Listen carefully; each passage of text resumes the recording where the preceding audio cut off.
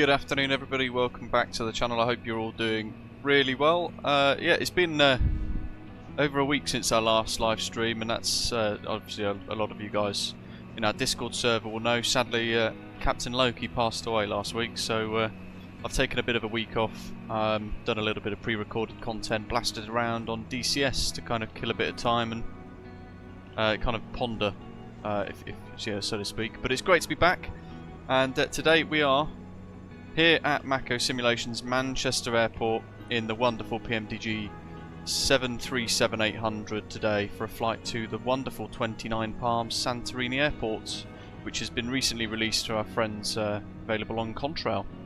So welcome to Mikel, Ian, Zato, great to see you guys, living on a player as well, hope you're all well, and everybody else in the live chat wherever you are in the world. It's great to have you on board with us for today's flight. We've got the Luke Air tool fired up for the first time in quite a while as well, actually. So we've got our cabin safety demonstration for TUI in the background as well. Yeah, I'm looking forward to this. It's I think the longest flight that we've done in a while. It's over 4 hours flight time, but we are in currently at least my favourite aircraft, so it's all good. Joe, yeah, hopefully that's been resolved for you. Do let us know in the live chat, mate. Let's dive in. Living on a player, thank you, mate. I appreciate it. It's been tough, as I'm sure you guys can probably appreciate. Good evening, Justin, as well. Hope you're well. So here we go. We are heavy today as well, and I've used the SimBrief performance calculators to give us a improved climb, which is going to require pretty much most of the runway, in fact, as well. We've got some air traffic control online as well, so I'm going to go to ground 121.855. When we get a bit higher up and we get into Unicom, I'm probably going to fire in beyond ATC as well and make use of that, because quite nice to fill the gap, isn't it? So, the charts.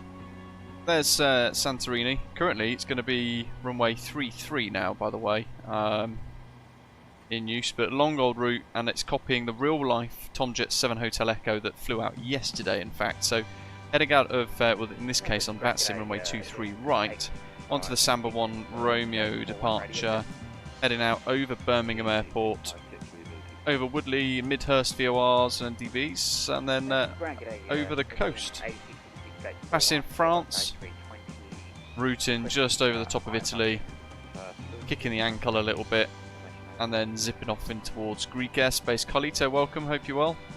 So yeah, 4 and a bit hours should be quite good. And on New Sky, not New Sky, Falanta, we've got the new update. So now, depending on what you use, so if you match it, we are in today, Kilo Oscar, it will find the real airframe, which is epic, and it will give you a picture courtesy of plane spotters in there as well, which is really nice. I like that. London 133705, EGCC 075, good day. 133705, which will be next.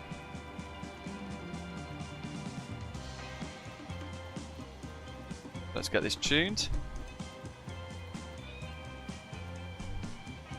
So, that's all good. Let's get our clearance. What do we got? Information. India. Manchester ground, good afternoon. Tomjet 7 Hotel Echo, stand 107 with India on board. So Boeing 737-800, request clearance to Santorini.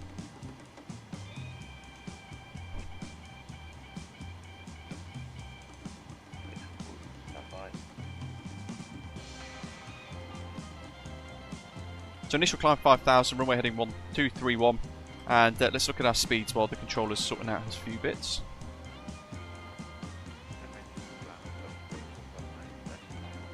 Cell temp plus 30 today for this improved climb rate, 22 kd rate, takeoff profile 2 onto climb profile 2. And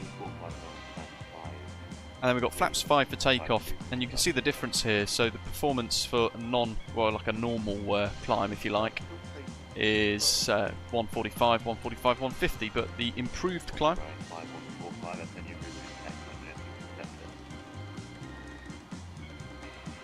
this is to improve the climb. So we are going to basically stay on the runway a few knots quicker, a few seconds longer to improve our initial climb performance, which is something that only SimBrief does in its performance calculations currently. It is really, really cool. Greg, welcome, mate. Good evening to you. Manchester ground, a very good afternoon. Osprey 153 Alpha. Let's get all the pumps on, shall we? And we'll just fire up the APU because we are almost ready. I think, actually, have I got my timings right? Osprey 153 Alpha, number 3 for clearance, number. Just need it. Time of departure. Where? 6 minutes. Not as bad as yesterday's flight because it actually departed like 6 hours late, which is insane. Stand 206, 4300 QNH 1021. A3 Golf, stand by, it's great, Aegean 8656, and your route and text on it. Yeah, connected, Aegean 86. Those of you in 8656, clear to Santorini. flying along, we always put the route in our live streams thread in Discord, so check that out, and it'll save any reroutes and all that kind of stuff. Spent about an hour today sorting out, well, an hour the other day sorting out a route using Sky Vector. Got my pen ready? Mike, hello mate. Absolutely, Zata. Yeah, Captain Loki's going to be in our hearts forever. He will remain an emoji. And I'm glad I've got those Captain Loki cups and things. A beautiful little boy. Not in any pain.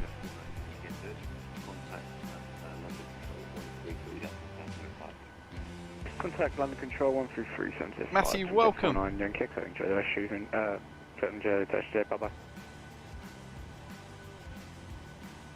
Osprey 153. So just waiting for clearance. Is he rerouting everybody?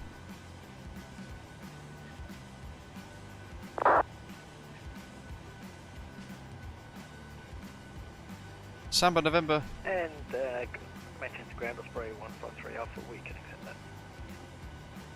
Osprey 153 Alpha, clear to Santorini on the Samba 1 runway departure, squawk 6037.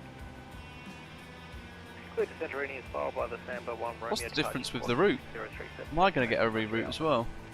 Right. Osprey 153 Alpha, read that correct information, India Greenwich 1021. India on 1021, Osprey 153 Alpha.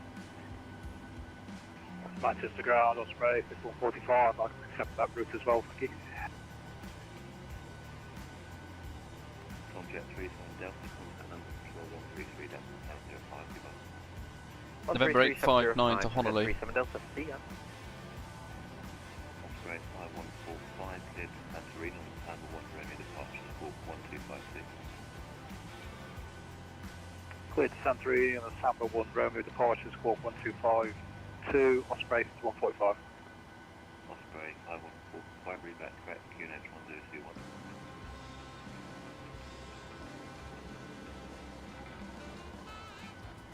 Manchester ground, good afternoon. Ground 360, 755, Big British India, type is 737-800, requesting our Right, get it. to leave by front line T1.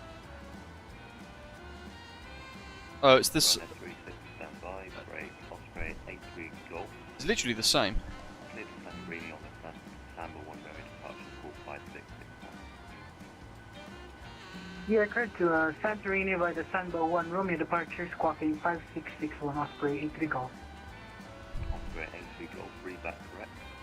Information India QNH 1021. Information India board, and we have QNH 1021 Osprey 83 Right. Golf. Ryanair 364 aircraft at the Sando. Now I'm wondering if he's forgotten.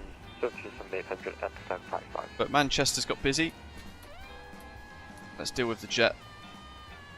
We've got the new GSX installed, but it doesn't yet currently support seated passengers in this cabin, so hence why we don't have any. It's also, unfortunately, a livery that doesn't include a custom TUI cabin either. The Steve Drar one does, but the Anarude one that I've got installed for today does not. But hey ho. 165, 231, 5000.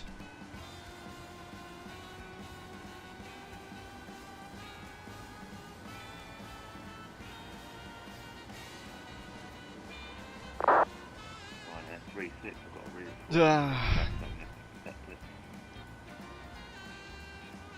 Just received the reroute. And we know they will follow the reroute for organization. Right, 365 ready for clearance. So that's good, that's good, that's good. Now it's been a minute, let's sort that out. Further 3 ready Go for dual bleed. Right, 36. Right, 36, clear to pass on it. On the Tango 1 runway departure, 45401. Sorry, can you please repeat this welcome? Right, 36, 45401.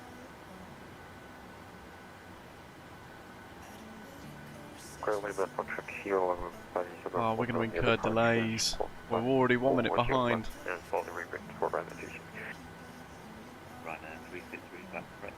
Destination Juliet, code score 1021.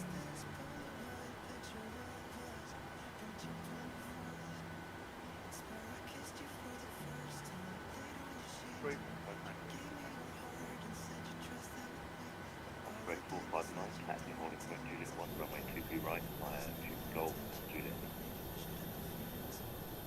Holding point Juliet 1 via Golf. Chuffing heck. The Land VFR A340 Osprey Airways is on fire. All the trucks. Between 8656, push and start route from 41. I've bought an Xbox controller, a very cheap one though. And it's allowing me to sort out my drone camera a little bit neater. I've also bought a, it's cost me Tomjet 7 Hotel Echo, we can take the reroute as well.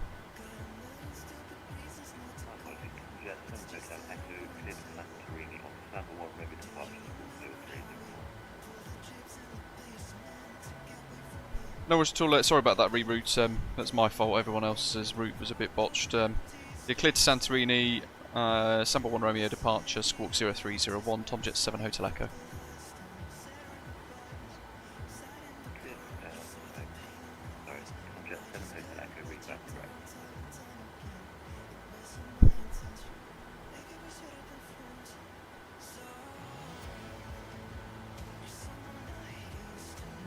GSX. This takes a few minutes. Release the ground power, yah. No, Are you firm? we just read back our clearance, Osprey Takeoff. Brakes set. Wheel chocks removed. Seatbelt signs are definitely on now. That's all good. Overhead panels ready.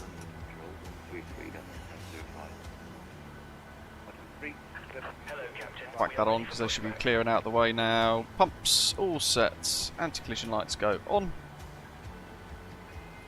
Packs can go off. In prep for push.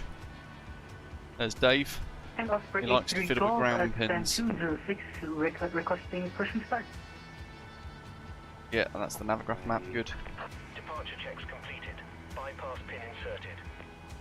Yeah, don't forget, folks. Tomorrow it's my quarterly authorizations Osprey, kind of thing. I've got to do 3 hours on a ground ATC thing. Roger, push and start approved. The stand 206 facing east. Osprey 86 Golf. 86 Golf.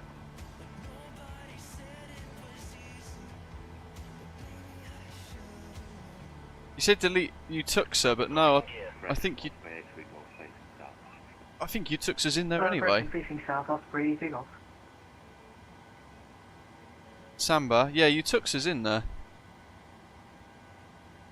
November 859 is basically just a lower version of the same airway. That's all it is. They're just classifying the fact that we are lower. And Manchester ground, Tomjet 7 Hotel Echo, stand 107, fully ready, request push start. Tomjet 7 Hotel. Release parking brakes, please. Oh.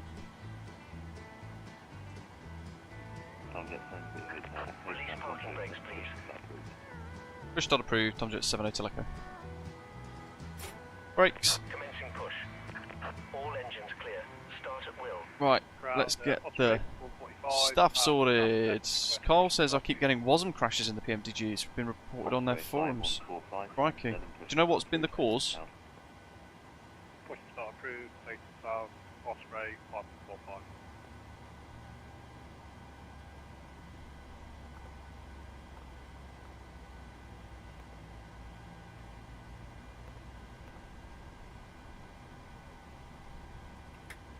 Okay. Got the old switches in this today. Sorry, 365 now.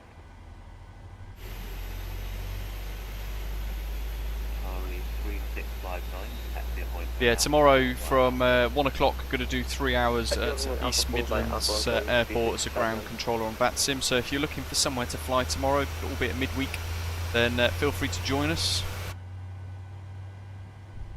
And I'll be there as your ground controller and delivery for a little while. It's something I'm quite rusty at, not very good at, but I'll give it a go. Continuous Gen 2 online.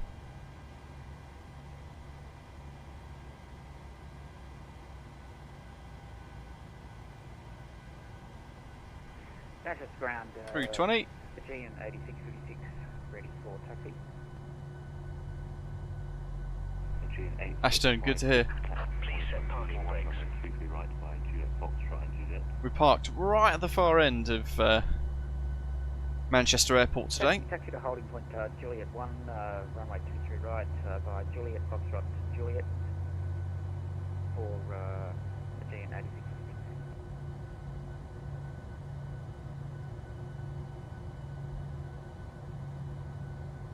Got FS Expo, not this weekend but the next.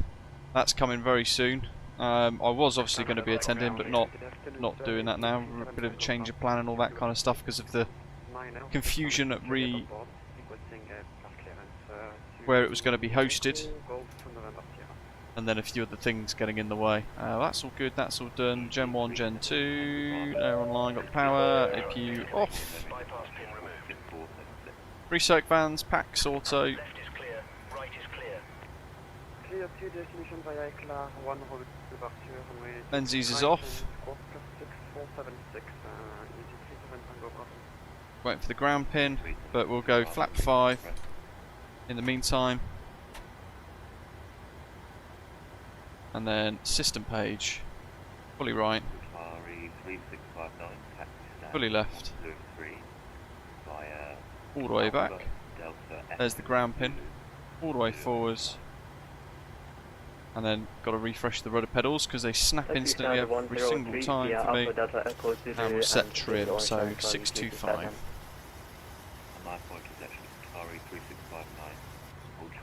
That'll do. Very good. Christos, welcome. So, LNAV, VNAV, auto thrust, auto brake RTO, that's all good, that's all set. Overhead's ready.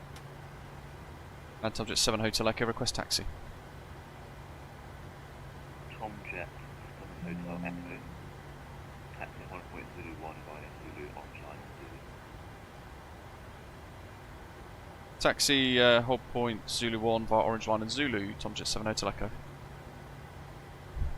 I've got this new head tracking thing basically. It's slightly better than the Tobii eye tracker. It works really good in DCS, which is why I've got it set. But a bit weird in Microsoft Flight Simulator, so I'm not convinced I'm going to use it all that much today.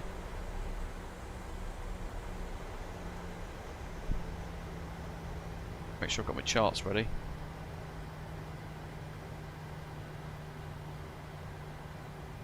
Zulu 1 via Zulu's there. Let's get the safety demonstration started, which hopefully you guys can hear nicely.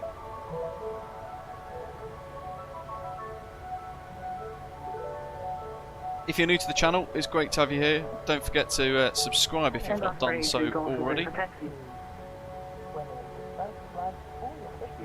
And don't forget to give us a little thumbs up as well throughout today. Taxi lights, that's all good, that's all set, everything's ready. November Charlie, Osprey, Takeoff. Good old Mako Simulations Manchester, £9.99. Does the job.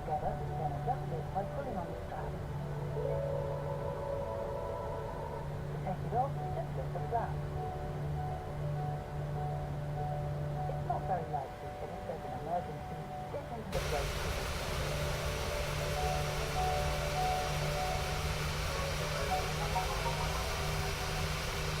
cabin crew are now pleased now to emergency exit. Have a look and count the rows to your nearest exit, because you never know, it might be behind you. And if you need help finding There's the A340 for the first time. And we've got to hold because that aircraft's coming in. Can you please repeat for Osprey Takeoff? if an oxygen mask drops down, pull down firmly towards you, place it over your nose and mouth. How you doing, Darren? And remember to JJ says, what eye tracking is it? So it's the normal Tobii eye tracker Roger, 5, November, but I've actually, I'm using something called Face Track No November IR Charlie, Echo, instead. Delta, Papa, Kilo, and Juliet. Osprey Takeoff. This, I believe, You can find a life jacket either under your is Zulu 1. center armrest or inside your leg rest. Put it on over your head. Pass the Yes, it's got to be Zulu 1. The life jacket will inflate when you pull sharply on the red toggle. For more information on the type of life jacket and oxygen mask, check your safety card. And if you need more air, slow to the tube. Yeah, Zulu 1. You're outside the aeroplane before inflating the life jacket. Look at the smoke coming out of that. The Latin VFR A340 is not designed for AI work.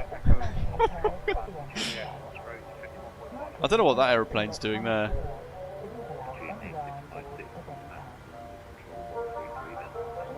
But he's very much in the way. It's the Luke Air Tool for cabin announcements. Captain Wazza, welcome mate. KLM 4 November. Nice, flying in.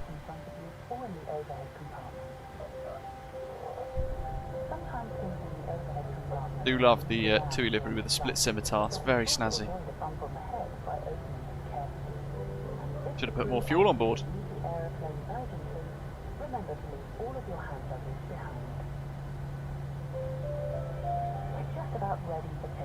It's a Qatar A320 of all things.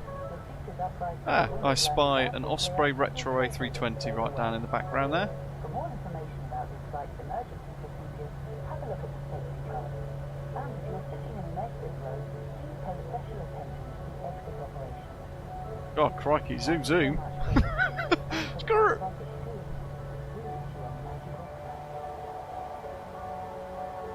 Well, crew have got loads of time to get ready for takeoff now.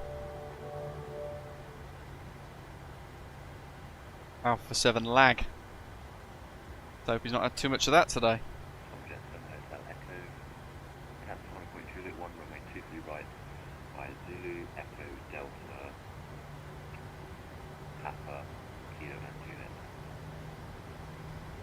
Taxi, hold point Juliet 1, runway 23 right via Zulu, Echo, Delta, Papa, Kilo and Juliet. Tomjet 70 to Echo. That's why you need a pen and a paper on VATSIM. Brother 36755, break correction stop.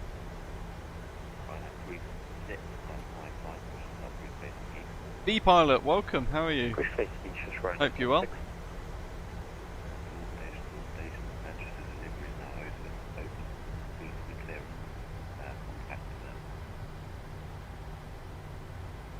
Too late.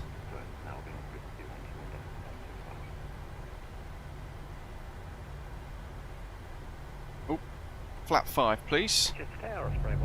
Naughty Luke. There we are, just a couple more degrees. All the difference though.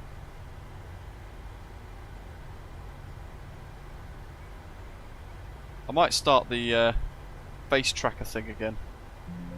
Ding. So it's like a head tracker that doesn't require the lights. So I actually find it a bit more stable than the Tobii eye tracker. It's very snappy, which is ideal for DCS because you can look really far quickly behind you and things. And if I just boop up and down on my seat, it even goes up and down. Now I have a concussion.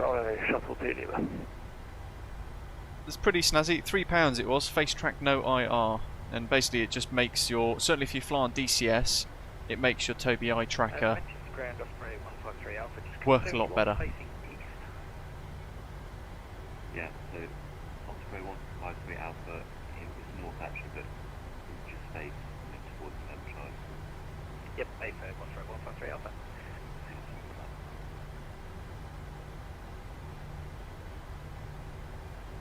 There's the old hub. And I'm blindly taxiing, but what we've got, Echo Delta, just got to look down my charts here. Delta Papa Kilo Juliet. Delta Papa Kilo, yeah, I know where I'm going, lovely stuff. Osprey 83 Golf, under control 133, that's 0. Orbital under control, 133785. Thanks for EGC, have a good afternoon, sir. Boeing 777-300ER, is it? But a good old Speedbird. Why do I get the feeling like that's coming closer? I don't think that's too far away now. Trip 56 south, 37 Tango 1.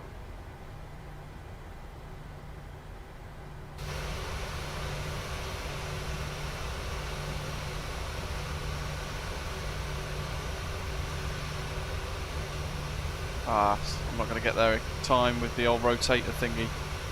Juffy neck. Yeah, it keeps wanting to default to looking down there for some reason, even though that's where my face is not pointing. Shuttle 2 Lima after the TUI Sentinel 800 passes from left to right. Taxi stand 44 via. Tell you what, I can't wait for that. Up to 2E, left to right. Taxi stand 44 via Bravo and Juliet. What an awesome, awesome aeroplane.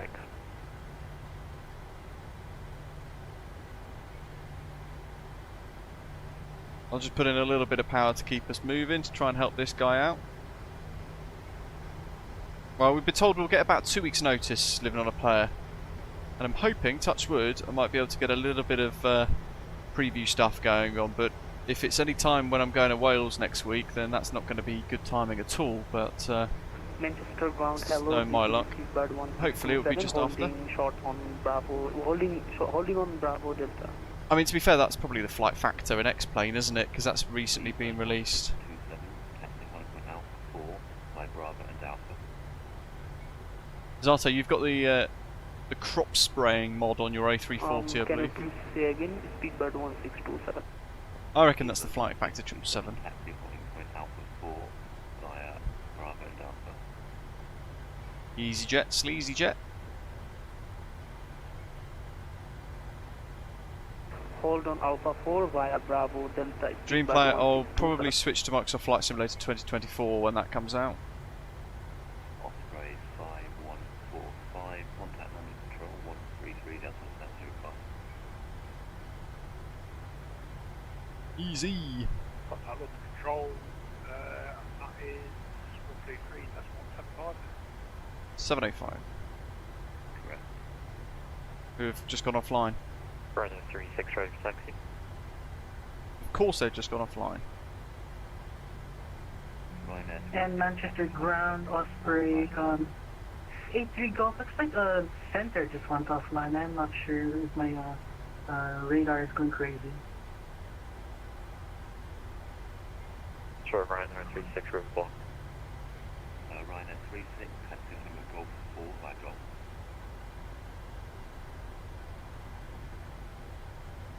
Yeah, you wait there, Ryanair. Golf 4 via Golf 4 Ryan 36.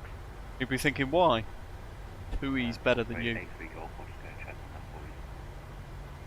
Alright, thank you. I'm Osprey 3 Golf.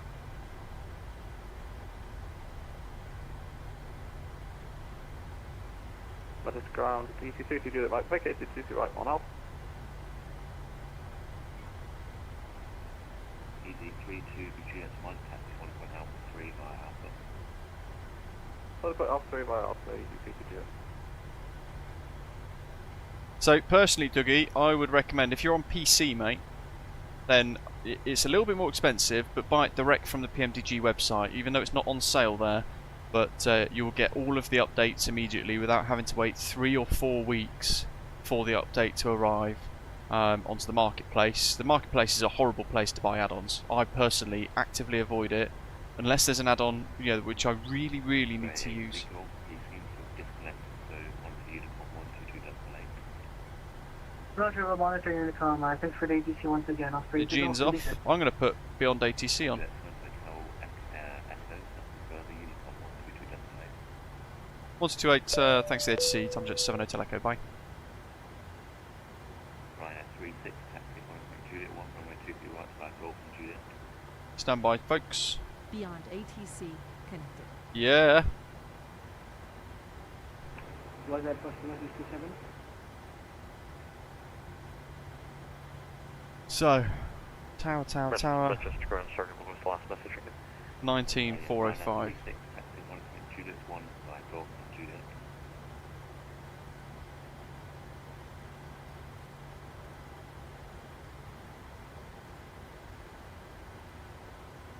Sorry, Manchester Ground, we keep getting blocked. Can you please repeat for Brandon 36?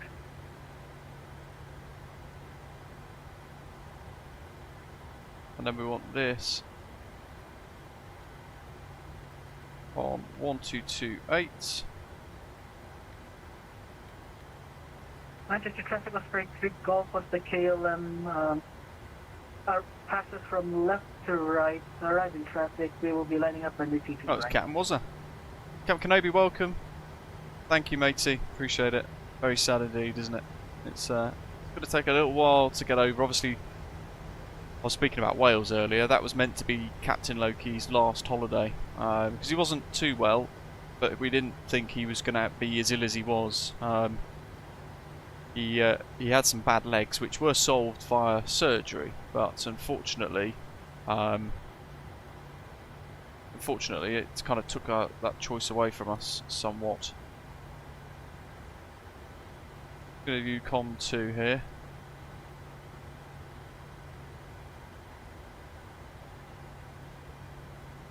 Jarfinek.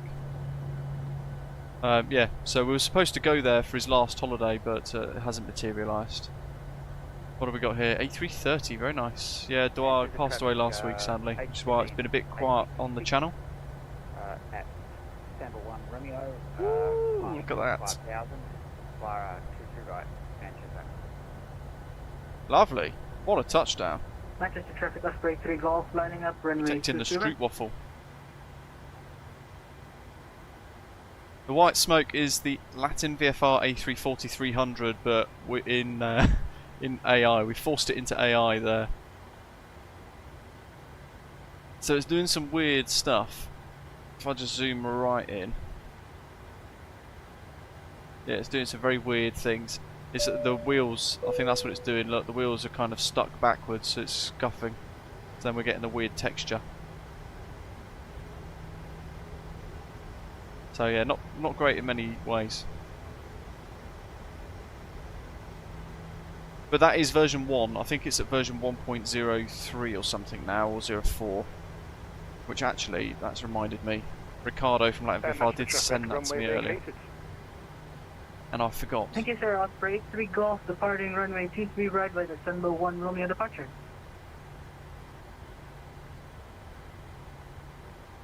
They may well have solved it, to be fair. Manchester traffic, Osprey 6145, lining up to 8, runway 23 right.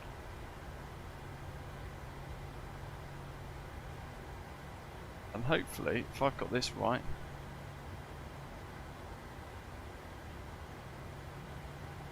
Manchester traffic, top jet 7 Hotel Echoes, holding Juliet 1.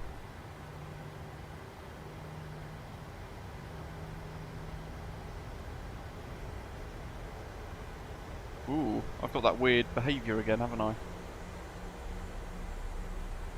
While he's waiting there to take off, I'm going to try and have a look at that, because that is not good. I think Sim Update 15 keeps changing my settings, and it's really strange. So I'm just going to hold it on the brakes. I'm going to go to this camera.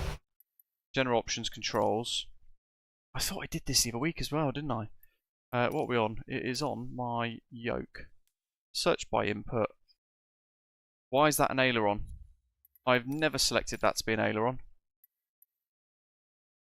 Z-axis is fine.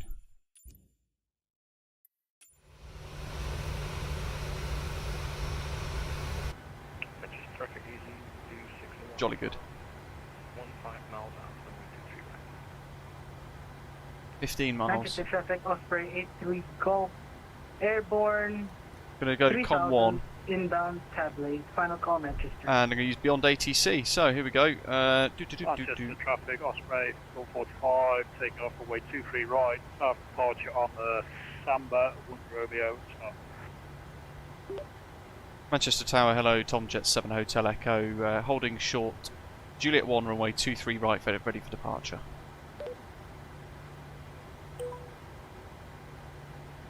Tom Jet 7 Hotel Echo, backtrack runway 23 right, call when ready for departure. Already it's been stupid.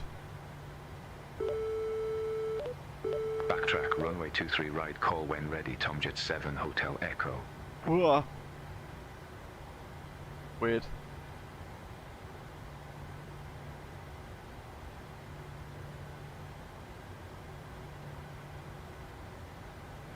I think I can see him.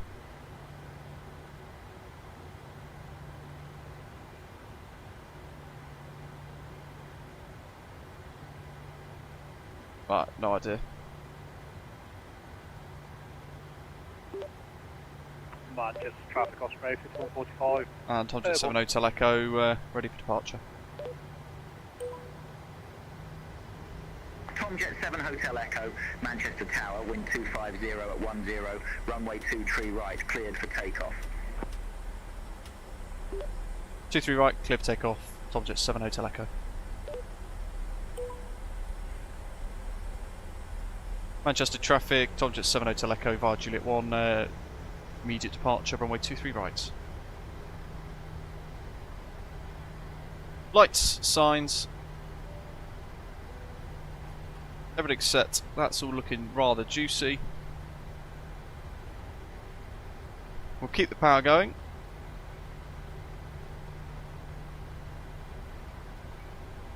He says as I steer full right rudder but get nothing but a slide.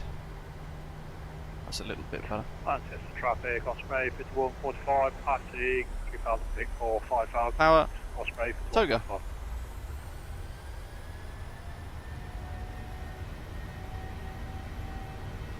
Airspeed alive. We are running EasyJet in Manchester. How many miles are you from final? 80 knots. 7 miles from final, 260 miles. Roger that, run 36.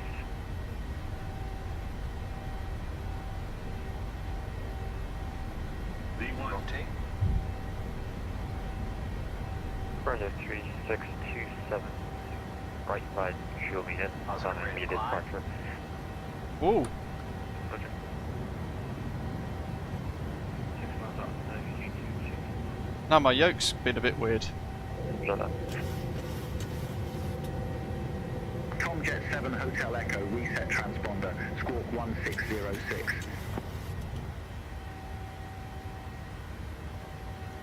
CMDA. Oh, this is really bad time. I've got no aileron in my yoke all of a sudden. Manchester traffic, Eurolink 8 altitude direct to London. Manchester traffic, runway 36, taking off from the 23 right. Tom Jet 7 Hotel Echo, reset transponder, And Manchester traffic, Tom Jet 7 Hotel Echoes, airborne, Samba 1 Romeo, 2500. Final call. Strobes. Runway turn off. That's all good.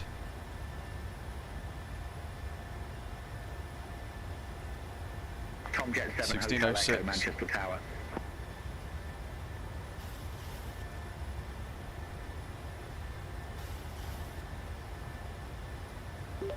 Squawk 1606, Tom Jet 7 Hotel Echo.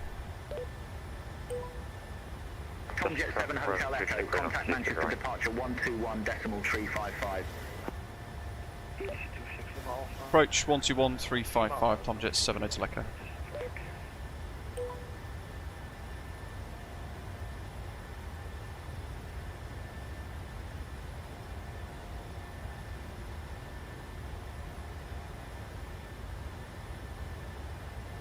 I'm going to have to be really quick here, because why does it keep changing this? I'm not the only person that's suffering this kind of weirdness either. I've seen a lot of people saying the same thing. Runway Runner 36, climbing through 2,400 feet by December 1 Romeo departure. Aileron axis. That. Super weird.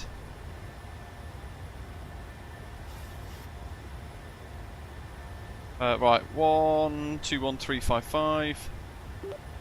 Manchester departure, good evening, Tomjet 7 Hotel Echoes. 3,800 for 5,000 Samba 1 Romeo. Tomjet 7 Hotel Echo, Manchester departure identified. Climb to flight level 180. Climb flight level 180, Tomjet 7 Hotel Echo.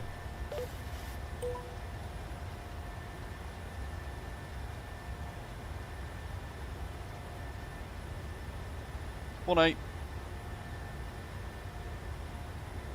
Away we go.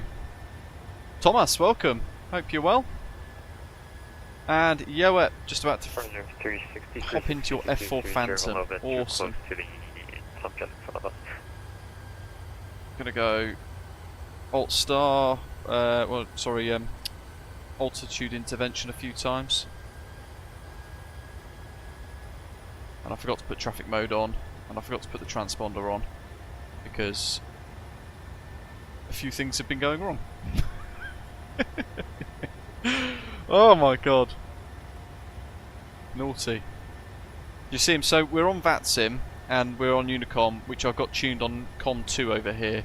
But we're actually using the microphone for COM 1, which is connected to Beyond ATC. So we're getting a kind of best of both worlds today.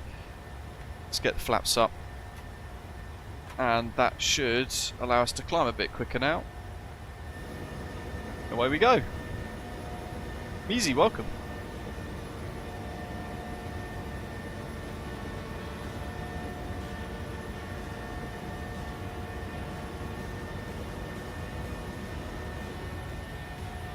There's your Beyond ATC. Should be on the screen, he says, but it's not. Now it is. There you go. So yeah, that's Beyond ATC, sitting in the background, working away. You can see the kind of flow of information there, the different instructions and things. We could put auto respond on as well if I want to, so yeah, we could just have somebody with us. I could even turn myself there as a pre-recorded voice for the premium characters in order to try and do the auto response on my behalf.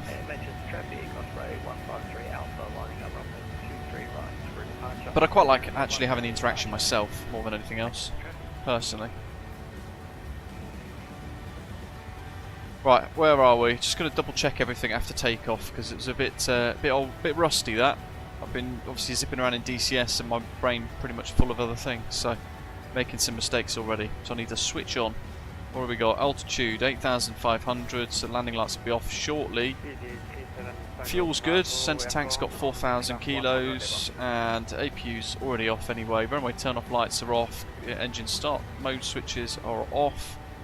Pop the logo light off, we don't need that. Lights are set as required. We can pop the seatbelt signs off now though. Everything else is looking good in the overhead. Gonna pop those off now though. Flaps are up. No lights. Alright, we're back in it.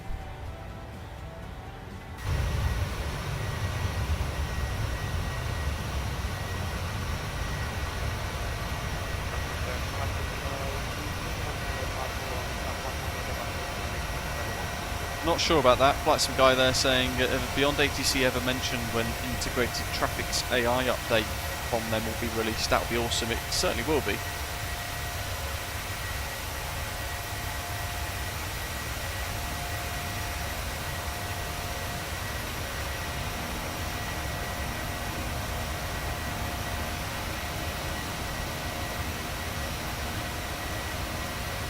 First screenshot of the day.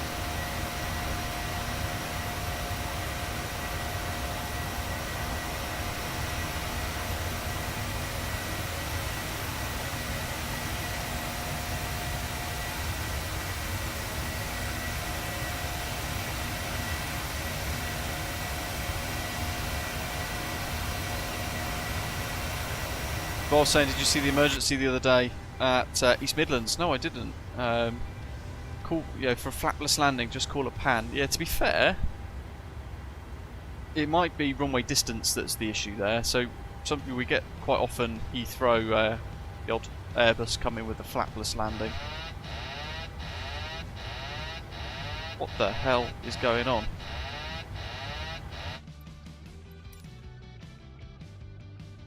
What the hell is going on with my throttle? My yoke. All aircraft be advised, information Alpha now current, QNH 1021.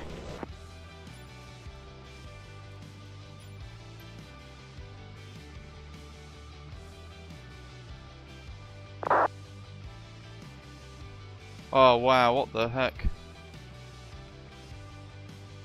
It's done that.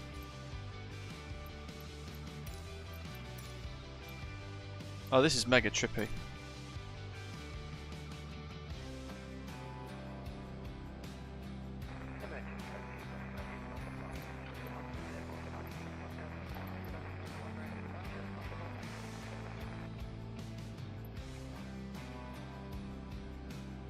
What the hell is going on?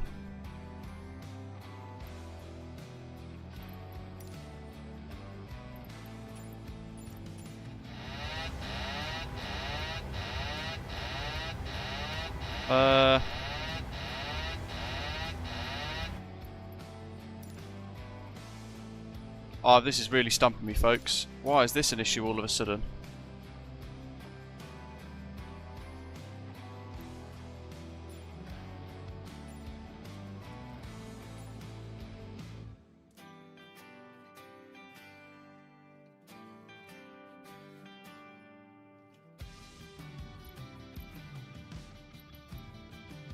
Suddenly I've got no right aileron.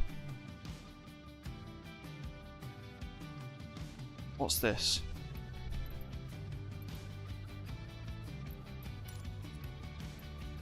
Go away.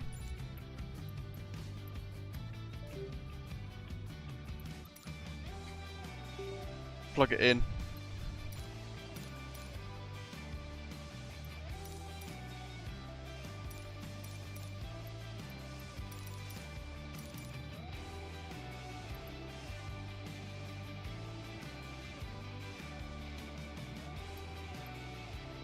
Right, stand by. This is really not good. This is the Boeing TCA yoke as well. And it's pretty new. I'm actually having to remove it now. So it's on PC mode. Can you hear that? That's me literally yanking the thing off. I'm very conscious that I'm on VATSIM currently.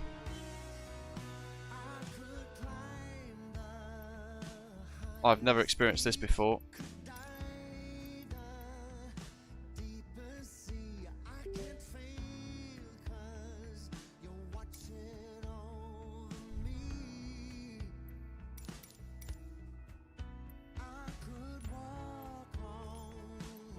It should be yoke.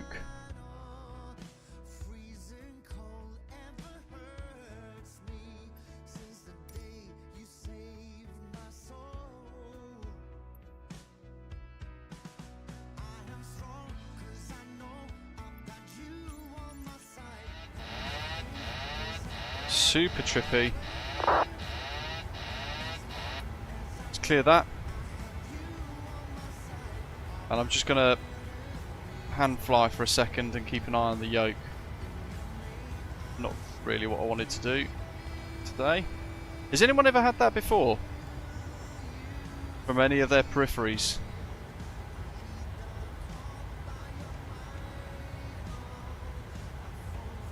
Because that was mega trippy. Okay, LNAV, VNAV, autopilot. My goodness. Even my back started to hurt then from the stress. We got auto throttle still in, that's good. I don't understand what caused that. That's I've never experienced that before. Tomjet 7 Hotel Echo, contact London Control 118.775. Contact London 1187. 75, Tomjet 7 Hotel Echo.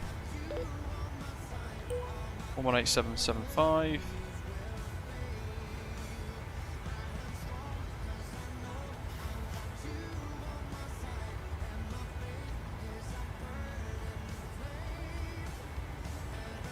Further control, hello, Tomjet 7 Hotel Echo, flight level 160, flight level 180 inbound Honolulu. Tomjet 7 Hotel Echo, London Control identifies climb to flight level 370. Flight level 370, Tomjet 7 Hotel Echo.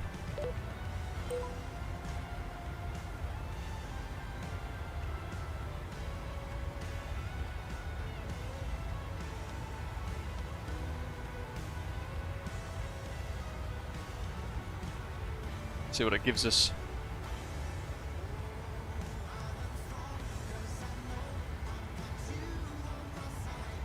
Oh, we'll keep it going anyway, we'll just step climb now. As it says in 96 nautical miles. So this is the difference between VATSIM and beyond ATC. VATSIM's initial altitude for us is set to 350, right? Now, we're going to remain there for quite a few miles until, I think, sort of halfway over France. The idea then was we burn a little fuel, we step up to 370 and we save a little bit more fuel, fly a bit more efficiently. But beyond ATC has got other ideas.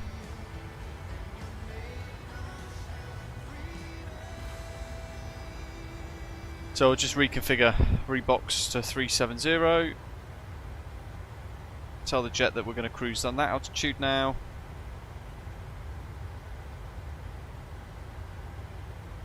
But yeah, it's the you know, on the Boeing TCA yoke, it's got those two little plastic sliders at the bottom, near where your groin is. Now, I've always removed the bindings for those. I don't know why, but post sim update 15, it keeps reactivating those sliders as bindings for aileron, but only the left one. The right one stays blank. The left slider becomes aileron axis X, which is mega weird because that then clashes against this. So we had aileron for a little while until takeoff, and then it decided to just drop off, which is weird because we did control surface checks as well at the start of the flight, didn't we? We did full left, full right, all the way back, and rudders. So I don't get that. I've never had that before. I actually had to try and get roll on the aeroplane by using rudder.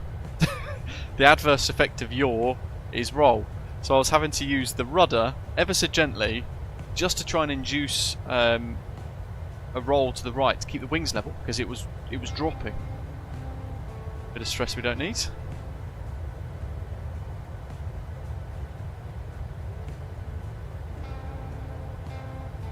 Oh well, got there in the end. Ah, and Manchester Tower's just come online as well. Bloody hell. Probably a good thing.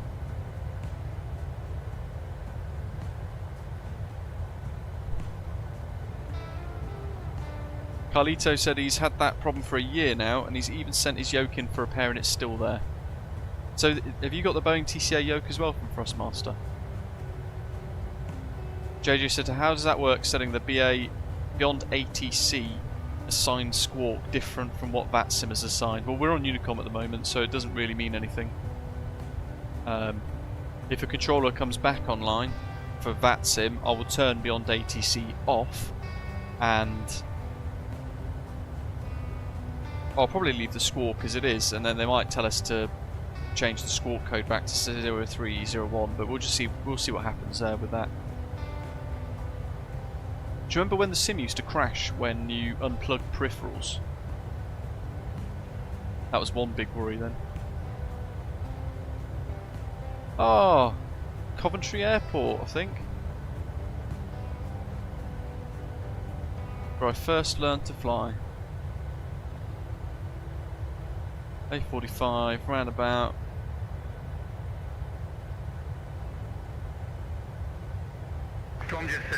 Actually see where I grew up. That's mega. London 118-475, Tomjet 7 Hotel Echo, bye.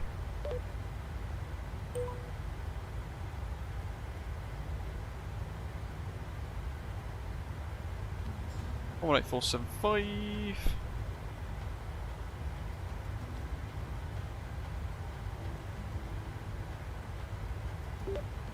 London Control, hello, Tomjet 7 Hotel Echo, flight level 250. Tomjet 7 Hotel Echo, London Control, radar contact. Oh, Ian, I was thinking about that the other day using the Wing F-16 HOTAS for the Airbus stuff.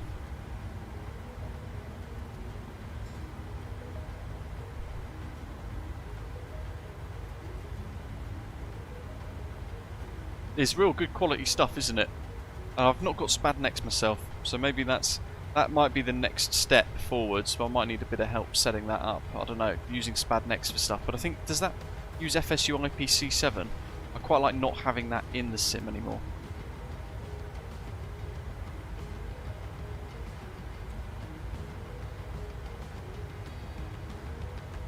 JJ, yeah, so I've had the kind of you load in and it's dead issue a few times. But, touch wood, not had the problem for a little while. SPAD Next is a programmed while that runs in the background, and it's basically a standalone program which allows you to code your peripheries, so like your Honeycomb Bravo and your Boeing TCA yoke or a Wing F-16 HOTAS, to create your own custom profiles for every single aeroplane you fly. So you can click it all in basically for that. JJ says he uses MobiFlight with his Wing FCU with E-Jets. Yeah, I might need to get that as well. I was looking at my Wing FCU today, it's staring at me now, thinking it'd be quite cool to be able to do that with use it with the 737 a little bit, and other things too.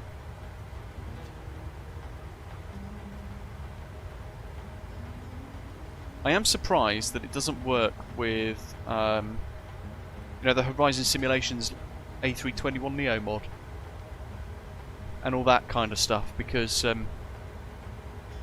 that's all based on the Flyby-Wire A32NX, so I can't work out why the Wing FCU can't support this.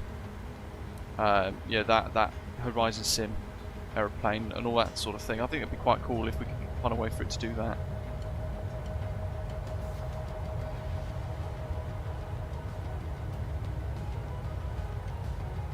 I've not experienced the memory leak flight sim guy, not recently anyway. But I kind of leave it on the big map, to be honest. How many of you in the live chat and watching in the background are still using Beyond ATC for things? And how have you, just out of curiosity, how have you found it over the last couple of months? Because it's been out now for a little while and it's had various updates and tweaks to improve it. And certainly it seems quite seamless today. I'll be interested, if we don't have Athens radar online, I'll use Beyond ATC for the approach into Santorini, providing there's no Athens radar. Although there usually is in the evenings, to be fair. Yeah. I'll be curious to see what it does with Santorini and how it handles it, because it's going to be runway 33 by the looks of it, and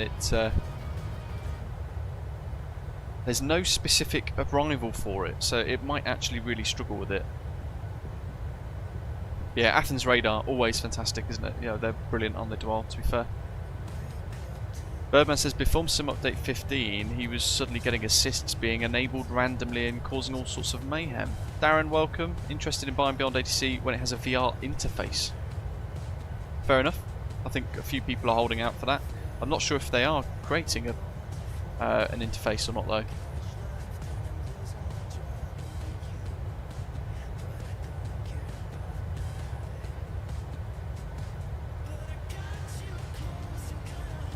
Certainly things like Santorini, if I go to the charts, just so you guys can see what I'm on about here. Bump. So we're going to fly in via Milos, then Peksan, turning into Korax, with Santorini VOR 10-4 there. But it keeps wanting to use runway 15, which is what we did plan for, but now the weather's going really quite horrible, and we're going to use runway 33. But if we go and add that to the route, there are no arrivals that actually fit for Santorini runway 33. So even if I select VOR A or B, which we will do, transition via Milos, the VOR Bravo approach, it's going to look like that, but then it's deleted the runway because VOR Bravo is for an unspecified runway, even though realistically it would lead you into runway 33. So that's the most natural arrival that I can find from all the charts available. We've got VOR Alpha as well, which is what they did the other day, to be fair. So we could do that. That's what they did yesterday. The TUI flight that flew Manchester to Santorini landed on runway 33, and it did a overhead join, Hexan, routed in. Let's see what we've got here. Yeah. Hexan 1 Alpha over the Santorini VOR, and then broke off on the VOR Alpha 117 degree track, Cat C aircraft, remember, at to ATME, turning round for this massively offset final approach. Really offset final approach. It's something like 20 degrees or something off. But as the wings roll level, realistically, we're going to be 3,000 feet, 8 miles, and we'll just turn the autopilot off and have to hand fly the final approach.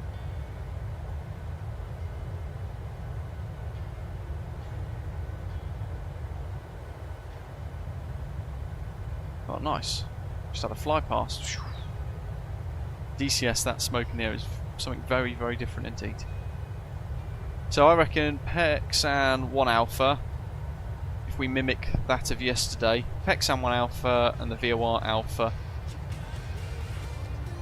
And the way we can input that into the charts here is for us to select runway 15, arrivals, Hexan 1 Alpha. Oh, that says 33 there, so that's actually pretty good. VOR Alpha final. And then it's deleted it. Of course it has. Alright, well we'll do that. Traffic category 1621, runway 33, Hexan 1 Alpha. And then we can go to the charts, approach, VOR Alpha pin. There we go. Super narrow runway, 30 meters in width, which is not very wide at all. It's a very narrow runway. 2,125 meters landing length, usable landing length, and we'll probably vacate Delta or Charlie straight in onto the apron there for some limited parking right out the front.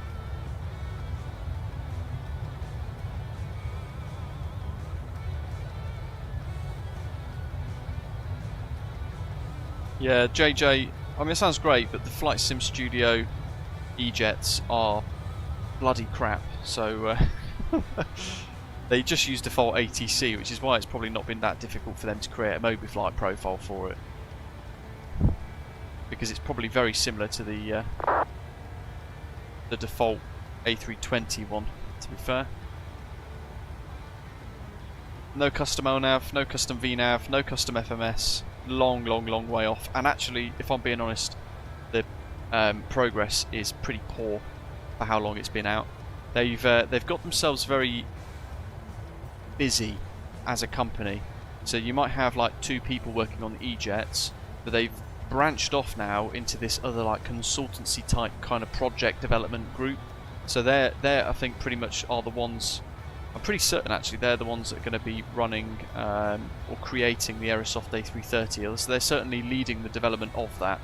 And they've probably got their fingers in other pies as well, meaning they're quite distracted. And bearing in mind they've released the E-Jets in early access, I think 2 years ago. They released. When did they release the FSS E-Jets, folks? Do we know?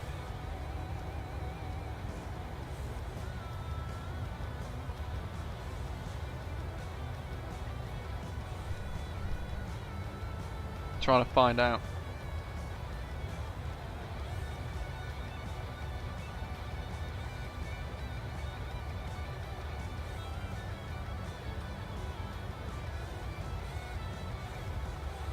So they released the E190 on the 16th of December 2023.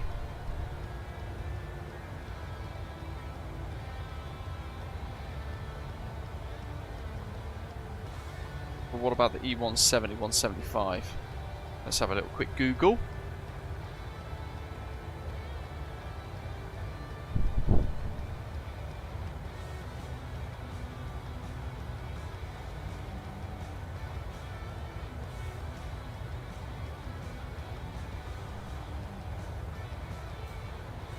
Yeah, 2nd of December 2022.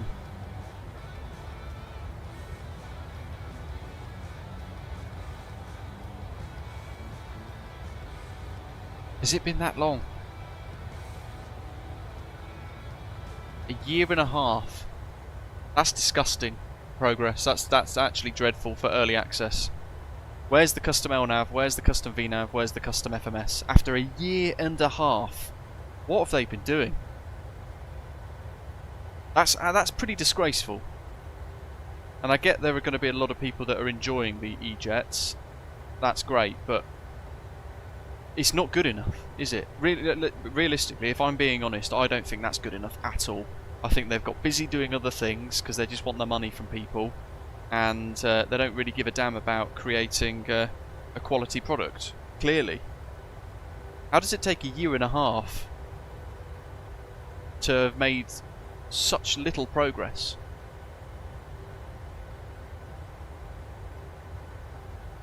We can't really do direct 2s or anything either, JJ, can it? Without all balking up and going a bit messy.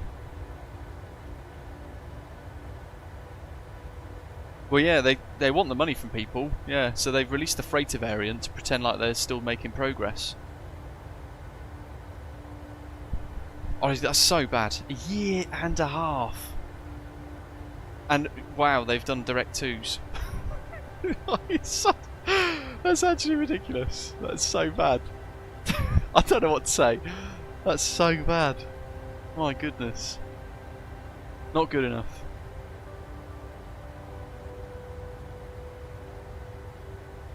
Oh, the TFDI Designs MD-11 has been in early access since, was it December time? When did it? TFDI MD-11 Collector's Edition. 8th of November 2023. So in just over 6 months. Smile. Hey Greg, thanks matey. Appreciate it. Very generous of you, thank you very much. Yeah, when you compare the two, right, we'll look at TFDI Designs MD-11. That released in early access in November 2023. They have worked up now, like 7 or so months later, almost 8 months later, to very nearly the final release. Complete, feature complete is what they've said it's now at. And a year and a half later, since its release, the E-Jets have added Direct 2 without breaking. And that shows you the difference. I haven't got the TFDI Designs MD-11. I didn't want to pay because of how bad the FSS E-Jets were. I didn't want to pay for the collector's edition out my own hard-earned cash, thinking that it'd be a load of crap. But actually, in contrast, when you look at the comparison between the two, my goodness.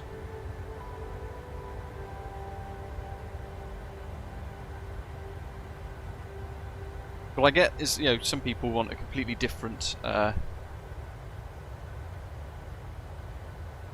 experience to others. Everybody's sim experience is different. JJ saying they're promising a custom FMS in August. They promised it last August, if you remember. They promised custom LNAV last summer, and that's still not there. Terrible. Agilos Calispera. Appreciate it. Santorini's looking pretty good.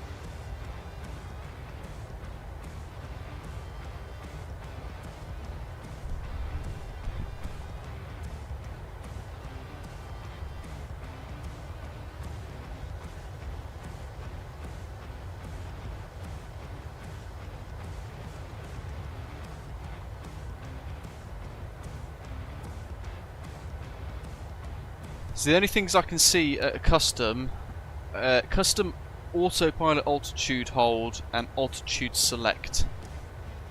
And that was in an update on the 28th of March 2024 for the E-Jets.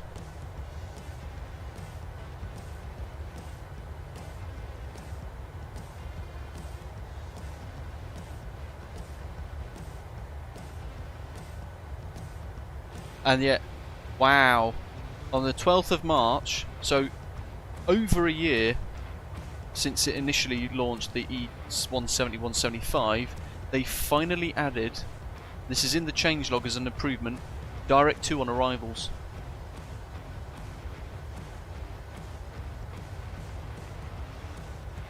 Custom auto trim.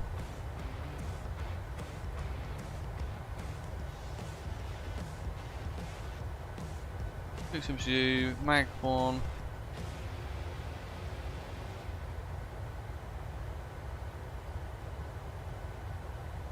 Improved nav ILS behaviour.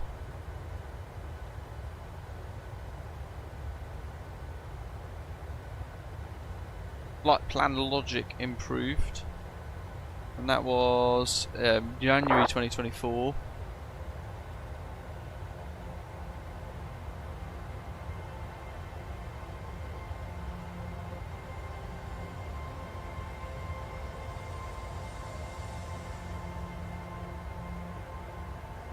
I remember them putting out a thing saying they've now got a custom LNAV ready, but that was 7 Hotel Echo, contact Paris Control 119 and decimal 825. that was marketing speak. Basically, they haven't got a custom LNAV.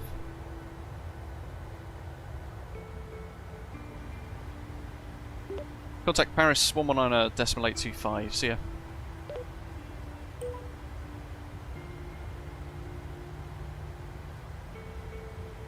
Yeah, I remember them putting out a thing saying that they have created custom. It was custom LNAV. I remember them seeing that, but it was in a marketing post, which you've got to strip away at because it's marketing gumph to try and get you to spend cash. And I think it's got stuff that it doesn't necessarily have.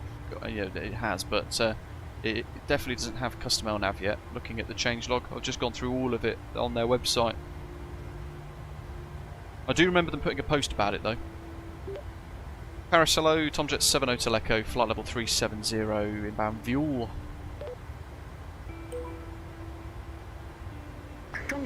But I'll give it another go, JJ.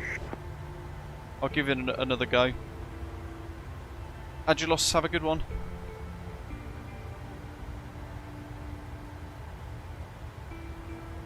Zata said he didn't pre-order the MD-11 either, nor did he get the collector's edition, but one thing is for sure, it's a day one purchase for him.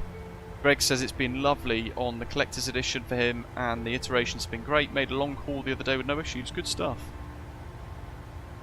Well, the LNAV is still default autopilot LNAV, JJ. Default sim LNAV, which does its job. They've smoothed it out, but it's still not custom.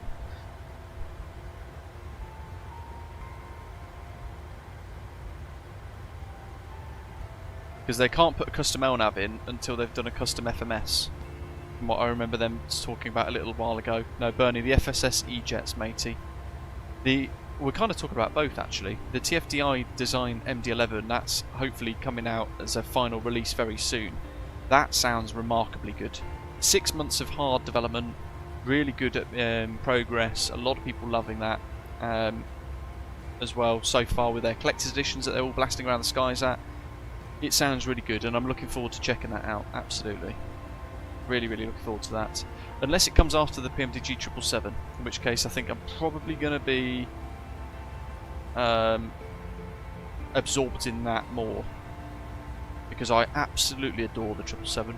I can't wait for that in the sim, it's going to be so good.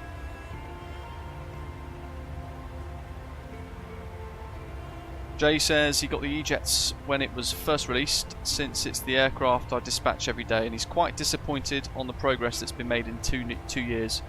Yeah, that's fair enough, I agree with you. In almost 2 years, there's barely been any proper progress, really, has there, Jay? That's the thing. Oh yeah, Ian, my goodness, that's even worse. I remember doing a review of the virtual Col E-Jet and absolutely slamming it and telling people don't buy it.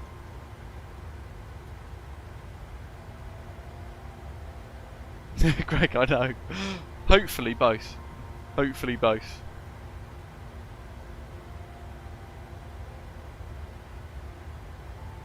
Yeah, now that's a horrendous aeroplane, my goodness. I remember they sent it to me really confident that they'd made a really amazing product, and when I checked it out I just thought, how awful.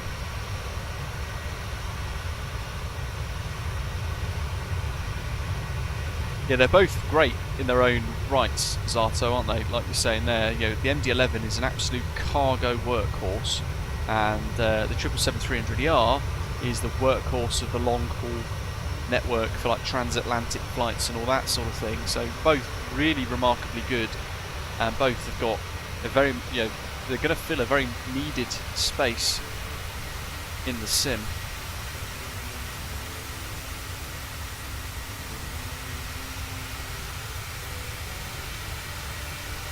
I do like having the little Xbox controller now for my drone camera, because I can have a bit more of a natural control over it. But I can even do slower. Ooh.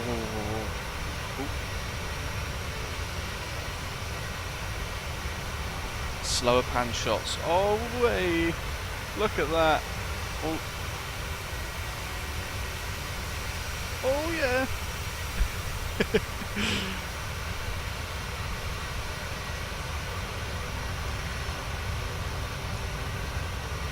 Pretty cool. Much more natural as well. Stops me getting repetitive strain injury with my hands.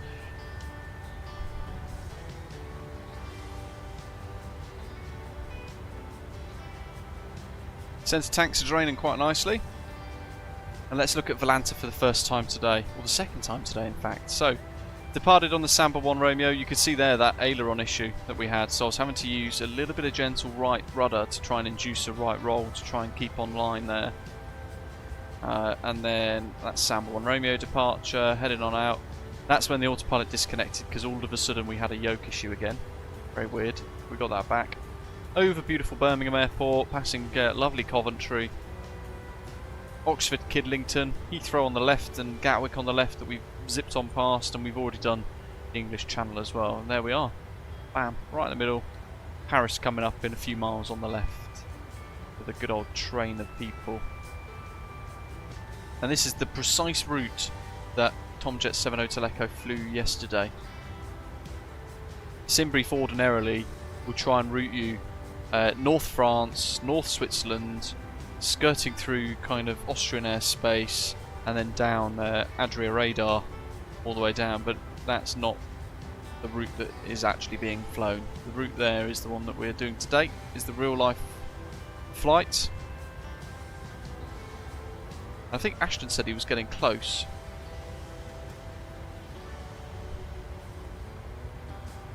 We've got to do Mykonos at some point soon as well, don't we?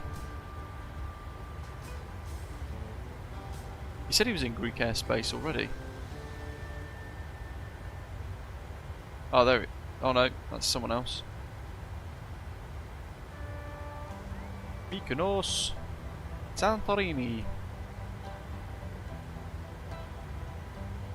Oh, it's busy. Very busy.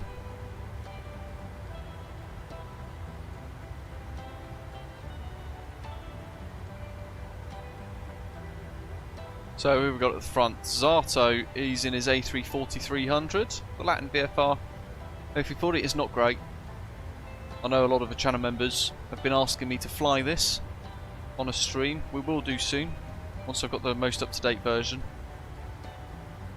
And Greg's flying along as well. Good to see you, mate. Osprey 5145. Followed by me. And Ian Osprey 153 Alpha flying the scheduled service today. And then we've got Taxiway Bravo flying out of Bristol, I think that is, in an A320, which is quite cool. I almost chose Bristol as a routing for today, actually. Pretty decent. I don't know if anyone else is using their own route. There's an emergency there, Smith Aviator. Jammy Sim, Gatwick to Mauritius, A350-900. My goodness. Transit 7 Hotel Echo. Contact Paris Control 125.7. Bye bye. Paris on 125.7, Tomjet 7 Hotel Echo. See ya.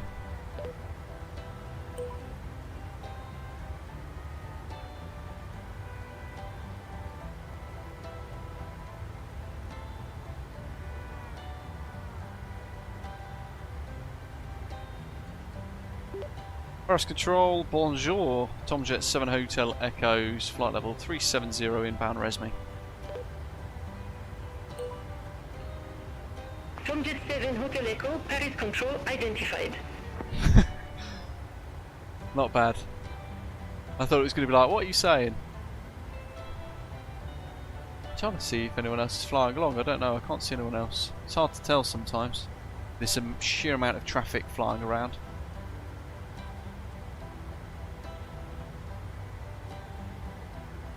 Bonjour, ça va? Jay says can't calibrate his throttles for the A340 either. Crikey. What have you got? Throttle wise? It shouldn't be too difficult to do in their kind of tablet thing. Just got to work out if you've got a reverse detent or not.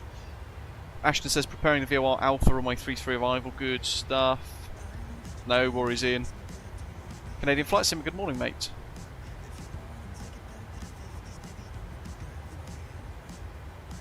Chaz says he's going to be looking forward to taking the MD-11 for a spin at Flight Sim Expo. Yes, that would be quite cool. We might get a release not long after that, to be fair, because they did say the other week that it's feature ready, is what they used as a term, which sounds like it's pretty much ready to go.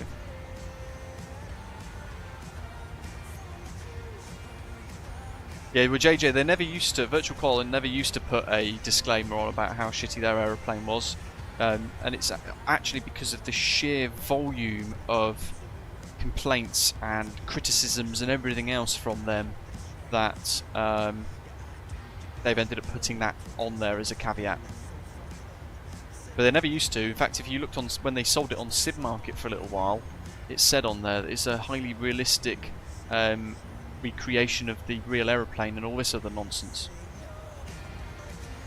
J Queen, yeah, I believe so from memory, yeah. Greg says the other question is when are the Phoenix A321 and Phoenix A319 going to be uncovered? Pretty sure they've said that they are in beta. Not sure. That would be great as well. That would be quite cool. I'm really looking forward to the A321, the Phoenix A321. That's going to be mega.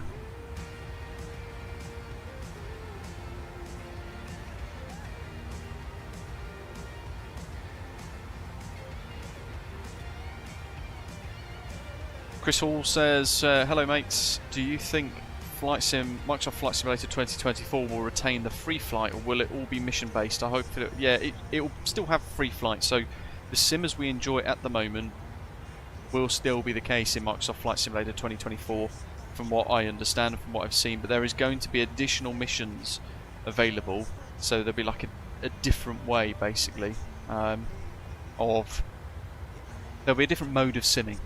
But what we really enjoy already won't change. Oh yeah, Bernie, that's nonsense, matey. That's yeah, that's not going to happen. They're not going to wait until November, when it's almost ready. Ah, Parachute de Gaulle. There it is.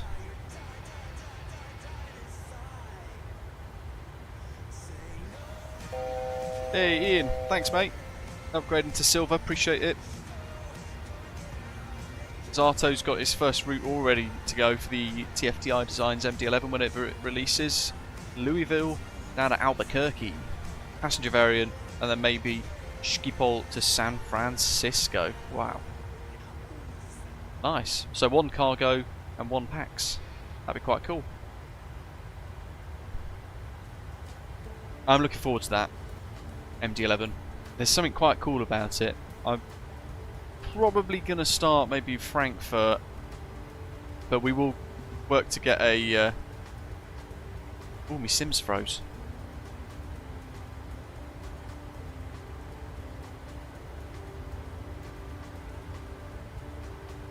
Yeah, we'll work to get a an Osprey livery sorted out for it. That was mega weird. It's probably Paris down below, rendering in.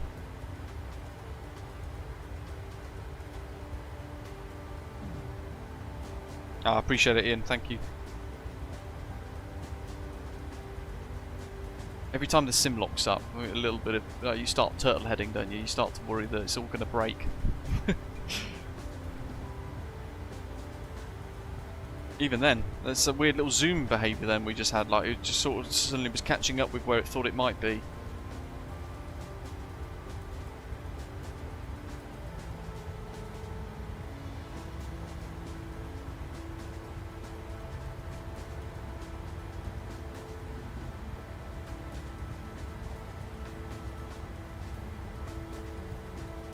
Canadian Flight Simmer says sometimes he's getting so impatient for the PMDG 777. Some people are on the forums, absolutely, but actually it's going to be worth the wait, I think. That's going to be really nice.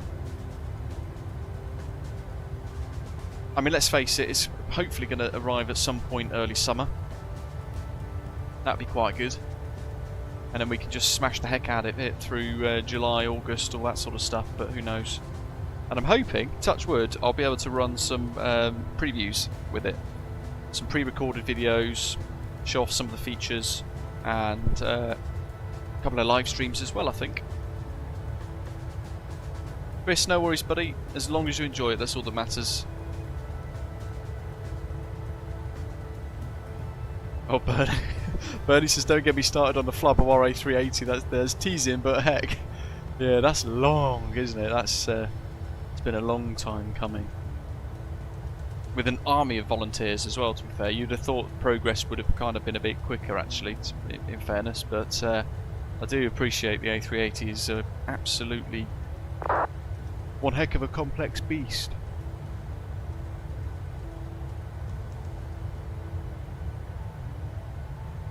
Canadian Flight Simulator, yeah, I think Robert Randazzo on the forums mentioned the reason why it had gone over the 2 months. But he said everything's only penciled in. They don't set a, I think from what the summary is anyway, from what I've been reading on the PMDG's official forums, effectively they don't pencil in or commit to a release date. They've got an idea of roughly when it might be ready, but that's flexible, so something might crop up this week that will then push it back a week and that sort of thing. So they have committed to giving us around 2 weeks or so notice prior to the release, and at that point I would imagine the teasers will start to come in a little bit more, and maybe with a week to go, hopefully some preview streams become an opportunity. That'd be quite cool. Be really excited to do something like that for them if we get the chance. Chris, yes, 1 o'clock UK time tomorrow, mate, till 3 o'clock. No, 4 o'clock, sorry. 3 hours of ATC. I'm going to be at East Midlands ground on VATSIM with Tower View all set up as well.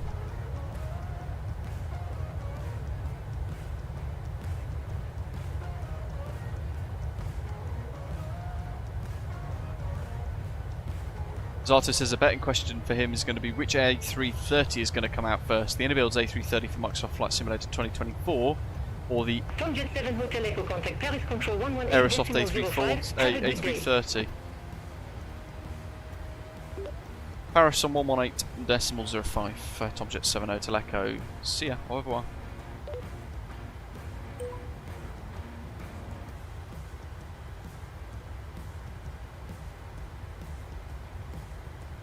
Oh, 1805.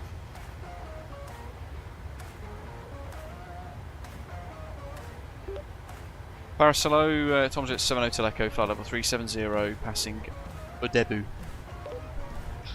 The excitement part, I think, is going to take a month or two. 7 Hotel Echo, I didn't get that. Oh, chuffing heck. Maybe I'll speak a bit more, sound a bit more French. Paris Control, bonjour, Tomjet 7 Hotel Echo, flight level 370. I can't do it.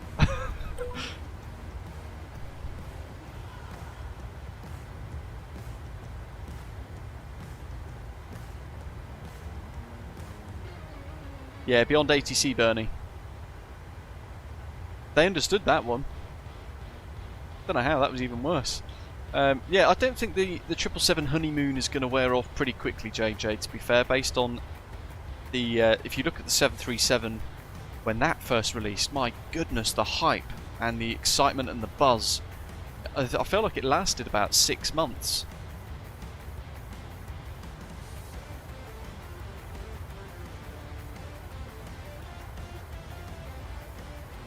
Just noticed a fault with my flight plan there. Those two waypoints are far too close. Odebu should have been deleted. Should have only had Oguru. JJ says, I know, but it's a long hauler. Yes. Yeah, that's a fair point. For me, I'm not going to talk. I'm not going to... I was reading your message, Birdman, there. That was close. Hey, I'm not going to take the 777 on long haul flights because that's not my kind of vibe or buzz. I find that insanely boring, and I'm not one of those kind of... I've never been one of those people that will set a flight up, take off in the evening, leave the computer running all night, burning electricity and money, to then jump on the next morning to then land. That's not my kind of vibe. That's not my gig. I think it's completely pointless, in my opinion. But a lot of people enjoy that type of thing, so that's where that's going to be perfect for that anyway, which is great. Me, for my type of flying, I'm going to be doing like Heathrow Frankfurt Madrid, Heathrow to Athens, those kind of things, and maybe even some more slightly medium haul. So, you know, Qatar, Etihad, Abu Dhabi flights, Qatar to Doha, Emirates. You got British Airways. You could fly to Tel Aviv. You could go to Dubai. There's a lot of opportunities. You've got the Turkish Airlines operate a 777-300ER from Heathrow to Istanbul, for example. So you could do that. There's a lot of European-based options as well. If you look at Japan, you could do a lot of their domestic shuttle services. You know, they would operate 767s, 777s, 787s on Tokyo Haneda to Osaka and back. You know, really short 30-minute hop, but completely full aeroplane. The sheer amount of people just travelling between the two cities. So that's an option as well. You could fly across Australia if you wish as well, depending on what virtual airline you're on. You could go Sydney to Auckland with an Air New Zealand 777-300ER, or even long haul Auckland to Los Angeles, and then onwards do the old school hop that they used to do to Heathrow. That'd be quite cool. So there's a lot of options. There's a lot of options for shorter flights, certainly around Japan and the Far East as well. Heathrow Madrid, British Airways operated that on a 777-200ER, to be fair, not 300ER, but still doesn't mean you can't do that as a route. But they would operate to Madrid for cargo for a little while. They still do it, but it's now Iberia doing the service instead, because BA's long haul network is so busy again and so full all the time that they need the airframes on the long haul services. So they're using Iberia's aircraft, which naturally aren't as busy, so they have the airframe flexibility to do the Madrid Heathrow shuttle pair for the cargo. But yeah, there's a lot of options. Egypt Air as well, Cairo to Heathrow, 777-300. Yeah, it's a wonderful choice, isn't it, Bernie? 777-300ER. It's a beautiful aeroplane. I remember flying it to San Diego with British Airways when I was crew, and I absolutely loved it. I loved the length of it. And I remember being on I think it was a brand new, it might have been one of their first, I think it was their first 777-300 actually. They had the new retrofitted, unless it was just a new cabin refit. Maybe it was a new cabin refit, I'm trying to remember now. I remember it had the new cabin inside of it, and we were, as a crew, we were absolutely buzzing when we got on board. And there's a really corny picture of me on my phone of me standing in the middle of the cabin with my arms open, like, ta-da!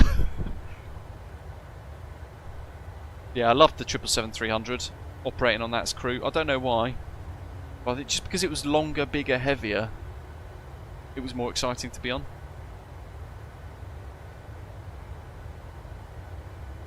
I mean, you could also do Dubai to Mauritius.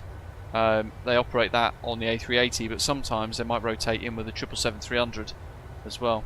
Adam, hello mate. Just on a flight on virtual Ryanair, he says. Noticed I couldn't see traffic during the flight. Landed, went to close VPilot and realised I hadn't connected. Whoops.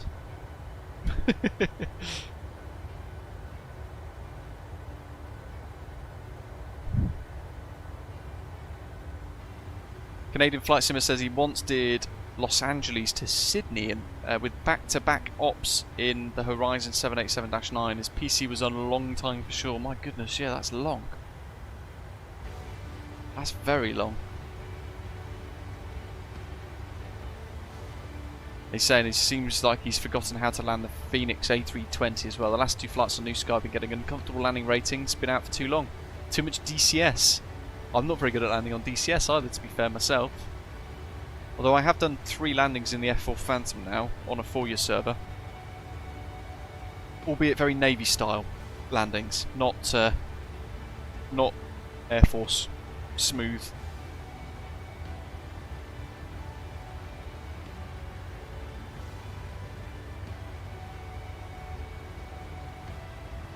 Zato loves the 777 as well. His first 777 flight was Manila to Abu Dhabi with Etihad.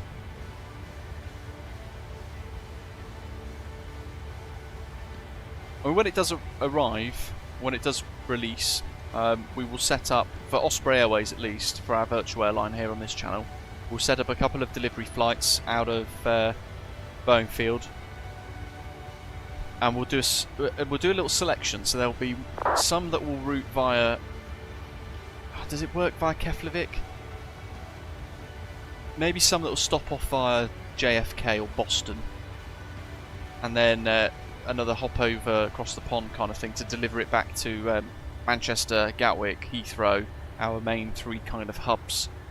And then I'll set up a whole load of different routes that will kind of expand and dot us around Europe as well. So we'll have short haul and long haul routes for the 777 based on what you guys want to fly and where you want to go.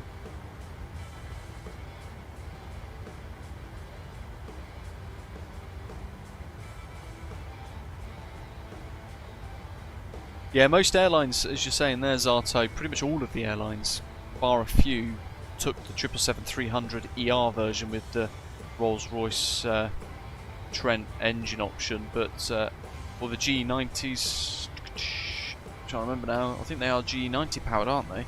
Let's have a little look. GE90s are of course the elite. Oh my god.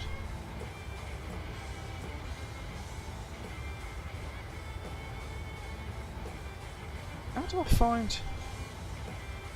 I know, filters, aircraft, B773. Apply. Give me that tasty Speedbird long haul goodness.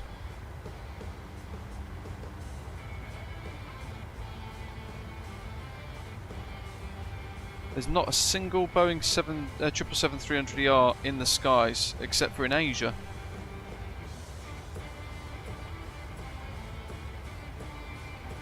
And they're the non-ER variants. What are the chances of that? We'll just talk about those. Oh, that's great. Yeah, not a single. Really?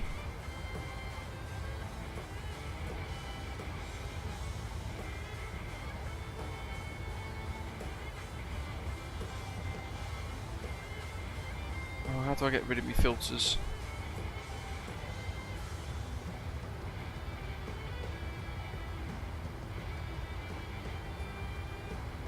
I think they're GE90 powered, but I can't remember. But in that chance, in that bit of delay of me trying to work that out, breaking my flight radar, you guys have probably answered it in the chat anyway.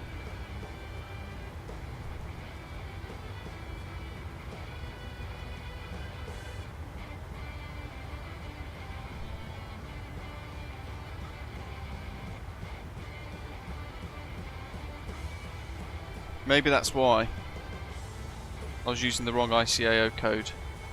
Let me try 77 whiskey. Ah, yeah, there we go. It's almost like I'm not an av geek. Right, Heathrow to JFK's just got airborne. What do we got here then? It's not going to tell me the engine, is it? No. Flight radar doesn't tell me that because I've not paid. But I think on the picture, come on, give me close up. It looks like GE90s. Yeah. Awesome engine choice. I'm so excited for that. I can't wait. We're gonna do some shorter, more intense ops as well with the 777-300ER when it does arrive. So we're gonna do things like the Heathrow to Athens. I think is probably going to be my first route, or Heathrow Madrid and back, potentially, to kind of get ourselves exposed to the aeroplane and fly it a little bit. But I want to do some sort of, you know, some trickier ones as well. Heathrow to Manchester and back, just for some short, more intense operations. Maybe, you know, Heathrow to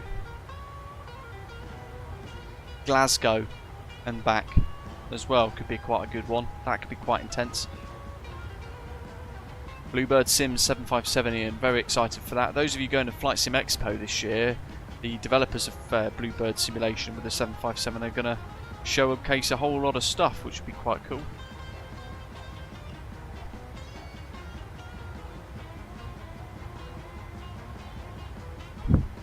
Oh, Bernie, the guy's full of nonsense. The GE90s are, I think, the biggest production engines for commercial aviation in history, and they are as big in diameter as a 737 fuselage, which, yeah, they are mighty impressive. But ETOPS, yeah, you know, engines in general have to be powerful enough for ETOPS certification anyway. So if you have an engine out over the Atlantic, for example, then you need to naturally be able to fly and continue sustained flight with one engine. But if you look at, for example, the 767-400s that United fly to Heathrow, they've got the tiny RB211s, I think, still fitted to them, which are powerful engines, but they're quite small in diameter. So it's a rubbish point that he's made there.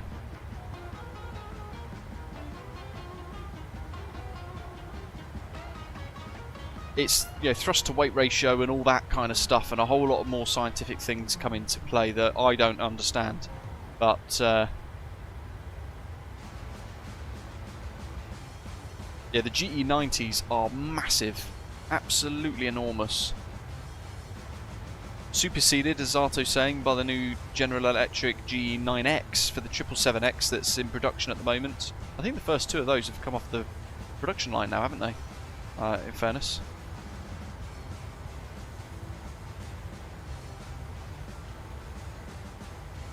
Yeah, to get ETOPS certification, Bernie, you it doesn't just have to mean that the engine's big and powerful. There's a whole load of other stuff to consider. Otherwise, ironically, the A330 that he flies wouldn't have ETOPS certification, because those engines are quite small anyway, in reality.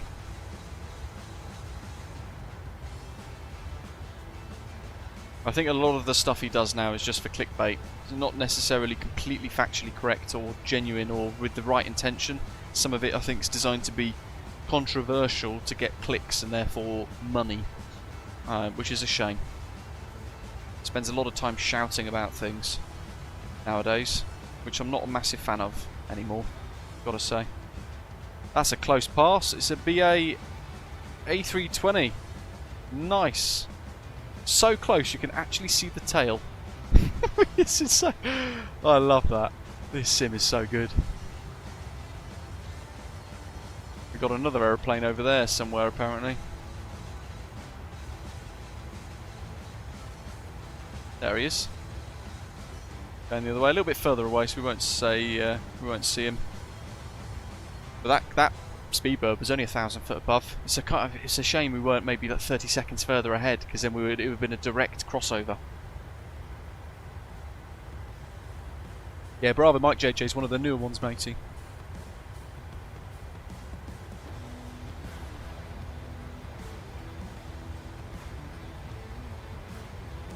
Yeah, so tomorrow, if you're fancying a little bit of air traffic control, yeah, maybe you're new to VATSIM and you haven't quite pulled the pin yet and thought, I'm going to go on an active VATSIM thing and all the rest of it, have a little think, if you're free, about joining us tomorrow from 1 o'clock UK time for 3 hours. I'm going to be the ground controller at East Midlands Airport, Echo Golf November X-Ray, the ICAO code, and I can try and help with your flight plans if you're getting them slightly wrong, whatever.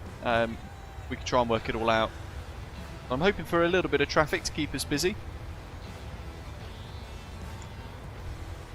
It's midweek, so there's probably not going to be any controllers on above me either, so there'll be a lot of work for me to do, but nevertheless should be quite fun. And now with the rules on VATSIM, you have to control, to keep your rating as a controller, you've got to control for at least 3 hours every 3 months, otherwise they just deactivate your account, which is quite brutal. Certainly, you know, at the time where they should be trying to find ways to improve the controllers and all the rest of it, if that makes sense. Yeah, that was the turning point for me, Jay, when he started calling a cross the pond controller an idiot and doesn't know what he's doing and all the rest of it, because that just said to me that he has absolutely no idea what flight simulation is. Certainly cross the pond. It's just, it got zero respect for other things, other people, and clearly didn't understand what cross the pond is or how it works. And that I found that quite disrespectful. And that was the turning point for me as well, matey. There, that was just bloody rude, and there was no excusing what he did.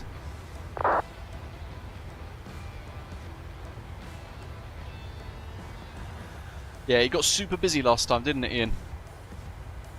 Although not as busy as the time before.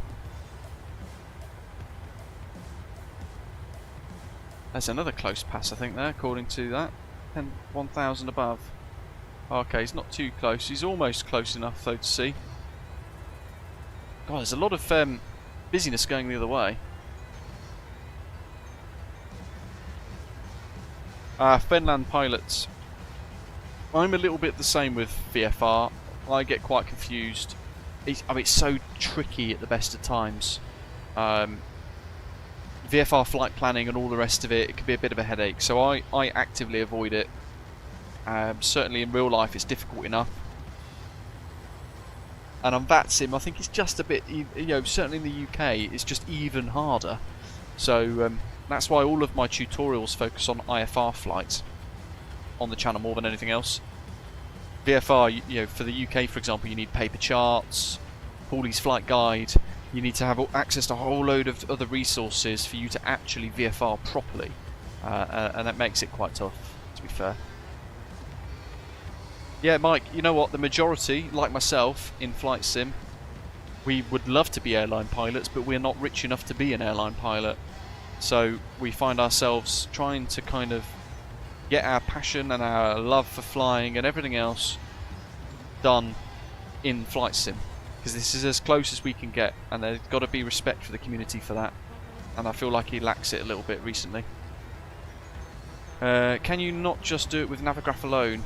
I think if you're flying around in the States, certainly, you know, the rules for VFR flying in the States are a lot more relaxed than the UK. The UK is very prescriptive, it's almost anti-VFR, anti-general aviation. That's kind of the way the UK airspace has become, sadly.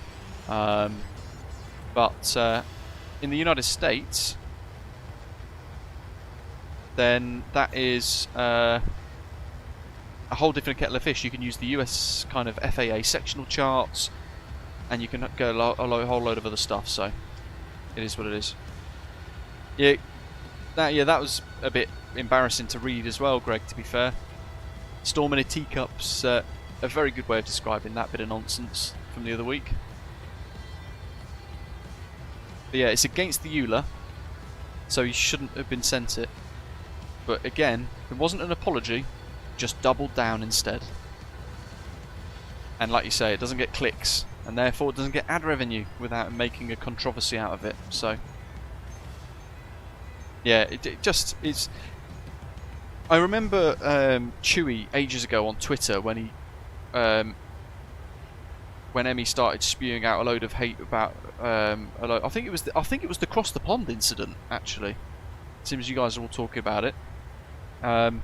He spoke about it on Twitter, and he mentioned there about, you know, if you attract toxicity or whatever. It was, I can't remember the precise tweet now. Bear with me. I wonder if he's still got it on there, or if he's removed it. When was Cross the Pond?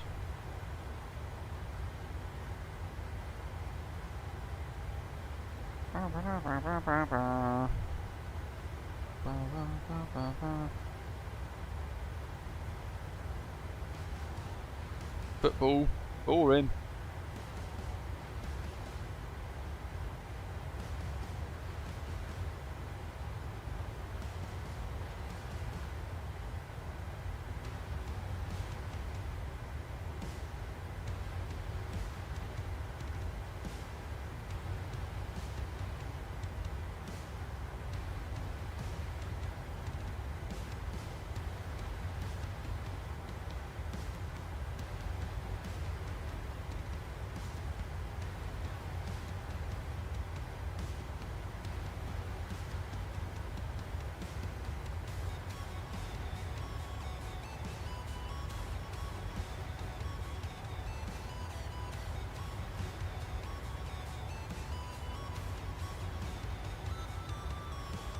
There you go. 24th of March. He says, having worked in the gaming industry for 12 years, and more specifically the flight sim industry for over 8 now, I've learnt one very important thing. Usually what you give out, you get back. Stay clear from drama and toxicity. You'll find that you'll receive or see less of it. And I thought that's actually a very good point. There should be an appreciation for the fact that we are not real pilots, most of us. Probably about 95% of this, or 90% of the sim community. Milano Radar's online, or Chuffinek. I better... where is that? So that's going to be after Valor. Okay. Which will mean we're going to have to juggle beyond ATC, because we're only with them for a short time, so I'm not going to disable beyond ATC. Valor Orsud, so 40 miles. Alright, thanks for the heads up.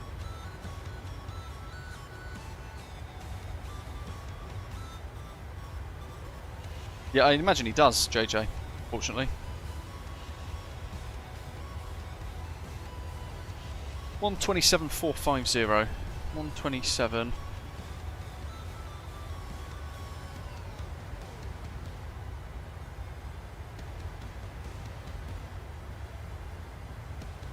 .450.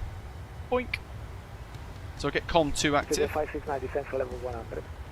Descent 100, Visa 569. Yeah, we exploded on the popularity of the whole PMDG tech team thing that you used to say at the start of everything. I feel like you inadvertently sucked them into a lot of his drama, which is a shame, but it won't affect their brand, because we all know PMDG, you know, they're absolutely brilliant at what they do. And they are generally incredibly humble people anyway. Beautiful Alps.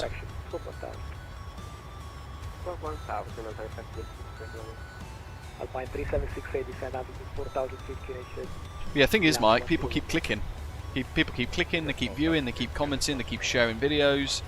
When there's controversy that he creates, most likely for ad revenue, let's face it, people share that because it's controversial. They're like, oh my goodness, have you seen this? And that then keeps the swirl going, if that makes sense, and it keeps with the subscribers coming in and people being critical, and even people like slamming the dislike button on YouTube actually helps the algorithm push the video out to more people. So yeah, bizarre, but hey ho.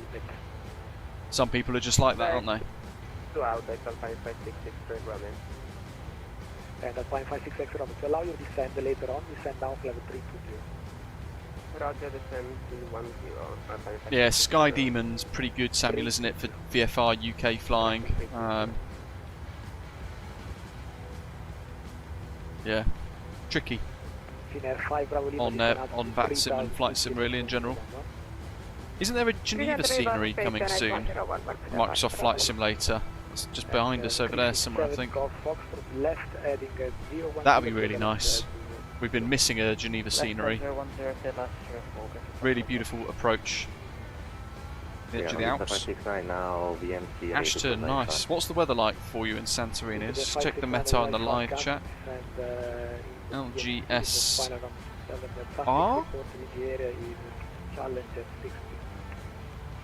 We report final to Selen and we got the traffic on TCAT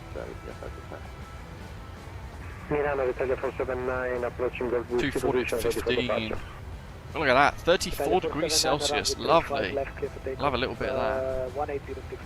Centre tank's emptying quite nicely, so we're going to get a master caution soon. The fuel in the centre tanks as that starts to empty, and we'll turn those centre tanks off in a short while. Right, clear to land, 1806.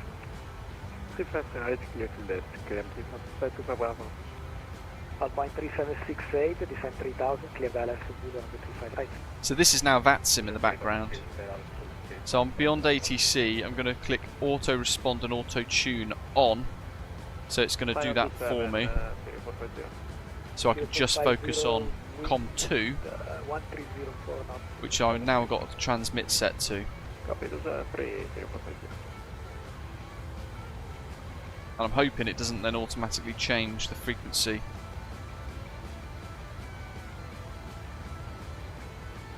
For me. Let's have a little look at drone cam out.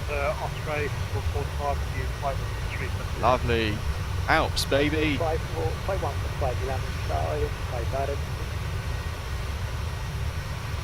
do love the TUI livery.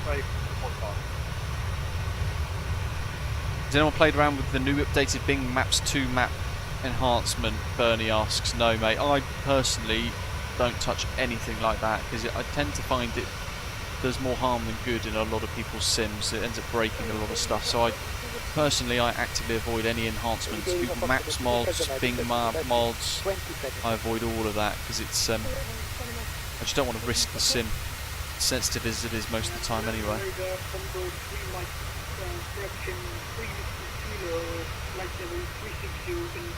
Oh yes, look at that. That's the next thing I'm really looking forward to. Microsoft Flight Simulator 2024 with seasons.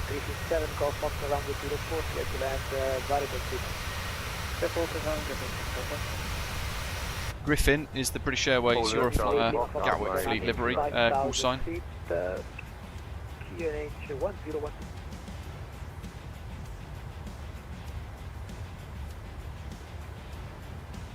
God, that is so bright. So we need the 8 Lima Foxtrot is an altitude 5,000 feet, QNH 1012.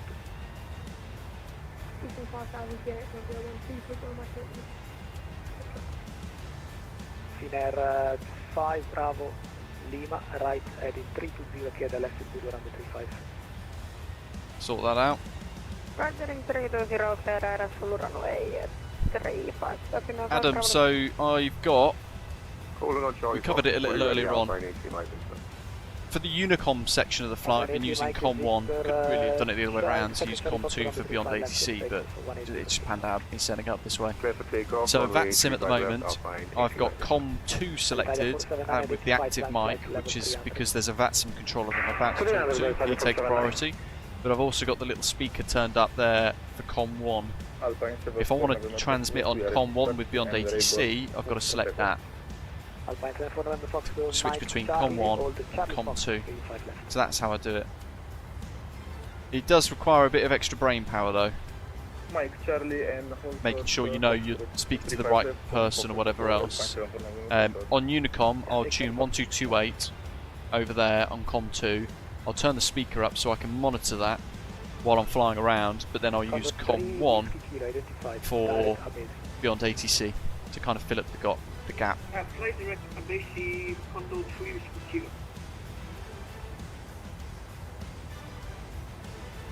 How'd you say hello in Italian? Buongiorno, isn't it? Milano radar. Buongiorno.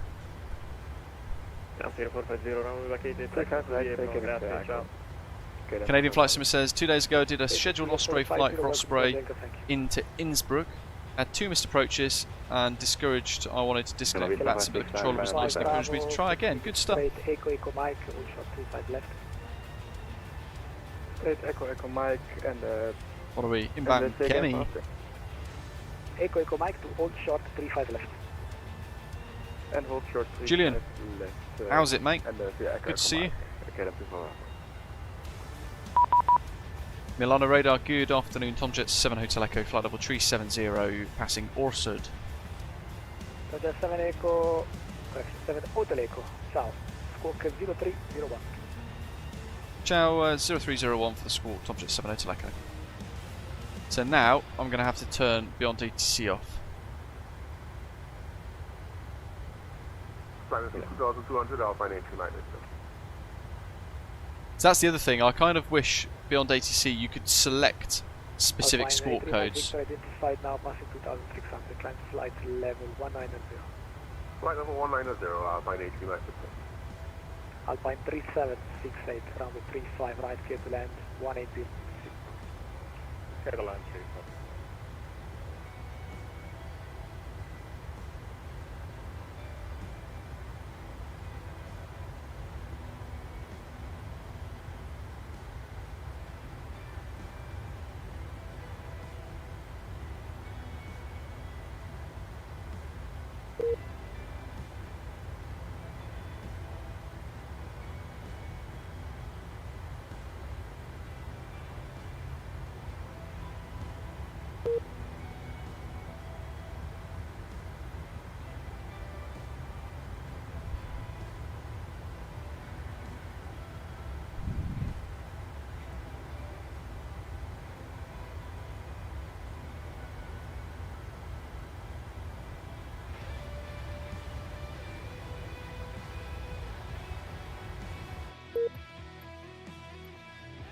Right, hopefully we'll be back. Italia 479. Right, we are back. There we go. Super weird. Everything went down. 330 Italia 479. It switched me to Bing photogrammetry. Bing off, which has now turned the Alps into nothing but sea, which is really strange. Never had that before. But now that's working again. Data on. I bet it's going to take ages now.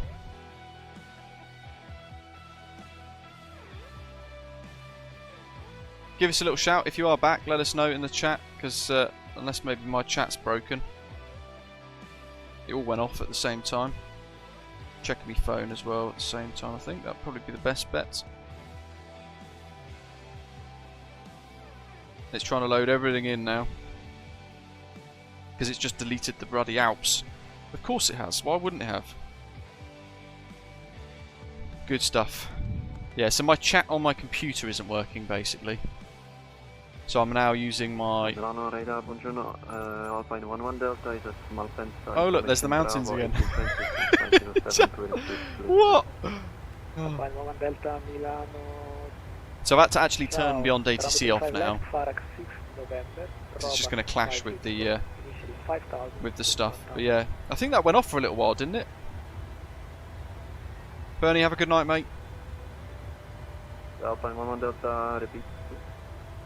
Farak 6 November, Robas 5 uniform, runway 35 left, initially 5,000 feet. Yeah, it's been a bit of a weird old day, hasn't it? Runway 35 left. Certainly with the yoke issues and a few other things. I know the servers went down yesterday, didn't they, with Microsoft Flight Simulator? Lovely.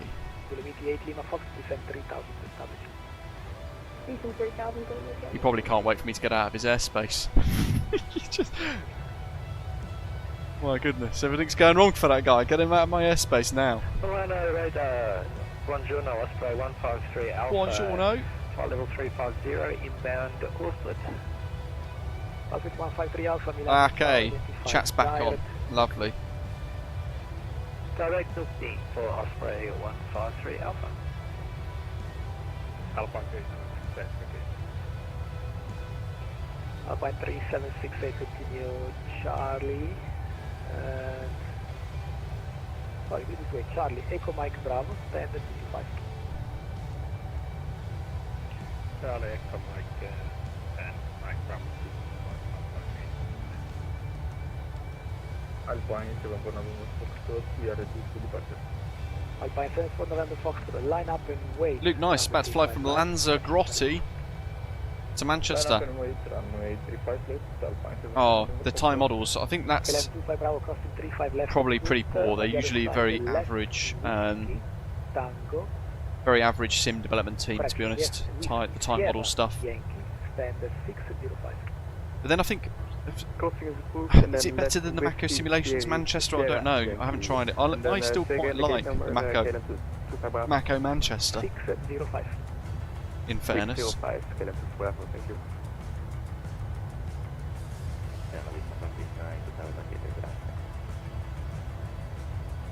I guess it was Visa J569, almost readable. Yeah, we vacated to say. Greg, no, I should still be on VATSIM, mate. Oh, what the heck? I was connected, but I wasn't connected.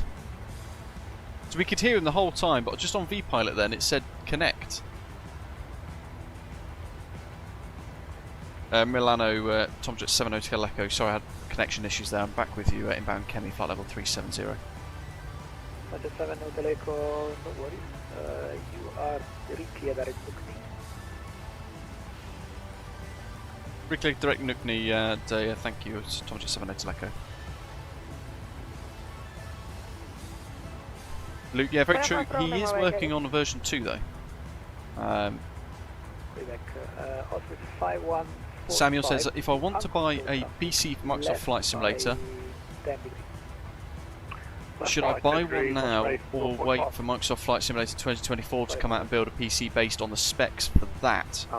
So we've been told that the specs for Microsoft Flight Simulator 2024 shouldn't be too dissimilar from the current spec of Microsoft Flight Simulator, but if you can build a computer similar to what I've got, Samuel, depending on your budget, and it won't be £3,500 like it cost me this time last year. It'll be a bit cheaper. But in the live chat, there's my specs. It's on the website britishadvocate.com as well. You might be able to build a really good, powerful computer, beautiful computer at that. I haven't, Luke. No. Say specs, but it's not loading in yet, is it? Hello, Centurio. Welcome, mate. How are you? I was watching Donut Operator earlier, and he was talking about a shootout in Tucson, Centurio, and I thought about you.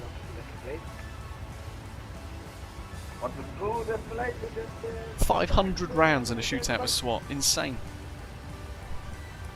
Where's my bot Dewberry? Cloudbot. There we go. Yeah. Keeps deactivating itself. Don't know why.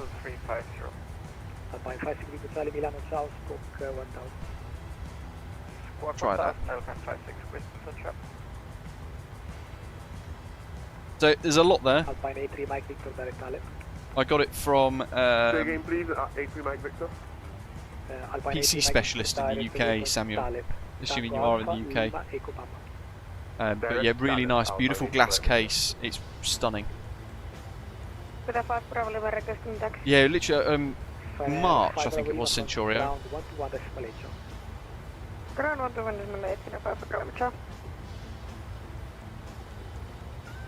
Do like watching Donut Operator.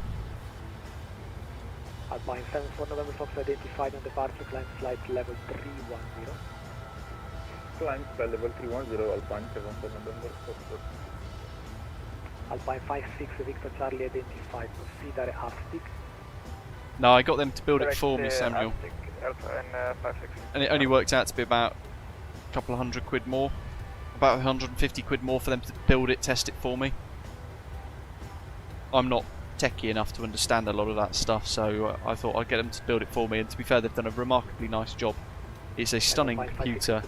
I've got pictures of it on Instagram, on the British Av Geek Instagram channel, so I must have to scroll back to last year, but there's a beautiful picture of my computer, so check that out. Ian, I did. Absolutely insane, right?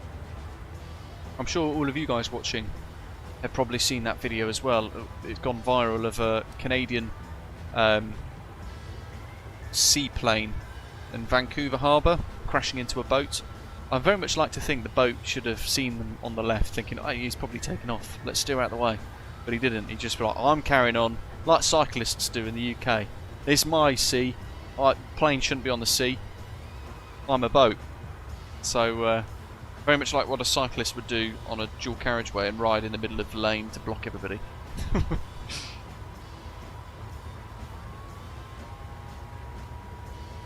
Yeah, the boat is much more manoeuvrable. It's got a reverse function in order. Yeah, the boat should have steered away, had plenty of time to do so as well, but decided not to.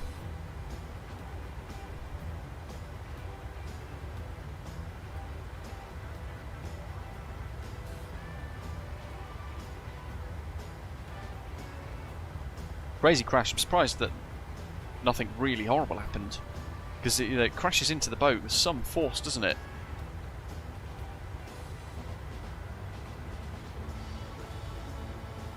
Just thought, I wonder, I've noticed that cell car plate. I wonder if that is the real cell car on the jet.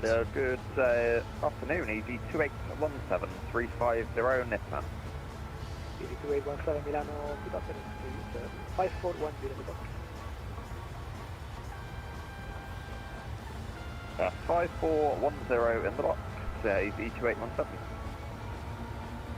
Ooh, center tanks are almost there. Dorman, welcome, mate. 2817. I know, long time. I mean, our last live stream was 8 days ago. Bit of DCS. But obviously the next day, Loki became really unwell and really tragically had to put him to sleep. So I've had a bit of a week away. Going for walks in the fields and all that kind of stuff, and driving around doing things and getting Loki's cremation sorted out, which would have been 2 days ago. Various different things. So we've been quite busy.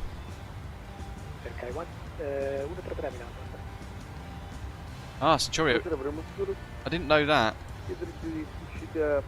Is it Harbour Air? They're really busy, aren't they? So I shouldn't be surprised, but yeah, it's good to know that there is like a control measure in place and there's like a bit of a control tower and stuff as well.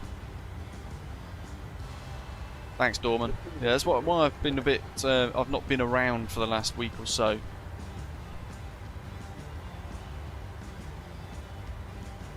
Alpine 56 X-ray runner for your 5 descent. And obviously next week, Tuesday, Wednesday, we're going away for a few days. It was meant to be Loki's last holiday, so we were going to go and take him to some really nice, beautiful lodge in Wales, near the Mac Loop actually. We didn't quite make it that far, which is it could be a bit of a weird trip away. It's non-refundable, and I don't fancy losing £800 again. I lost 600 quid to Flight Sim Expo, me cancelling that trip. Thanks, American Airlines. Alpine 11 Delta requesting. I don't really fancy losing £800, so we're going to go and try and make the most of it and just have a different experience to what we were planning. So, well, we're going to go to the Mac Loop. The missus wants to come as well. I'm hoping we might see some fast jets blast through.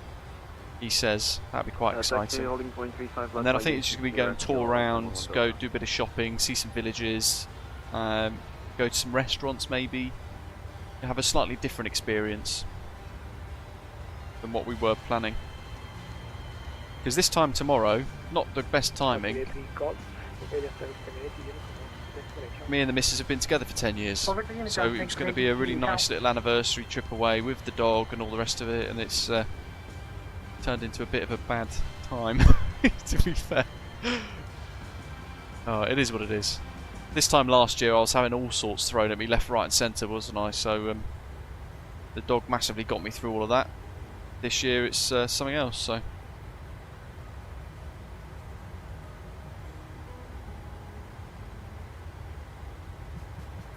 Oh, good effort, Mikhail. Good job. Thanks for flying along. Appreciate you different time constraints and things for yourself. But you flew along anyway. Really appreciate flying away from Manchester with us. EG2817, request 2 minutes out. Approved. Thanks.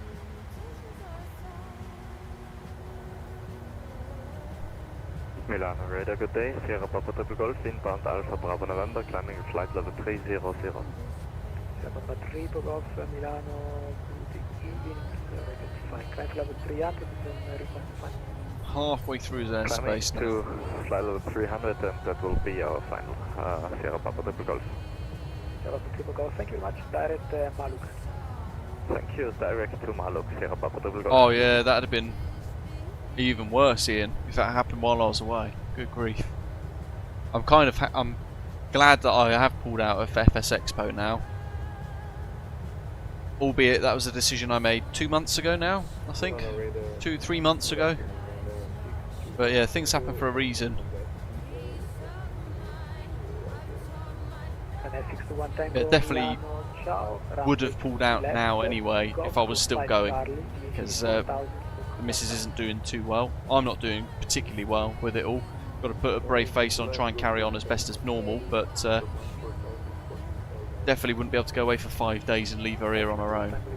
It's just, that's definitely something I wouldn't be able to do.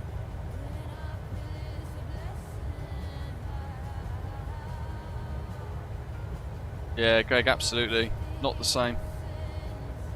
Italia 4700, you are released. You can go to the destination. 128, ciao. Well, Monday we had, it was about 4 o'clock in the afternoon. It was the day of his cremation. I don't think this is going to sound weird, but little things have been happening that have been, you know, they've kind of made us think, you know, he's around still. We had this almighty rain shower all of a sudden. Only lasted about 30 minutes, and I wonder if it was during his cremation. And then all of a sudden, this massive rainbow appears over where we live. 2 big rainbows, really stunning. And my other half, she caught it, took a photograph of it.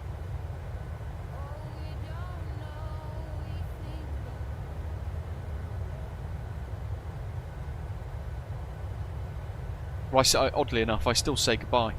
I still say goodnight to him. When I'm going up to bed in the evening, I'll be like, "Good night, Fluffer." Can't help it. I've done it for 8.5 years, 8 years.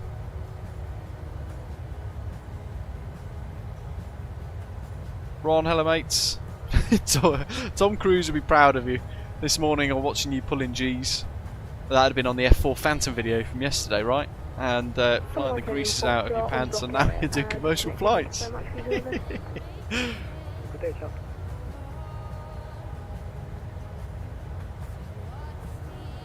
Yeah, Luke, they do come in threes. Last year I had 7 things go. I think we totted up to about 7 things go wrong. One after the next, after the next, after the next, all the way through summer. So I've had my fair share.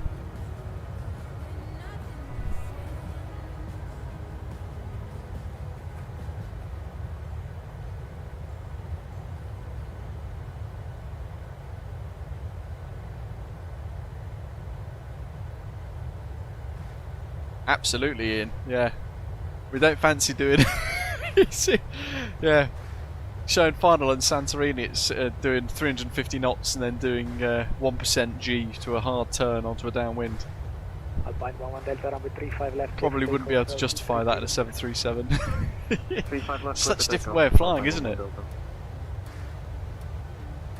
But it's like in a video that's going live on Sunday, a very short 3-minute video. We'll talk about a few little things, blast around, do a few little bits. And yeah,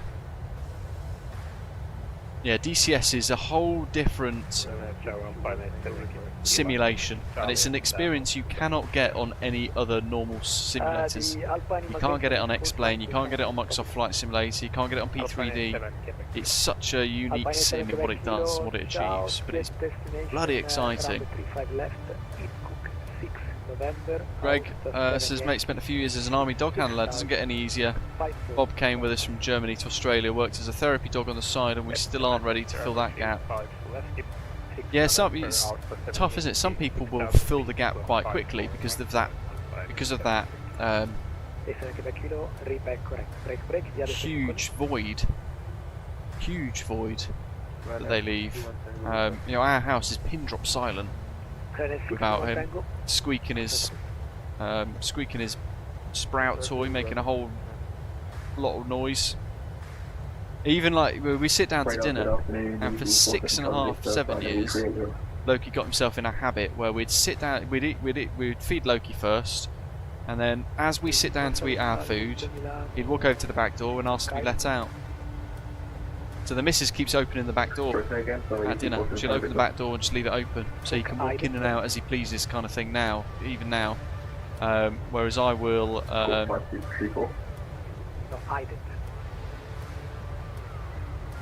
Like, yeah, it's just a weird feeling. Airplane 56 Victor Charlie. Oh, Ian, you're being sucked into DCS hard. How much have you been flying on DCS recently, Ian, more than anything else? It's at 4,000 feet, airplane 4. Sorry, yeah. The MIP pack looks really cool. Oh, Jay, I've been getting really sucked into the F4 Phantom from Heat Blur. I've had 2 weeks of flying hard, getting just destroyed left, right and centre, not having a single bit of success on DCS with the F4, and 2 days ago it finally clicked, and I managed to get my first wins. I managed to get 3 kills during a couple of flights. Yeah, super happy. I've seen the new Cabby app that's coming out. Well,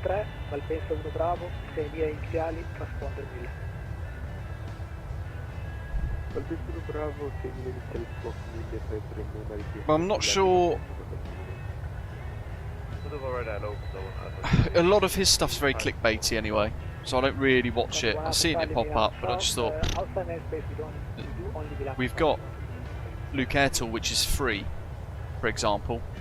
So I don't know. I've not really read into it enough. They've got no website, from what I can find, that allows you to kind of look into the product a little bit more. I wonder if it's another product that he's created or been involved in. I don't know. There's nothing online. If you search Cabby MSFS, then nothing appears. There's no website for it or anything. So, yeah, I don't understand where it's just appeared from. Immaginate che comunque l'ultimo tratto sarà VSR e diciamo nel gestite voi, però richiediamo un po' e comunque se possiamo riportare nel delta quello del livello. Correct, that's insane. Yeah, it's funny what you miss. The little things, isn't it? That actually meant quite a lot. Michelle says, what's the multiplayer experience like on DCS? Is it smooth? Yeah, it depends on your ping. If you connect to a server a million miles away and the ping is quite big, yeah, you're not going to have a smooth experience. Look at that. Perfect timing. Center tank's now empty. Uses the same software as Beyond ATC. Interesting.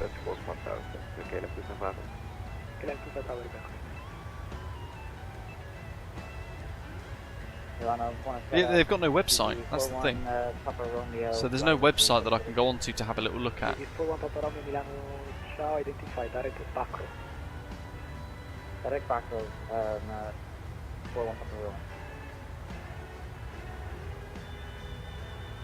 Alpine 1-1 Delta left to direct Lomid.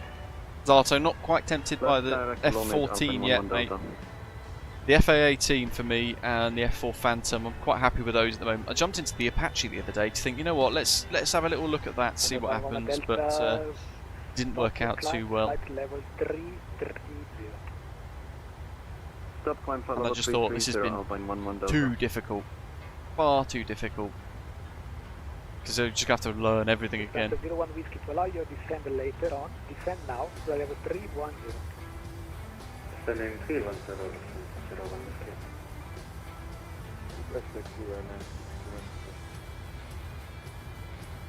China 621 Tango, taxi to the point, rapid to left, crossing to right.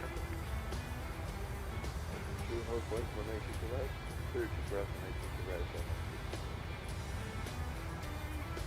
Foxtrot Hotel Charlie Alpha November release, Unicorn 1 to destination. Yeah, they've got no website, Luke. Alpine 83, Mike Victor release, Unicorn 1 to destination. 1 to destination, thank you, the ATC, Alpine 83, Mike Victor. So I don't even know how to get in touch with them to try it out, to give you my thoughts. The only thing that comes up is Cabby, June 2023. Cabby is the best ride-hailing service providing software developed with the latest on-demand features for taxis. And that's precisely named the same, so I wonder if they're going to come across a bit of a cropper there with the copyright issue and a legal problem with the name. Yeah, Alpine 56 Victor Sean says there is a website. Way too high. We need to do a business approach. Alpine 56 Victor Charlie, doing this way, left 360. Left 360. They're not on Google. I can't find it on Google.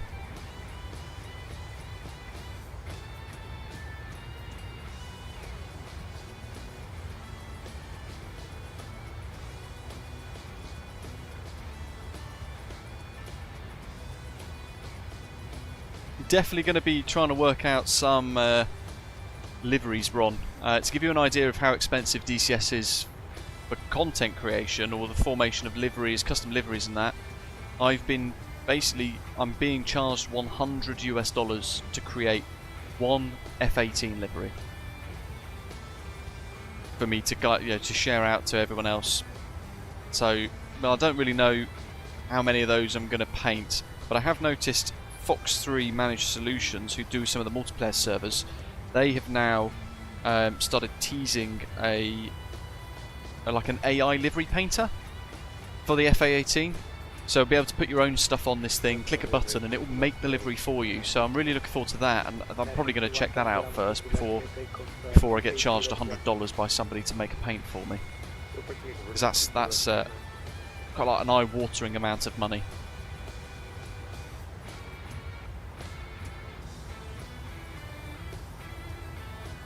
Let's see if I can click this without... Yeah, no, shush adverts. Oh, it's because it's on the flying art.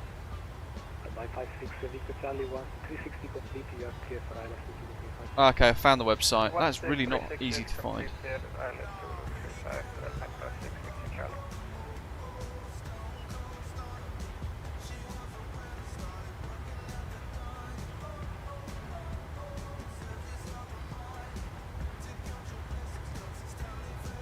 Mind you, I've run out of time now. They can reach out to me because I'm going away over the next few weeks.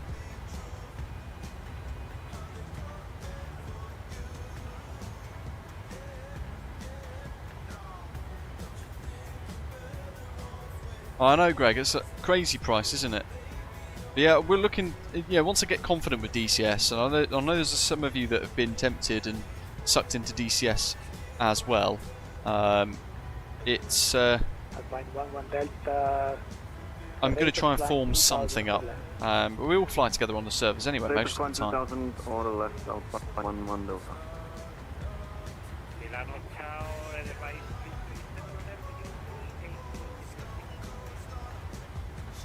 Device 337 Hotel Milano, ciao. Outside my coverage, wanted to destinate beyond Milano.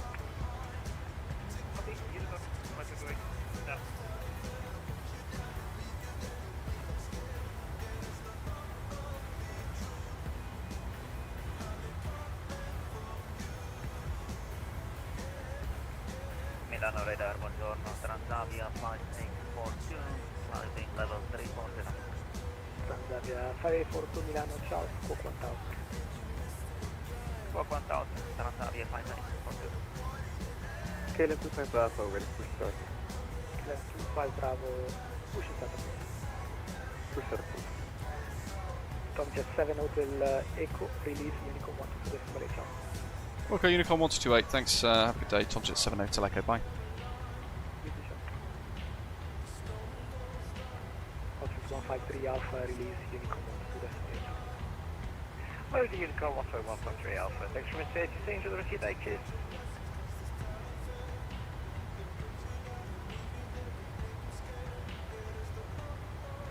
Alpine for November Fox for the climb, uniform 1 to For the climb, monitor uniform, have a nice day, bye-bye, Alpine 74 November Fox. Perché hai quanti periodi di forza? 133 Fatto tu perché?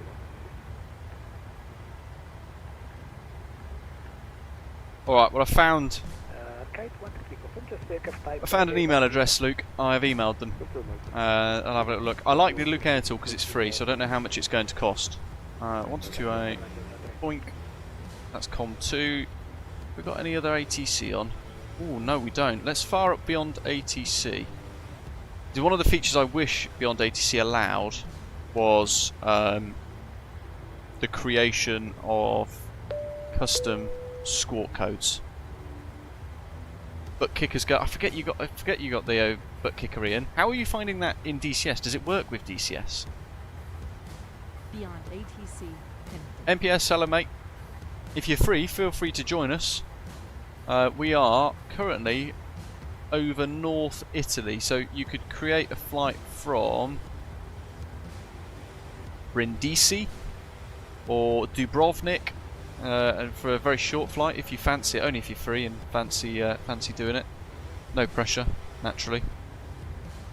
Depends what you're up to this evening. Mid-air flight start. So when you start beyond ATC, when you get handed off to Unicom, you get this. I bet it's not going to display now. Oh no, it is good. So it's asking us, it looks like you're starting a flight whilst in the air. Please select which phase of flight you're in. We're in cruise.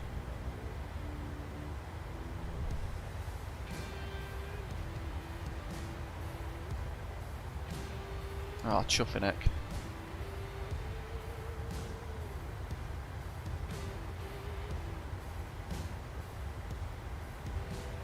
Uh, 124925.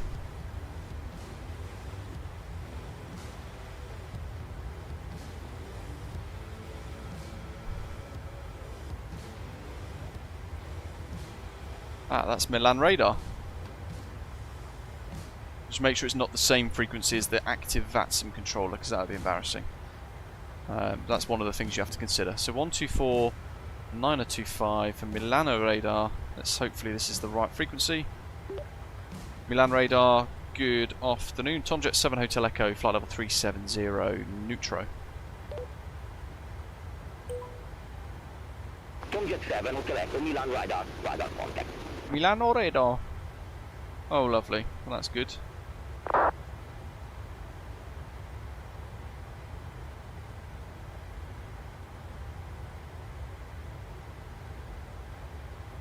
So if a VATSIM controller comes online on this frequency, that's where we will have to obviously spot that and disconnect. We'll have to either disconnect from VATSIM, which we're not going to do today, or we turn beyond ATC off. That's a decision you guys are going to have to make if you're using both at the same time. Where are we right now in the flights, MPS Gaming? We are right there, south of San Marino.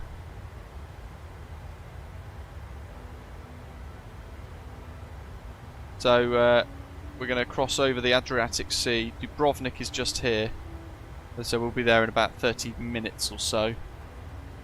Or you have Tirana, or you could go in behind us from Campiano or Rome Fiumicino, or what we got here, Split. You can fly Split down to Santorini, for example. But only if you want to. West Castle Model Railway, yeah, the servers went down yesterday, the Microsoft Flight Simulator servers, so people weren't able to get any connections or anything like that going. All fixed now though, thankfully, although we have had a few problems today. Where's me plane? Tomjet 7 Hotel Echo, contact Rome radar 131.1. Dolphin Eck. Contact Roma 131.1, Tomjet 7 Hotel Echo, bye.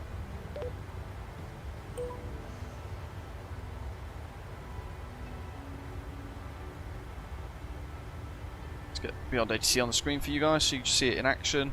We've not used this in a long time, but overwhelmingly quite impressed with how it's handling most stuff these days. 131.1. Roma radar, ciao, Tomjet 7 Hotel Echo, flight level 370, neutro. Tomjet 7 Hotel Echo, flight level 370 is your current altitude. Crikey, well bumpy.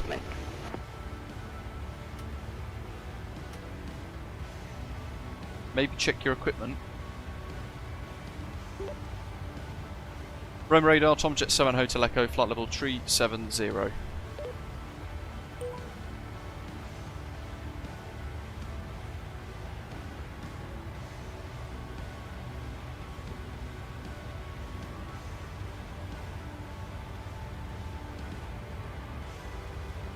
Cool.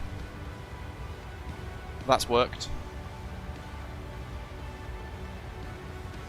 That's going to be radar contact. I've just realised Volanta. How long has Volanta been on for?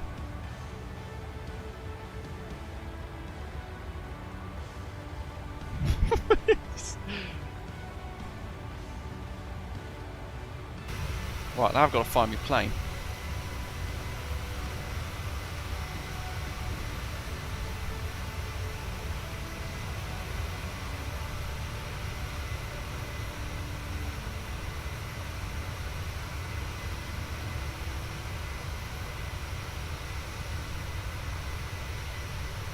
Oh, there's the contrails.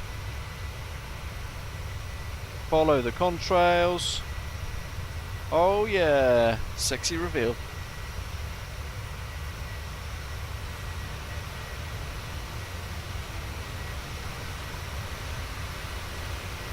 Oh, look at that. Ultimate control.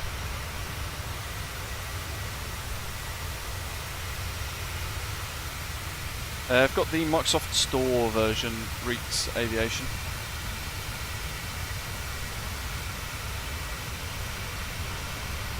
So you could do with the Xbox controller, you could do stuff like this, right? We'll just get really close. Nav light, green, nice. Let's see how gentle I can set this. Oh yeah, look at that.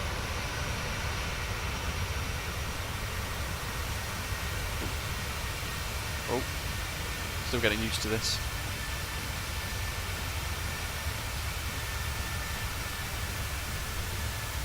There we go.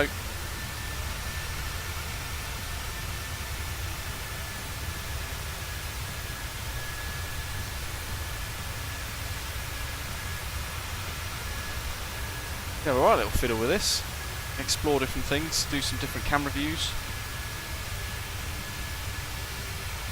Hopefully it's going to help make some snazzier kind of pan shots and things for content creation now as well, for videos that I might be doing in the near future.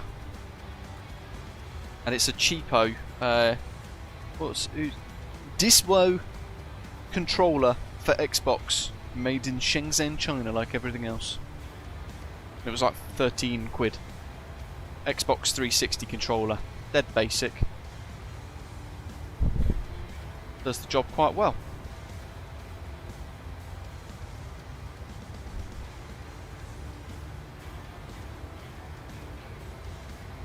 X4 Foundation's DLC timelines. What's that?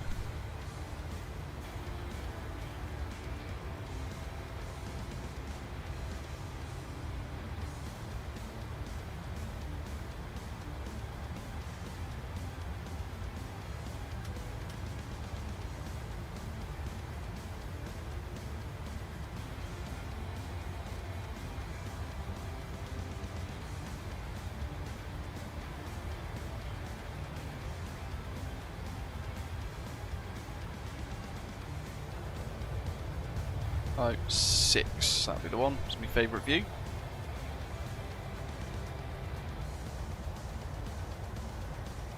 Yeah, Beyond ATC's done pretty well actually over the last few weeks, and well, actually over the last few months. The progression of it and the stability of it is being quite impressive. And it started off pretty good anyway, to be fair.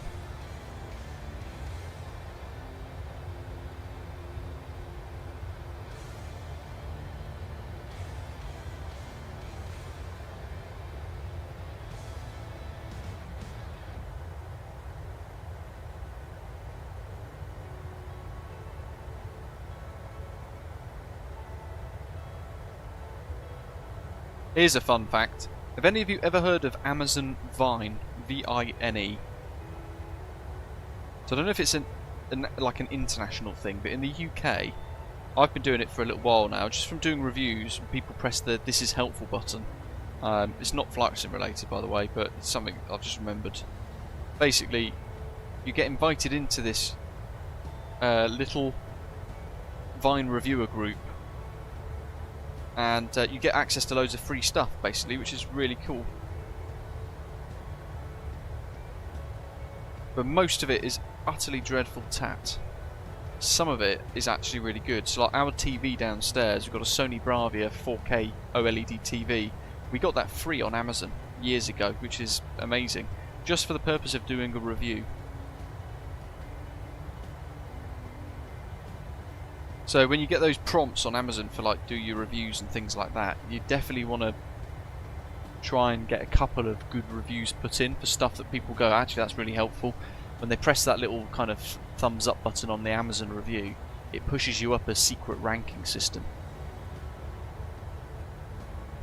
And then eventually you'll get an email which you'll think is spam, and it'll be like, you've been invited into the Vine program. And you'll be like, yeah, whatever, Amazon, that's obviously spam, but it's actually not, it's a real thing.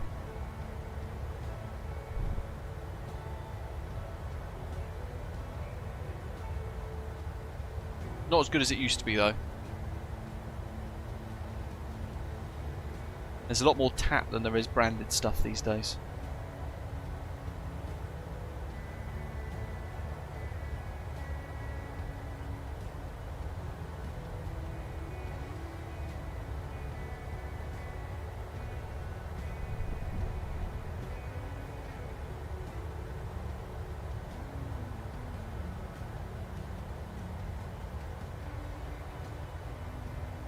Are you a Vine reviewer as well, West Castle Model Railway? Apparently there's 10,000 Vine reviewers in the UK. Not all of them are active or bother with it still, but on paper there should be around 10,000 people that do the Vine review stuff.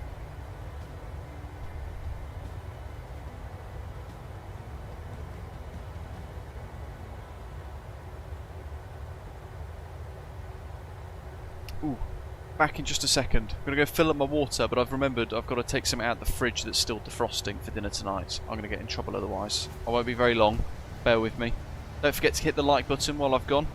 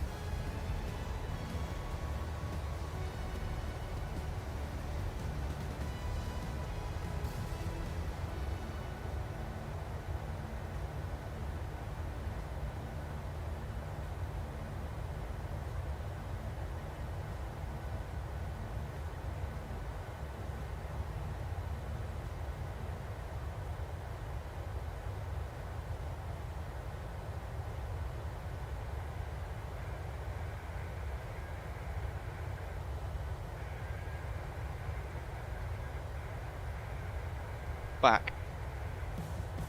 The Italian coast. We're actually making some really good progress today on this flight. I've got to say, it's been actually quite quick. I'm nervous for tomorrow because I have no idea what to expect.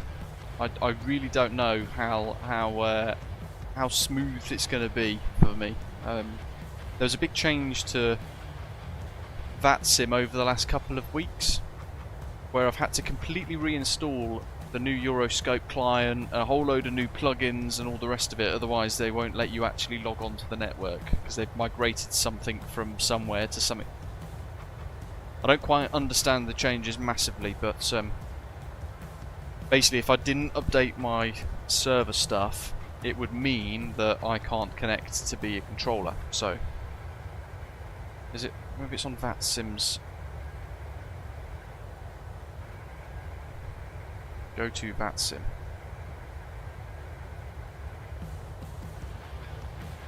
No, so it'll be VATSIM UK.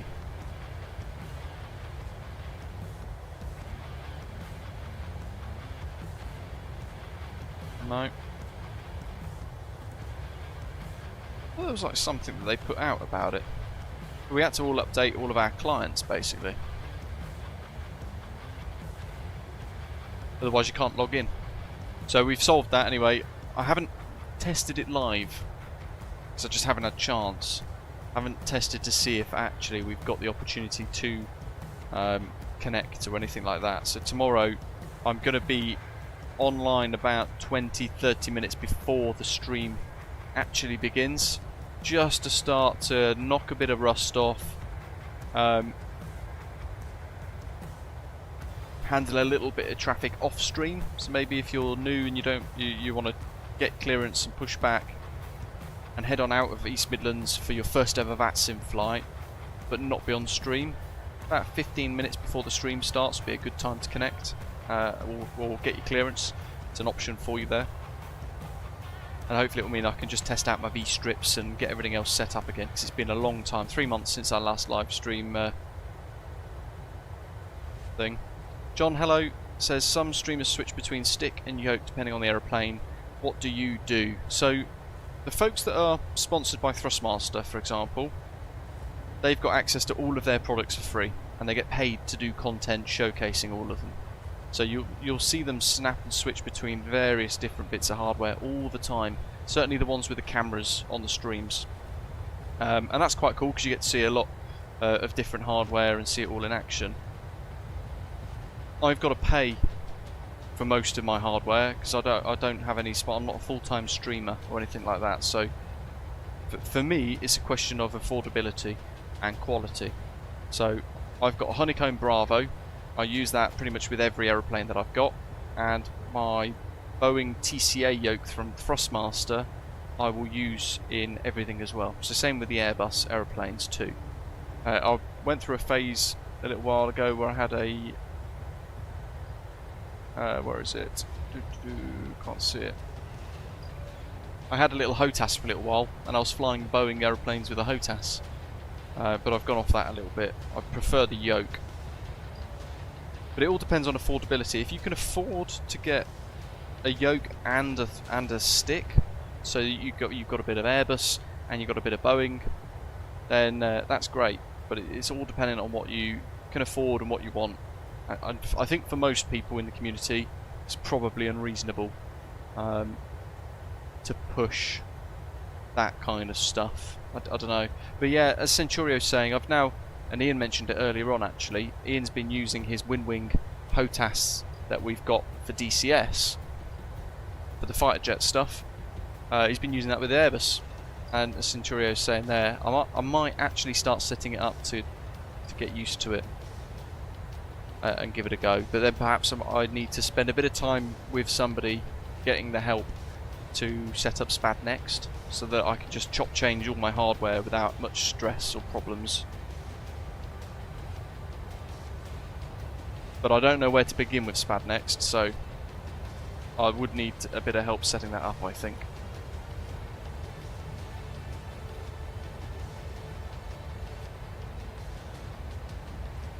One thing that I worry about is the sheer amount of programs that I've already got running anyway. I've got New Sky for our virtual airline client, I've got Streamlabs to put the stream out, I've got Google Chrome to run the stream, manage it. I've got vPilot, I've got Navigraph, I've got Spotify, I've now got the No Track IR program, Face Track No IR program, sorry, Volanta by Orbex. Today I've got the Luke Air tool for the cabin announcements, and I've got Beyond ATC running. There's a whole lot of stuff going off. Although, speaking of which, Luke Air tool, I don't think there are any other announcements. Ladies and no, they're all the horrible generic ones, so I can close that program now. John says he's got a Thrustmaster yoke and a Turtle Beach stick. And I much prefer the stick, he says. Turtle Beach is pretty good. I've got their Velocity 1 yoke and throttle still from a little while ago when they sent me that for a review, and overwhelmingly actually I was quite impressed with it. So, certainly for the price and what it offered, it was a really flexible bit of kit. And then, yeah, more recently, Turtle Beach have brought out their HOTAS flight stick, which looks really quite sweet, pretty cool. Looks like a really good bit of kit actually, but I have not tried that. Darren says he's got a TH Warthog and use it for both DCS and Microsoft Flight Simulator. Loads of buttons on the HOTAS to assign to different things like heading select, etc. Nice. Hello Kevin, welcome. Centurio's never messed with SPAD. When you plug and unplug your different peripherals, does Microsoft Flight Simulator remember the presets of all of it anyway? Because I would like to try the Phoenix A320 with my WinWing stick. I think that'd be quite cool. Certainly on a week where I'm running DCS one day on a stream, followed by Microsoft Flight Simulator the next. It would be much easier for me to plan that so I did an Airbus day the next day. So I just had 1 week where I've got one bit of hardware plugged in. Because at the moment, if I'm running DCS, I'll switch to my WinWing HOTAS and then switch back to the Boeing TCA for Microsoft Flight Simulator. But I love the spring-mounted kind of feel of the TCA yoke, which is why I quite like using it with most aeroplanes. It feels like I'm actually pulling the plane a little bit and having a control input.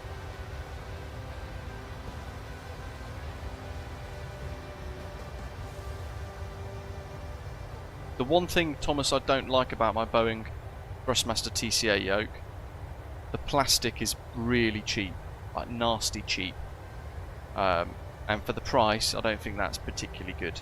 If they'd have gone to a more premium feel like the Honeycomb Bravo throttle that I've got, which has got this really beautiful feel to it, very premium feel, it would have been a lot nicer. But instead they've gone for this cheap, tatty, horrible plastic that they've used, and it's nasty.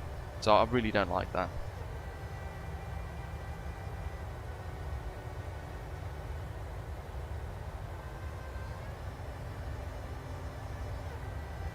Badger, welcome mate. Howdy, howdy, howdy. How are you? How was you today? I know you went to go and see your mum. Hopefully she's alright.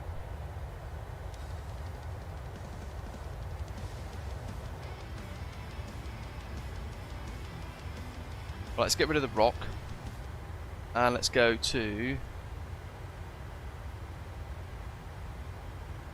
because we're nearly in Santorini. Let's get the cocktail tunes out.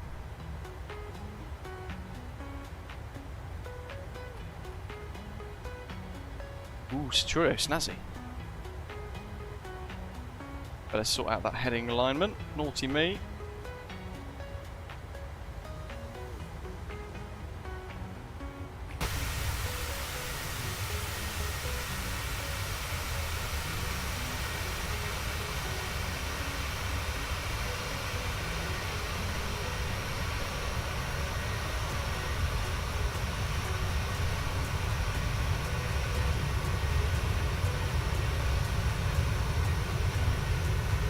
Greg says he's got the Warthog and added the Ava base a couple of weeks ago. Bit of a difference, a lot more precise. The ability to swap cams, springs and tension is good. Yeah, I've seen the Ava base kind of advertised, but again I don't know enough about it, and I don't have any kind of relationship with Thrustmaster. So currently, with £2,500 left of Loki's vet bills to pay off from last year, I don't really have the flexibility in my finances to to kind of throw in another bit of hardware to try, but it looks pretty cool.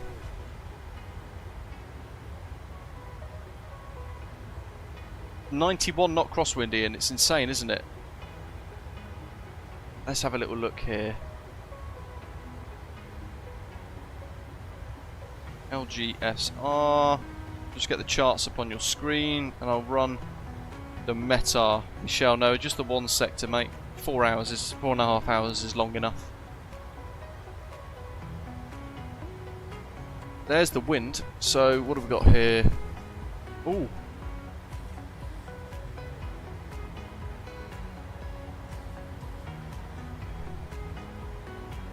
Now what shall we do?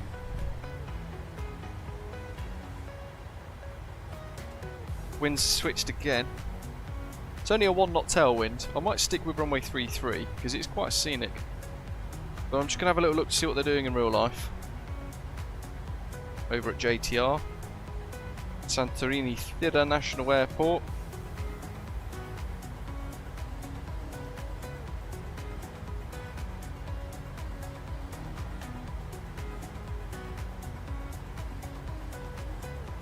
Oh, Israel have just flown in. Okay, they're using runway 33 still. Currently. Sky Express ATR 72600, in fact, is going Athens to Santorini. That's a cool little route. And it's about to go and do the overhead join. But there is a British Airways A320 Neo Speedbird 65 Tango Romeo that's just pushed back for startup. I'll be interested to see if he goes to 1.5 or 3.3. So we'll have to see what happens with that. But currently there are 2 aircraft flying in to Santorini using runway 33 for the arrival. So I think we'll probably end up just sticking with our original plan. What we can do though is tune in the Santorini VOR 110.4 just so that that's ready. And runway 33's inbound course is 334 degrees. But the VOR approach is actually going to be inbound 324.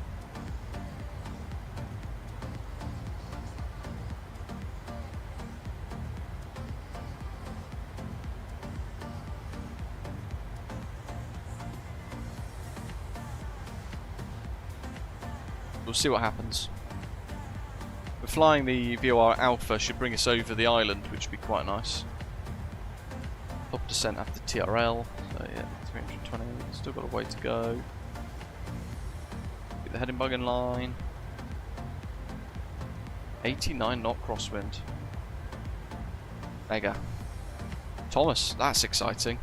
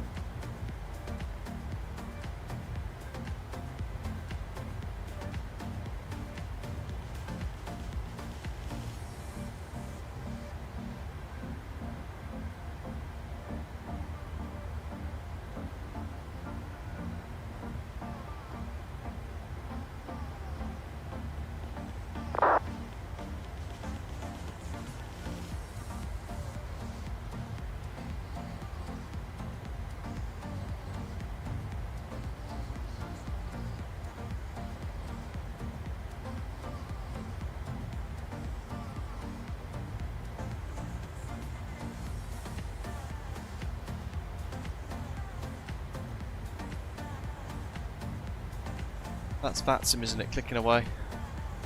Oh, somebody spamming Unicom by accident, hitting the keyboard for various things.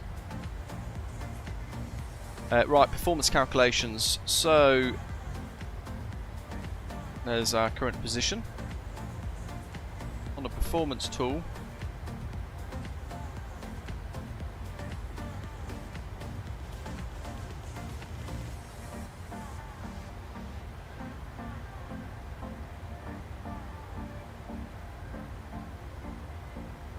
Happy days. So that's what that gives us. Now I'm going to look at the landing performance tab on SimBrief. 563, populate weather, hectopascals, length in meters, calculate. What's recommended max auto brake. We'll do auto brake 2 with manual braking because that always seems to work out nicer. Approach speed is exactly the same. Ah, no, it's not. VREF in this on the plane is 148. Let's make sure I've replicated this precisely. Yeah. Ah. That all up.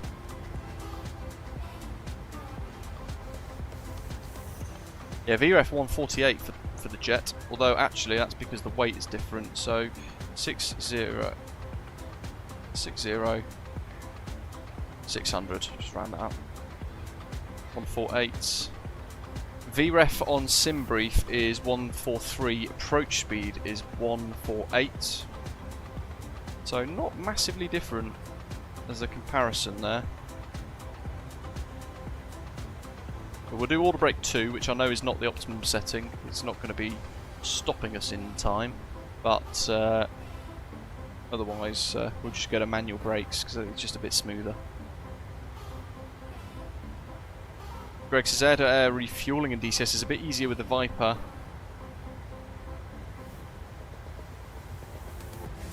Or the F4. You know what, I haven't tried air-to-air refueling in DCS with the F4 Phantom yet. But that is next on my list of things to do. I've wanted to try and get lethal with it first. But its fueling is fantastic anyway.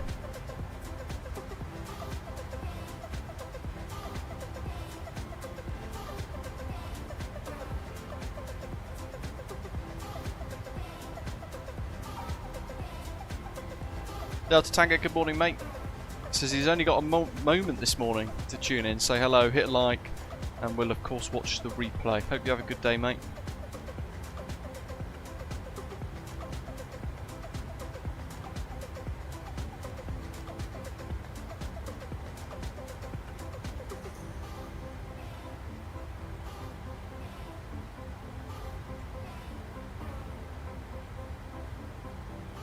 Right, what's that Santorini aircraft doing?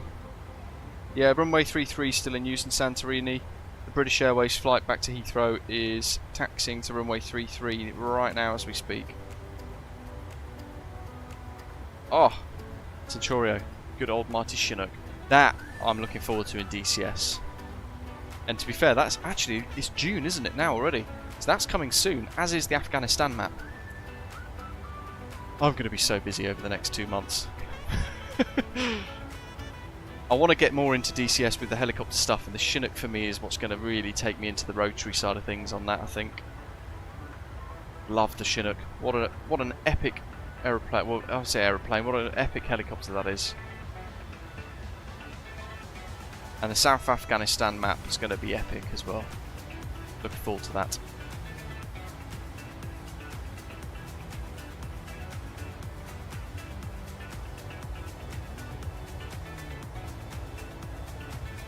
Oh, bugger Centurio. It's a bit naughty though, actually, because people were pre-ordering it based on the fact that it was coming out in June. Because I thought, oh, I'll order that now. I'll pre-order it so that in June, when it comes, it'll be that's only about a month and a half away. So I pulled the plug because it was June.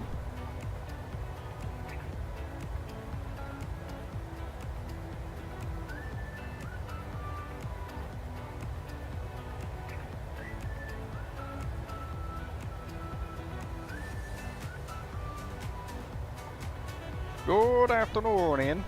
How are you doing? Hope you're doing well.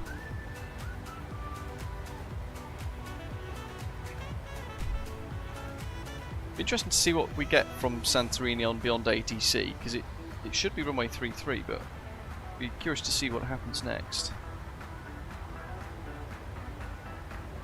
Also, are we still in? Oh, we are.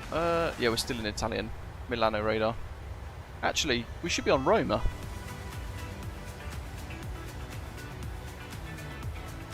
Oh no, we are Roma radar. Good. Just trying to catch up with where beyond ATC is. So we've got Verk and Pappies coming up, and that's going to then transfer us to Albanian airspace. It'll be Adria radar, and then Atheni radar on beyond ATC for the descent through Greek airspace into beautiful Santorini. How are you finding the Kiowa, Ron? He's also bought the Kiowa. He says it's a really, it's sunshine to fly compared with the Apache.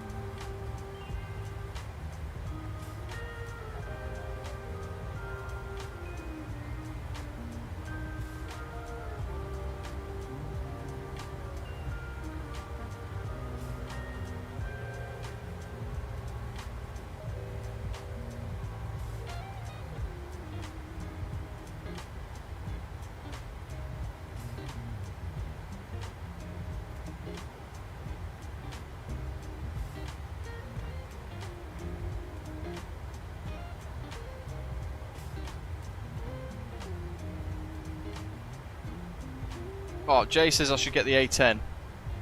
That's just too much of a... I've heard it's really difficult to learn.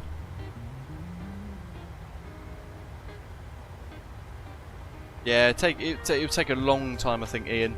There's a huge void that little Loki's left. But, yeah, it's just sad we couldn't take him to Wales either on his last little trip away.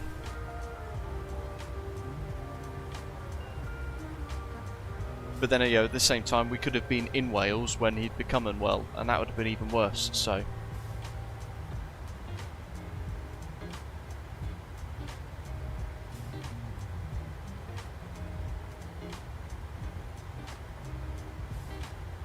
I think the Kiowa for me looks pretty cool as a little attack helicopter. It's quite slow, isn't it, as a jet, as a helo.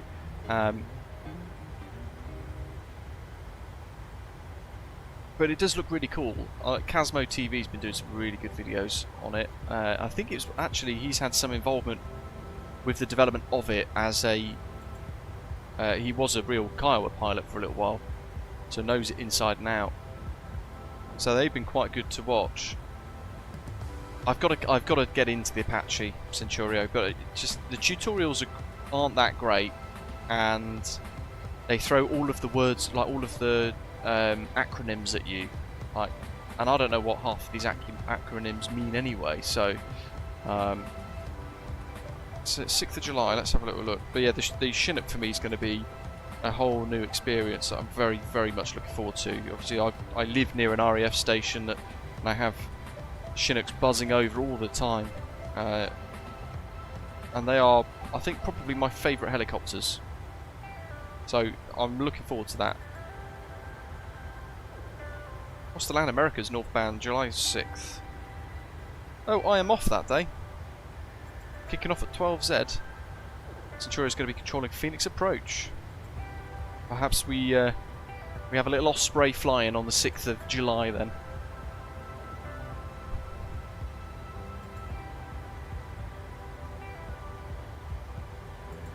Yeah, we certainly did, Ian.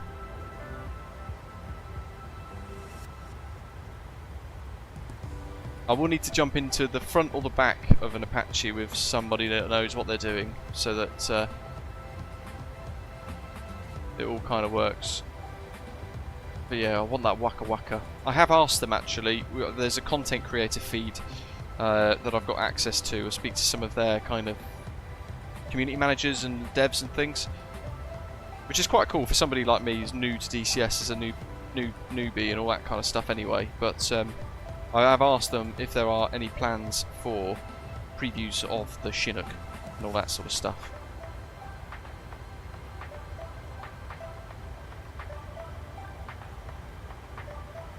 Ooh, there's some options.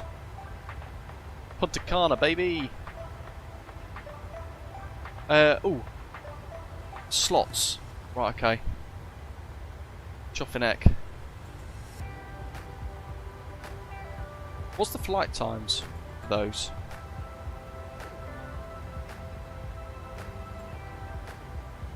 Yeah, I can't do Cross the Ditch this Sunday, unfortunately. I'm on night shifts, which get in the way.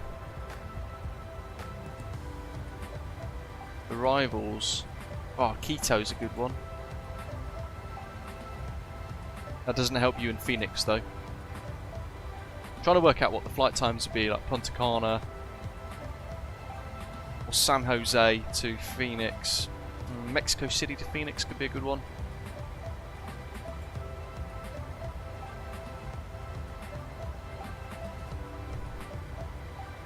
Ooh. Yeah, I'm going to take part in that, actually. I just almost got so excited. Oh, yeah. Oh, yeah. I am going to take part in that. And I've got an idea. He's going to be epic. I'm actually so excited now. Simfly, good afternoon. Welcome.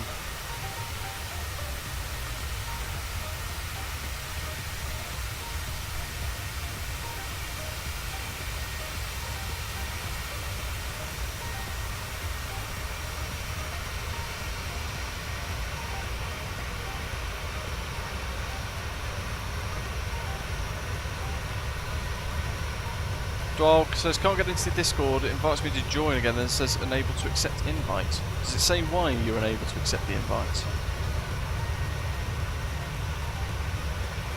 You should be able to just go into Discord normally. Yeah, I'll do Mexico City to Phoenix.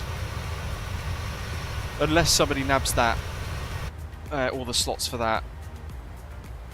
But I have got an almighty plan.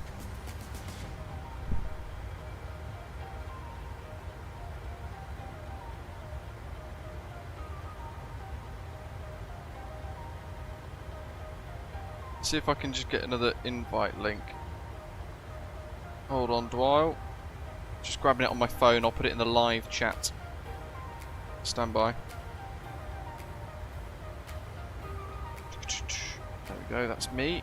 Better mute it, don't need the adverts.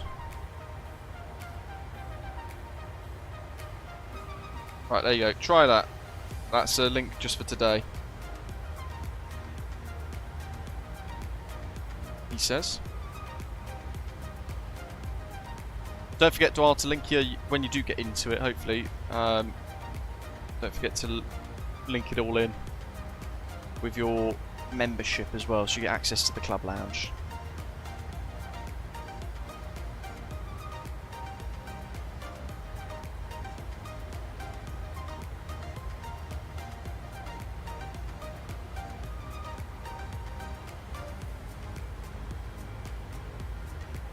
Or food down there somewhere. See if I can go up and then forwards. That's better. GoPro cam for the turn. Is there a slot? Was it Cross America's North? Cross America's North VATSIM. Cross the Land Americas. I assume it's just going to be on the VAT USA website.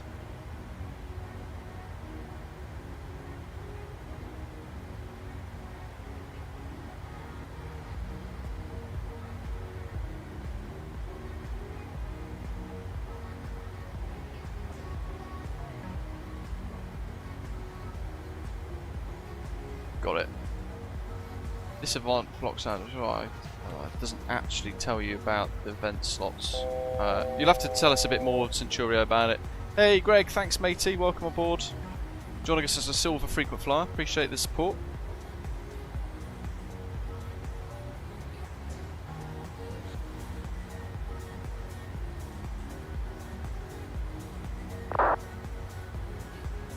Well, the only other thing I can think of is find a way to DM me on Discord and go from there. Have you just joined Discord? It might be one of those things where you've got to wait a couple of hours, depending on your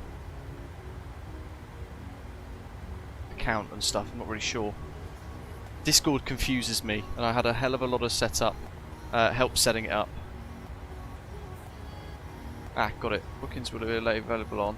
Nice one, thank you. I've got to change the control key to something else for...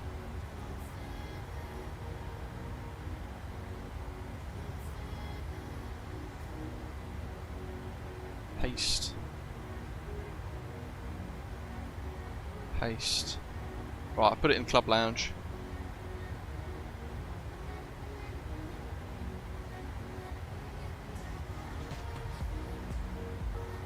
Neil, welcome. Not far from Microsoft Flight Simulator 2024 indeed. Very exciting times ahead for that. Hope the flight physics are more realistic. I think it depends very much on the developers.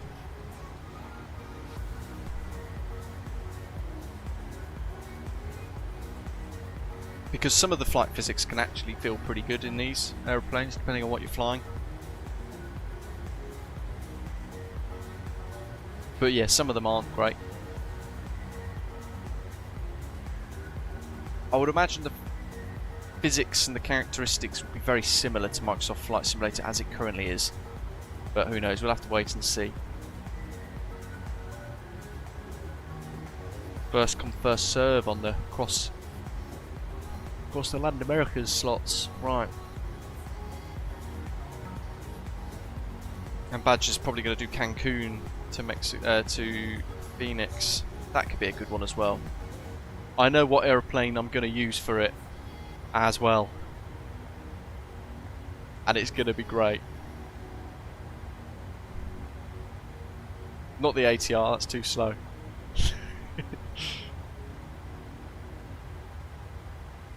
When you buy the PMDG 737 through the website, does it convert to pounds automatically, Aidan says? Your card provider, I think, does that. But I'm not sure.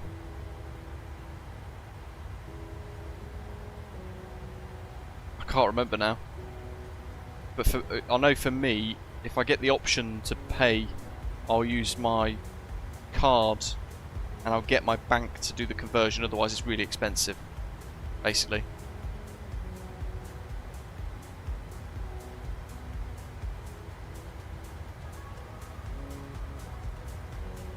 I'm going to turn up Centurio in the F-18. Get some IFR clearance to Phoenix. Or the Chinook for an incredibly long stream with multiple stops for refueling.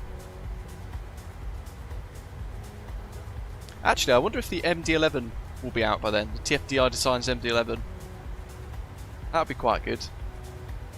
That could be an option actually as well. Some old school Delta Ops and all that kind of stuff. Or maybe PMDG finally come out with their 777. That could, in fact, that would be even more epic.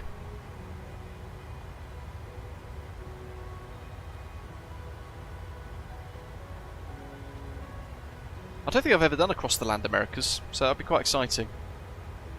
But as long as I can get a slot early, 12Z, yeah, one of the first slots, because otherwise it will go really late. It'll be a long old day, won't it, with all the holds and things. And I've got to remember to take extra fuel. And not call the controller stupid, as somebody else likes to do. Neil says he's from South Africa. Will I do a flight from Joburg to Cape Town? I've done one recently. I say recently, in the last couple of months. We've been zipping around beautiful South Africa. November the 19th, Ian. The trailer on the Xbox YouTube channel looks absolutely epic.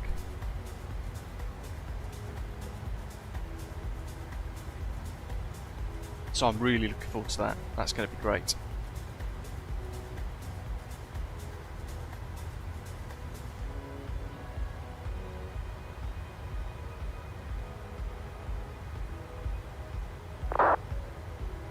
So we should have been handed off now.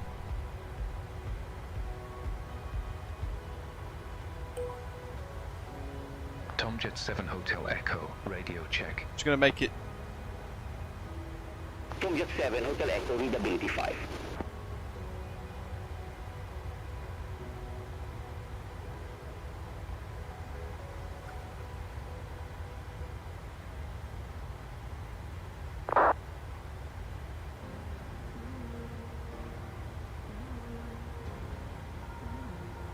I think it's Beyond ATC's broken itself again because it's stuck on Milan radar again.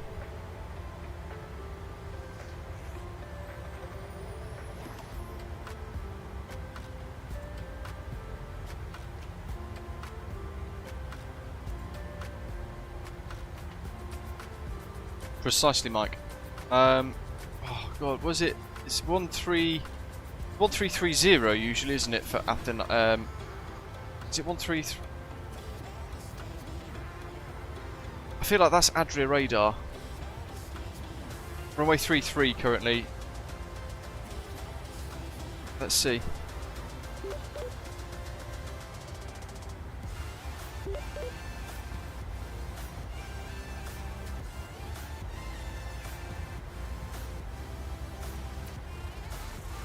Tomjet 7 Hotel Echo, Milan radar contact. The heck? That wants me to go 1311. Rome radar, Tomjets 7 Hotel Echo. Tomjet 7 Hotel Echo, request not understood. Okay, but now it's buggering itself up, isn't it? Roma radar, Tomjet 7 Hotel Echo, flight level 370. We're literally almost in Greek airspace. Come on.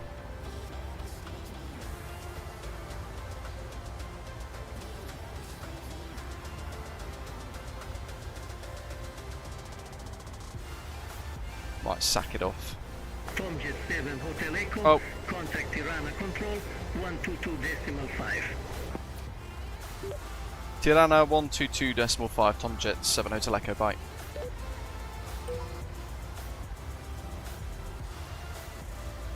Quirky. It got itself stuck a bit there. A couple of frequencies behind now. Tirana Control, good afternoon. Tomjet 7 Hotel Echo, inbound Tango Romeo Lima, flight level 370. Tomjet 7 Hotel Echo, Tirana Control, identified. Juicy. Right, back on it. Yeah, using runway 33 currently in real life, which is a very scenic approach with a very offset approach as well, actually. So looking forward to that. It's actually the approach we did in the Santorini video, but slightly different because if I just show you the charts, we're going to come in over the top here, so we're going to get a beautiful view of the bay. Where is it? Pexam 1 Alpha. Over the kind of corner, we're going to see the main kind of city area in Santorini, all the white buildings, just over kind of that back bend of that arrow there. Probably see some ships in the harbour, beautiful scenery, and then from overhead the airfield, we're going to break off 117 degree track to 8 miles and then round back on ourselves to fly this offset approach. But look at the difference in lines, right? Oops. He says, trying to make a straight line. That's a bit better.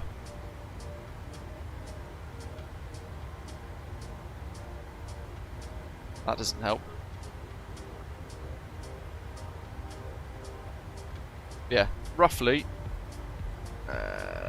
that's the offset.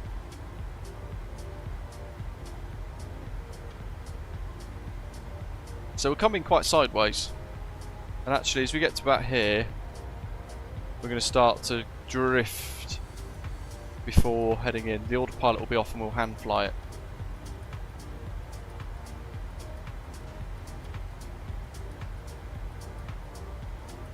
And it's going to be 3,000 feet, wings level there. We're doing this one.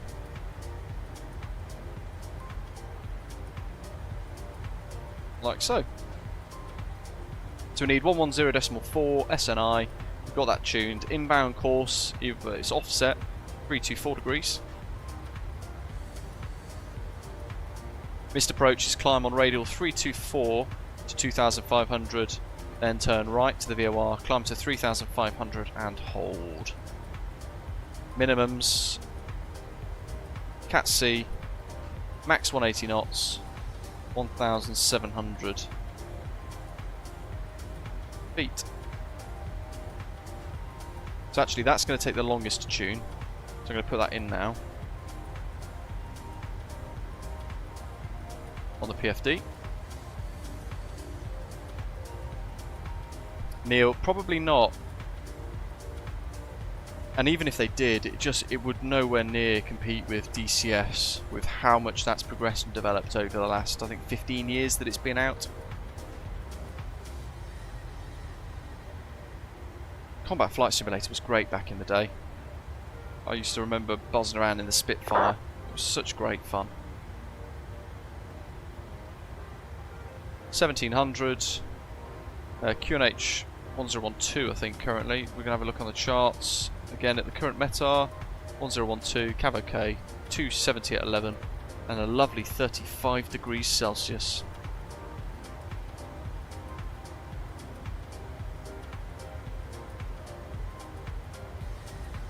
And then we can go in here, arrivals,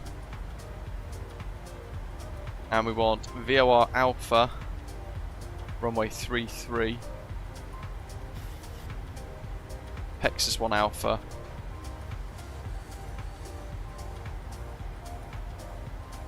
ooh, I always forget, is it 1 or 2?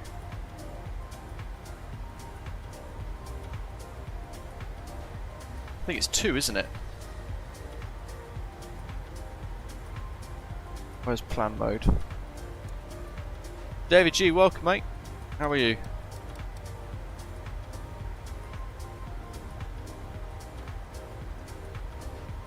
Pexan.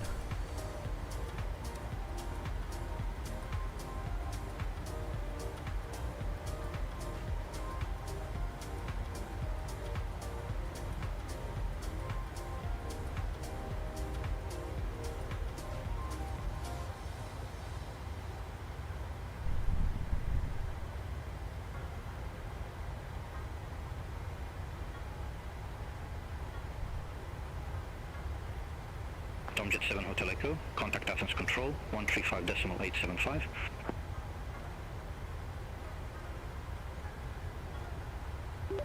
Contact Athens 135.875, Tomjet 7 Hotel Echo, bye.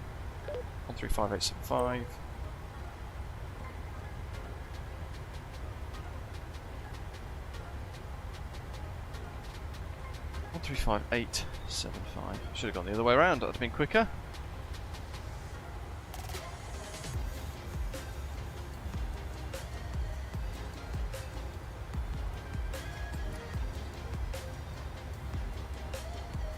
Right, anyway, what we're doing, let's carry on. VOR Alpha 33, SNI 2, Pexa 1 Alpha, execute. I think that's, as somebody else has said in the live chat. Greg there saying it's the bigger one. I think you're right. 1 is for A and B, and then 2 is C and D. So we'll go with that. If not, we'll hand fly the thing anyway. No descent path after SNI.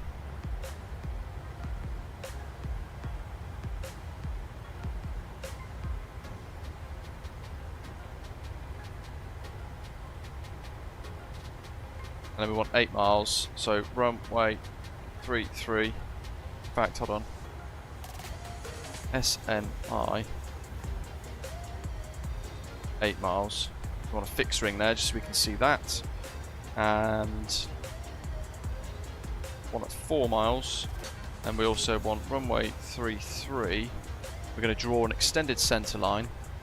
And for that we want to put runway 15's bearing of 154. It's basically going to slice a line all the way through on our screen, which is going to be really helpful. Athens Control, good afternoon. Tomjet 7 Hotel Echo, flight level 370.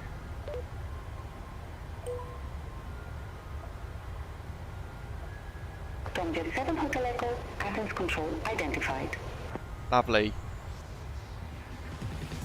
Oh, SNI 1.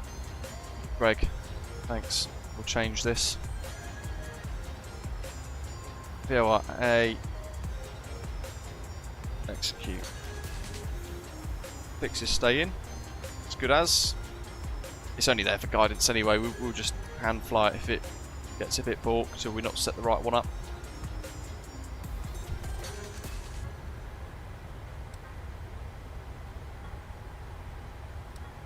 And that's pushed our top of descent a little bit further down towards Alani, which is good. And we want airfield elevation at Santorini, which is 123 feet, which is annoying because it's right in between 100 and 150. So we'll set 150.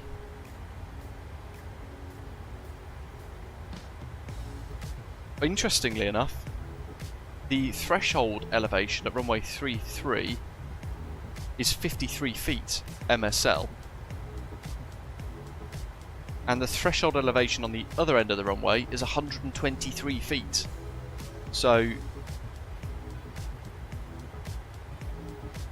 that's really uphill. That's huge. What's the slope?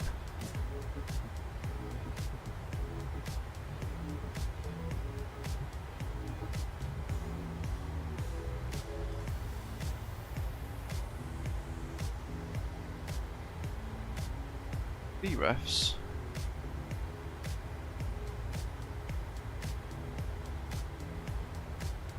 Not giving me the slope on that or on that. 0.54%. Decent. Well, that's going to help us slow down anyway.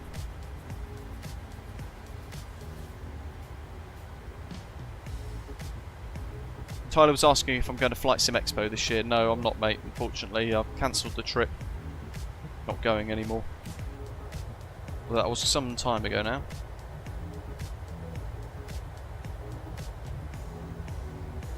Yeah, we've set 100 feet for the airport elevation, Dwal. There we are.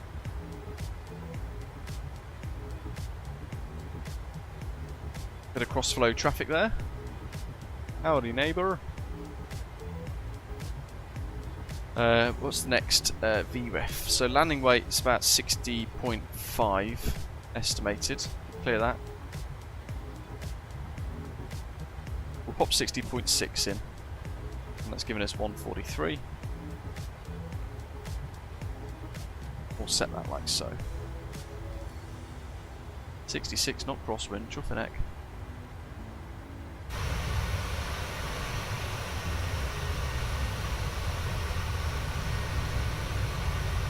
I do love flying around Greece and all of the islands in Microsoft Flight Simulator. There's something quite spectacular about it.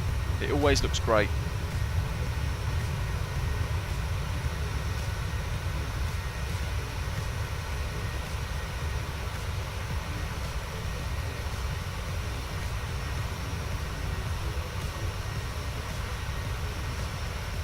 And that airport right there is Prevesa.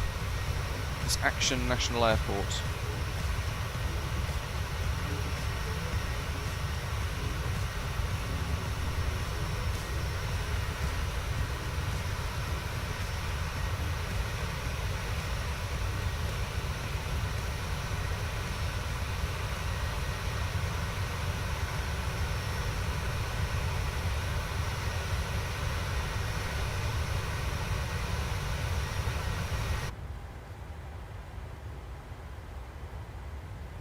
Ian, I'm confident it will be okay. I know we don't know what Microsoft Flight Simulator 2024 is going to look like yet, but Microsoft / Asobo, they've assured us that everything will port across quite seamlessly, and there's no reason to disbelieve that. So I think it'll be quite good. Certainly won't stop me ordering any add-ons in MSFS 2020. That's for sure.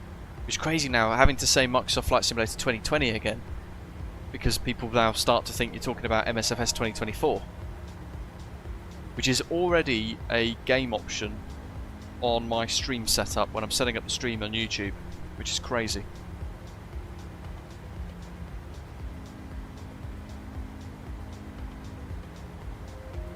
Right, I'll be back in just a tick, folks. Not too long before top of descent now.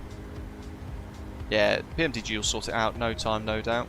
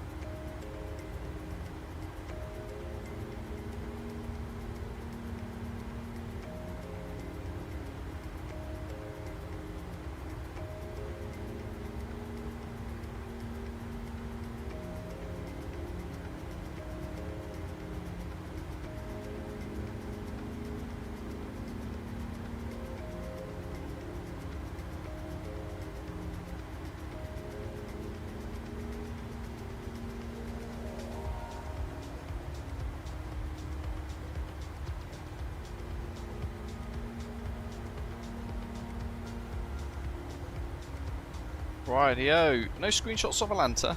I've got 4. To be fair, I've not taken many today. I'm not on my usual screenshot game, where I'm triggering away happily. Oh, Atlanta had a massive update the other day, didn't they? But I can't physically see what the big differences are beyond that little bit of, you know, this bit. Well, I'll show you. The plane spotters thumbnails for the realistic liveries. So today we're in Tango Uniform Kilo Oscar, which is a real 737-800 for TUI. What they do is it matches then the actual aircraft using a picture from planespotters.com, which is quite cool. I don't know if you guys do the same thing. I do, certainly working at Heathrow. I will buzz about and I will see, for example, a British Airways A320neo that I was flying a week ago in the flight sim, and I'll be like, oh, I was flying that the other day, and I can't help it. But every aeroplane that I've seen, that I've operated or flown on in flight sim, when I see it in real life, I'm like, oh, I flew that in MSFS. You get airspeed on the stats section of the flight too, as well as altitude and ground terrain. And on the flight plan page, you have live METAR and ATIS. Oh yeah, look at that. 1020, 14, 300 at 9, VFR. There's the ATIS information, that's pretty cool. And then Santorini. 1012, 35 degrees, 270 at 11 VFR. And I had the version of Athens. 237 nautical miles remaining. Ah, pretty cool. Yeah, not long to go now at all.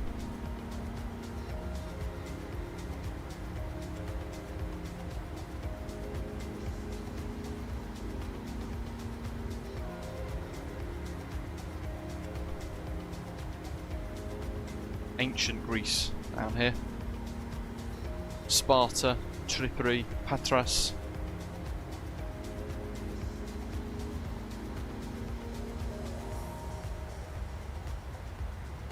Roy, how you doing, mate? Hope you're well. Scenic Flight says hello. I've just got GSX and I'm now getting all the different profiles. Which one do you use for Manchester? I have the one from flightsim.co, but it's not great. So if you've got the Mako Simulations Manchester Airport scenery, Scenic Flights, then you want to use the one which I think now you have to download from the InnyBuild installer, which is where Rev Renton took all of his profiles off to a little while ago. Most of the pretty decent ones are on there now.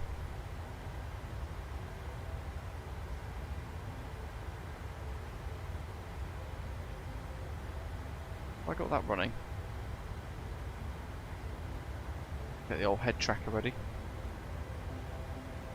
Actually no, I won't do it yet.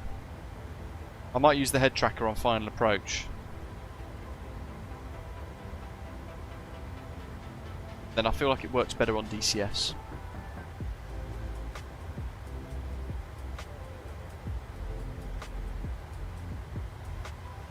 Fuel's good, slight imbalance, but not outside of limits. It's only quite minor, so that won't be an issue. Top of descent in 100 nautical miles. Actually 130 nautical miles. 60. Yeah. So a little way to go still. But we're all pretty much set up now. Fixed rings are in. Approach page is done. We've done the descent forecast, except for transition level actually, and QNH.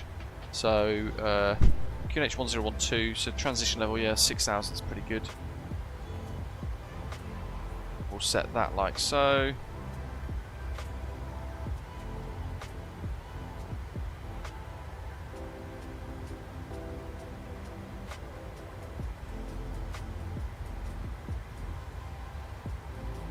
I might go Mach 80 just to try and start to get a bit of space in from the Ian behind, because I know Greg's further ahead by about 40 nautical miles, because we kept having to pause our sim to sort out the weird yoke issue that we had.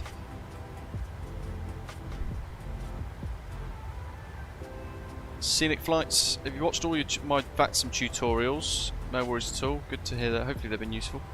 Do you have any further tips or advice?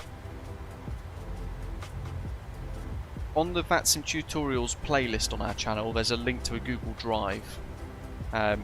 Download all of those PDFs that I've created. It just gives you little prompts and help with telephony and various different things you might want to consider. But then just get stuck into it. Pick somewhere sort of quiet and small to begin with. Edinburgh, I always recommend, is a good one. Oh, Ian, your spacing for you, mate, should be alright. I don't know how many miles you've got behind me, but it should be okay. But I thought if I could try and maybe close the gap and end up with 20 miles between each of us, that should be pretty nice. Yeah, what we're doing, Pexan 1 Alpha, or Pexan, better write this down. Pexan 1 Alpha, VOR A, Santorini, runway 33.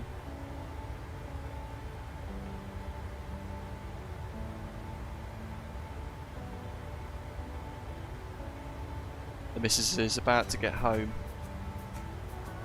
and I've left the big portrait of Loki on the bed. For those of you in our Discord club, you'll see that in the off-topic pets section. Ooh.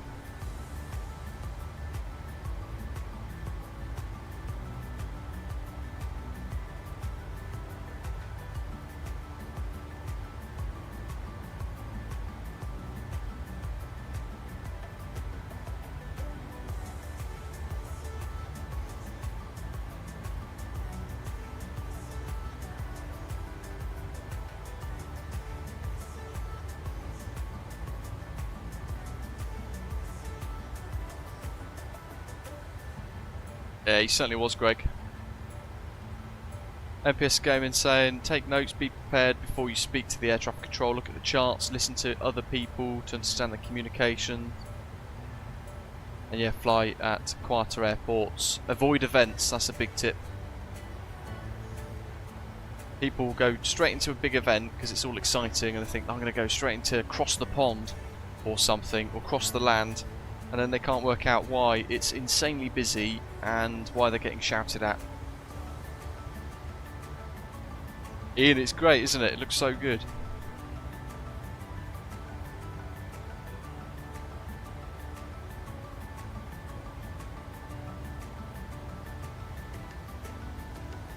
Not long to go. I'm glad the yoke issue got sorted out. That was super strange.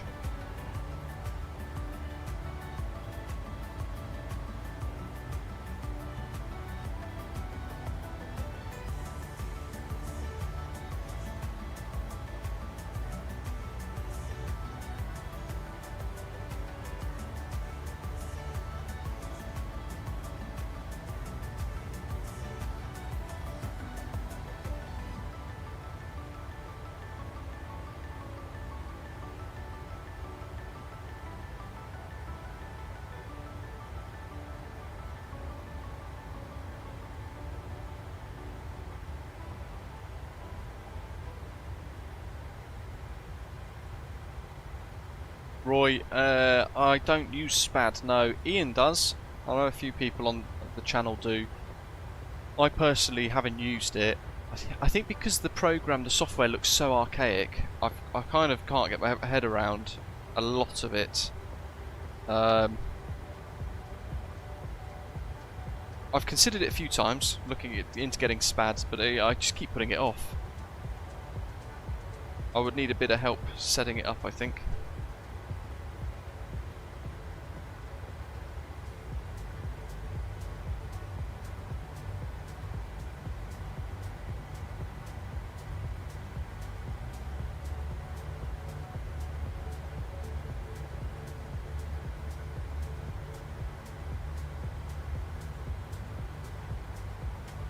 That's a great recommendation for a first VATSIM flight, Ian. Edinburgh to Bergen. Simple single runway airports, long enough to get everything planned and in order. You got a bit of time in the cruise to kind of settle down and relax a little bit as well, really nice. And yeah, the VATSIM Scandinavia controllers in general, certainly across Norway, Sweden, etc. Fantastic, really, really nice blokes. And Edinburgh is a good airport anyway. It's one of the training airports for VATSIM controllers, and best of time, so you're going to get newer controllers that are a bit more patient with you. A bit more guaranteed coverage there as well.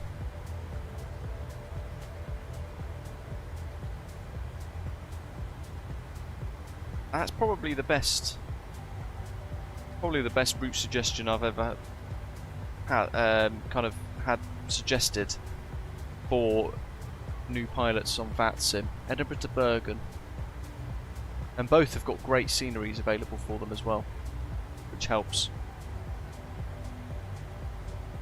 And I think, I might be wrong, I think it's an Osprey Airways route as well.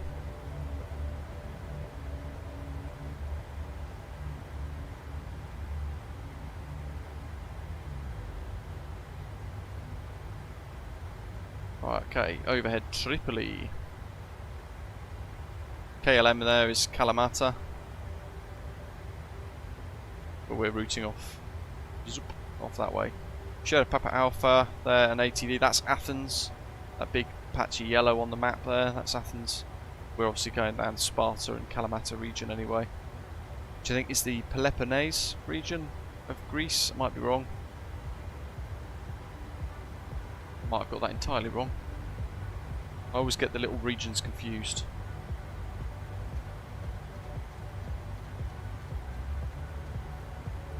So we want to go down to 8,000 when we hit top of descent. No, sorry, 3,000. I'll set 3,000. We'll just aim for a continuous descent. That'll be easier, won't it? That's all good. That's all set. Beyond ATC, yeah, we're on centre 135875. Athens control, good. Centurio, yes. It is a long haul flight today. Look at that. Love Greece.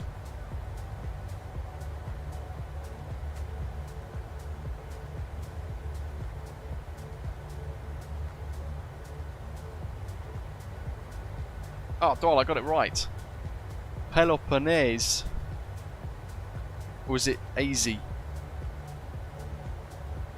Roy's diving into flying helicopters. Does anyone recommend a good add-on? I saw a high-rated aircraft sale over at Microsoft Flight Simulator Marketplace. The only helicopter I really love is the Miltech Simulation Chinook.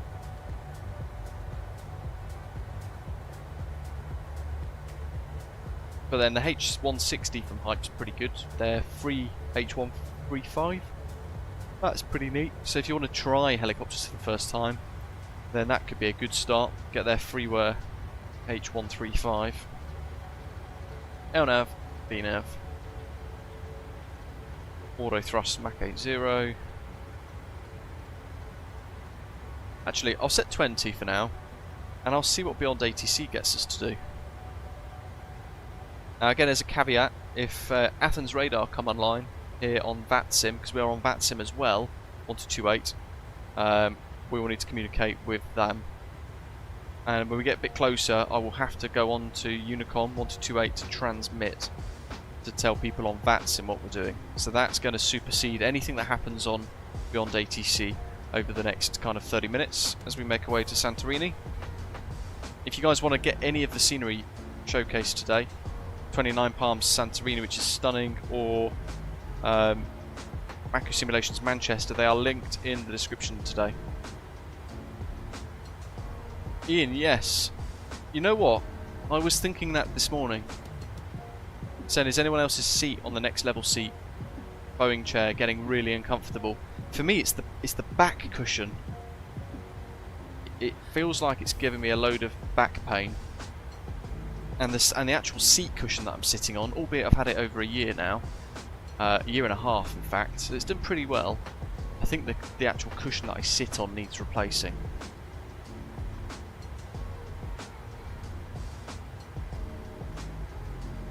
Yeah, I looked at different holidays a little while ago around the Peloponnese region, Dwyle, but just didn't know where to start looking really. And because it's away from all of the usual bits, there's very little to look into. Perhaps we'll look at going somewhere around there next year. Although next year I want to go to Tokyo if I can save up enough. Finally, actually go to Tokyo again.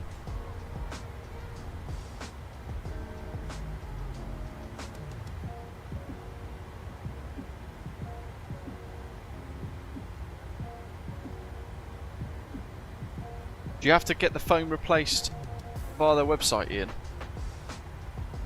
Or is there like somewhere you can buy next level Racing.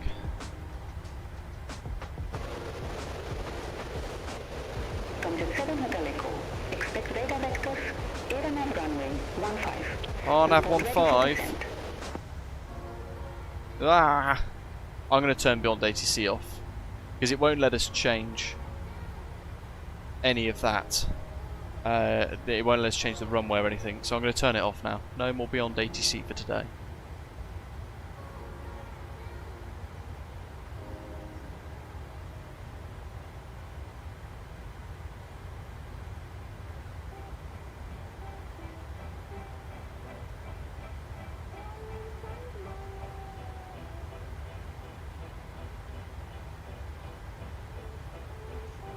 Yeah, I'm not sure actually, Ian, because you can't just buy the seat.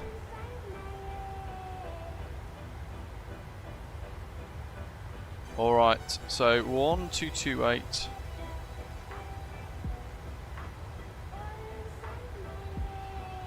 Flick that away so we're not going to get conflicting stuff. Turn COM 2 off. Flick that over. COM 1 is active. 1228.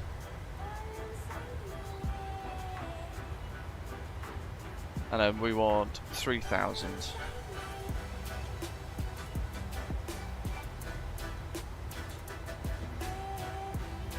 $3,500? No, 3,000 to ADME.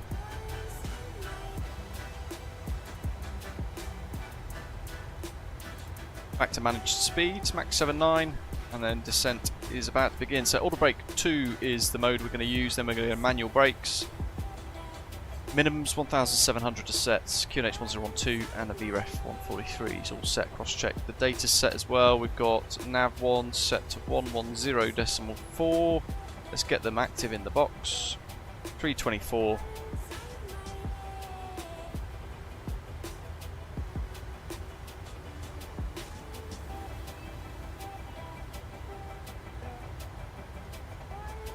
And I'll get nav 2 ready just in case as a backup. So it's all ready and set, pressure panel's good.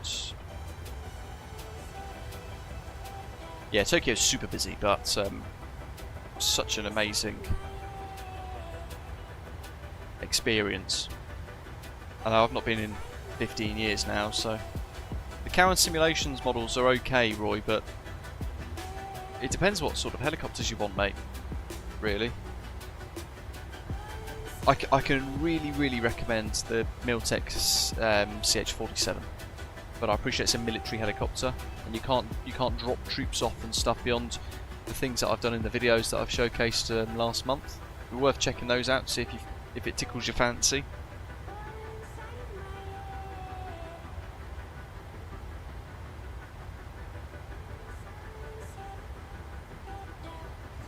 Also, we should look at the money region of the Peloponnese. Unique fortress, villages, great beaches as well. Have to do that. We're going to Rhodes this year. Can't believe how expensive holidays have got there. That's the only thing. It's eye-watering, some of the prices that when you're scrolling through. Hey Ashton, welcome mate. Let's get this Ed Sheeran wannabe off. What we got? Not that one.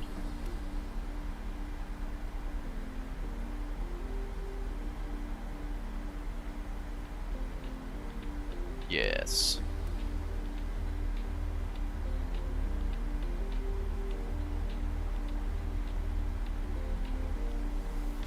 Fair enough, Roy. I could definitely recommend looking at the H135 if you want the slightly more advanced stuff. H145 or H160. H160 is pretty swish, a bit of like an executive helicopter, very similar to the Augusta 109.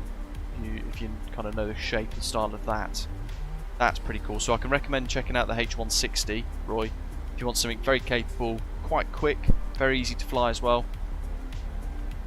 The H160 is cool. So that'd probably be my next recommendation, actually, the Hype Performance Group H160.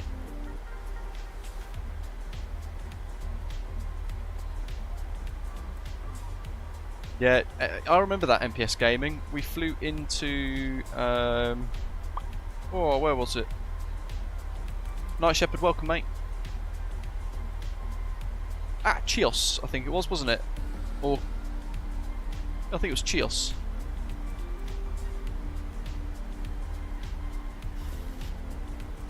From memory, anyway. But yeah, they recorded our flight, didn't they? All of us flying in on the radar, and then they stuck it on their Hellenic VATSIM social media stuff, which is quite cool. You're on the night shift, Night Shepherd, nice. Ian says, where in roads are we going? Ooh, that's a good question. Stand by.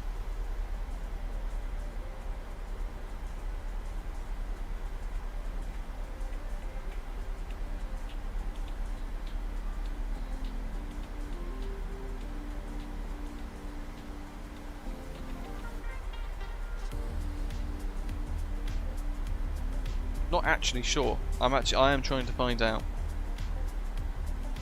Well, yeah, it's just a continuous descent because we're on VATSIM on Unicom. We're going to aim just to go all the way down and keep her going, trickling down, smooth descent, all the way down to 3,000, which will be our platform altitude for the approach.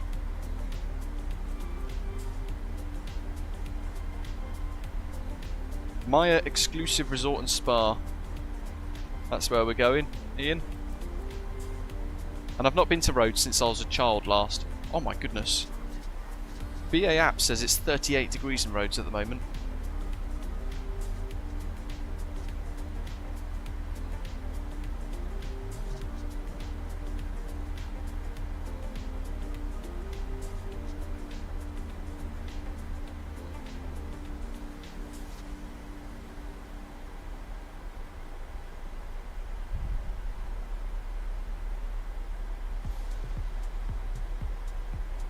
There it is. What range have we got on this? 80. Well, it's a bit keen on the descent. Then maybe we've got some constraints. Hexam 1 Alpha. No, it's 3.5 over the airfield.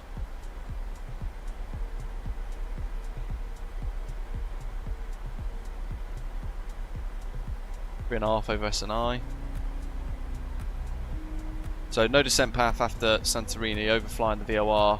But we're going to 3,000 at that point anyway. Flying the outbound track on the VOR Alpha, which is going to look like this, folks. So we're going to come in, if I draw the line, just very roughly, we're kind of coming in over here like that. Actually, it's more like this. It's kind of skirting over the edge. There we go. Imagine that's a straight line. So we'll come in over this way, down to 3,000 over the airfield, and then we'll continue out 117 degrees, like so. Down to 8 DME, we've got the fixed ring set to 8, so we'll see 8 miles as a big old fixed ring, and with that nice gentle turn, stepping down to 3,000 feet, before wings level at 8 miles again. And then final descent. Should be about 3 degrees, but it's going to be a visual approach. It's a lovely approach. That's the one that I did on the Santorini preview video that I did the other week.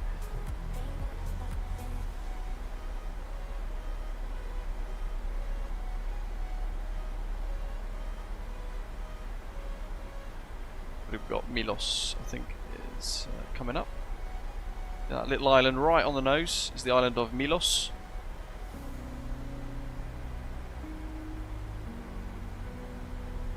It's a lovely little chain of islands.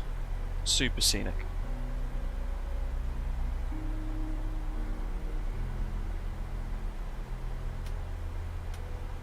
Whack the old belts on. Goal says that his Greek friend in Athens has told us they've shut the Parthenon in Athens from midday till 7 PM because of the heat wave. My goodness. Yeah, 38 degrees is super, super hot, isn't it? Almost uncomfortably hot with European humidity. I've been to, like, you sit in Mauritius, for example, when it's 36 degrees, but because it's not humid, you can sit out in it, and it's actually really quite pleasant. You can feel the heat. There's a bit of a breeze, not very humid. You don't really sweat. It's really good. It's quite nice. It's when you get that muggy European kind of heat, like when it's hot here in the UK and it's just horrible. That's the heat that we don't like. Centurio, I'm hoping you actually get displayed as a Chinook, although I've just realised. What's your... Centurio, what's your thingy code? Your ICAO code that you've used for the Chinook? So I'm now rapidly scrambling to add something in. H47, hold on. Oh, we should have planned this a bit better. H47. MSFS add-ons, aircraft.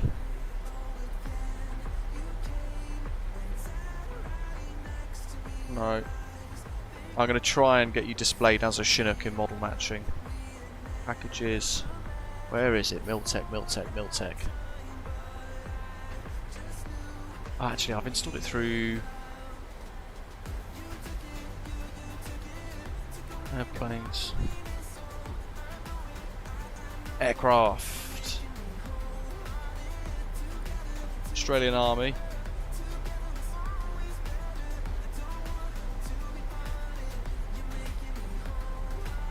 Yeah, CH-47D Royal Air Force.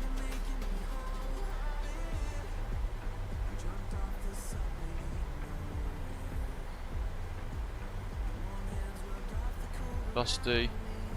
Dusty.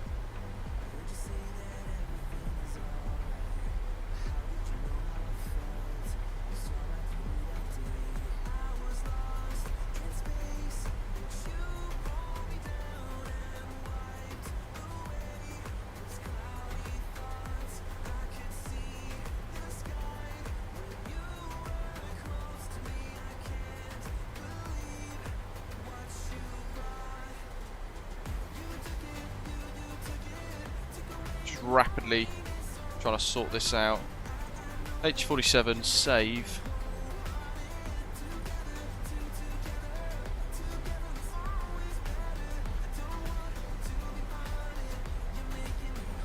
Model matching. Add.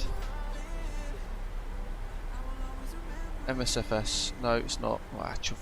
FS add-ons. Model matching. Random liveries.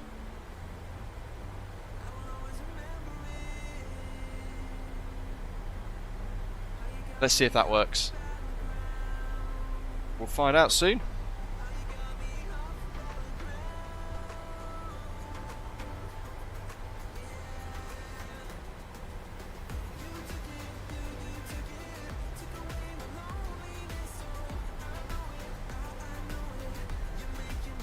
Oh, it's just loaded you in as a tanker.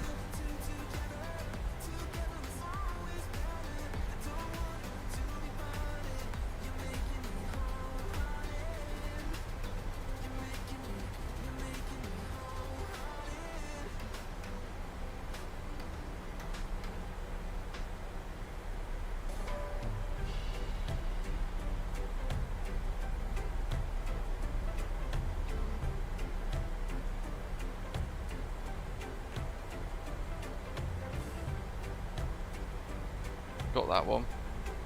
Australian Dusty. Canadian. Come on, where has it gone?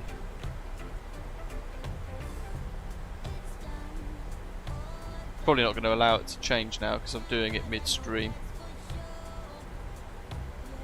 It's already loaded the files and things. Yeah, it's a Chinook tanker. CH-47 firefighting tanker.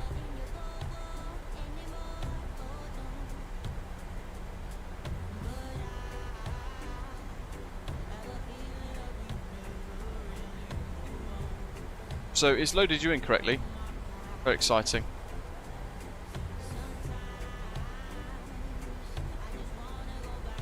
$10,000. Flight to 10. Landing lights. Seatbelt signs. Pressure panel. Depressurizing goods. That's all set. Right, let me focus now back on the flying. And there is the caldera that is Santorini. Very exciting. Change that bit of music.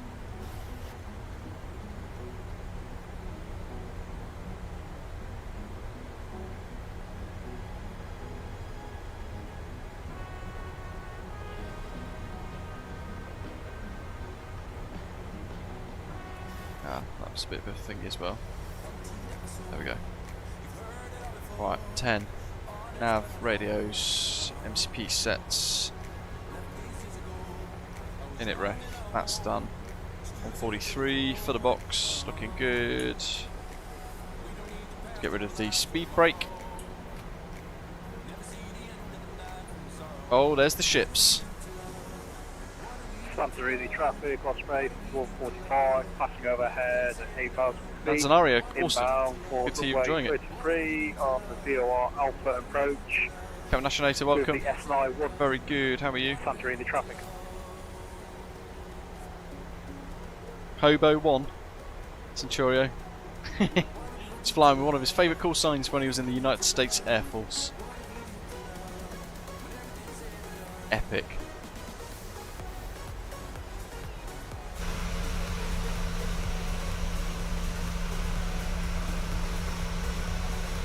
Not long to go now. Just get this back in line with the horizon. And try and get it in a bit of position to get some good screenshots, perhaps roughly about there as we head over Santorini. He says, if it all goes well. Where's me banana? Oh, it's miles out. Crikey.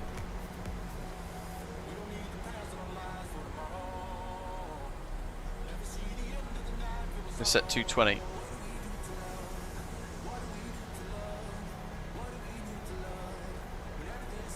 Watching the speed, gonna have to use flight detents. Santorini traffic, Tomjet 7 Hotel Echo, Boeing 737, QNH 1012, currently 10 track miles north of the field, inbound for the VOR Alpha runway 33, will report overhead. Look at that, sound like a real pilot.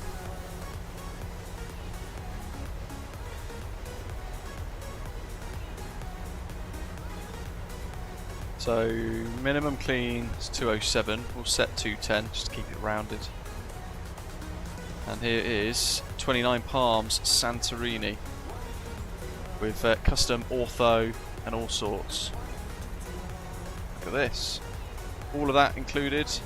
Little town down there. The ships in the harbour. There's the ferry from that video that I did. So you can see the little boat there that's sailing around as well.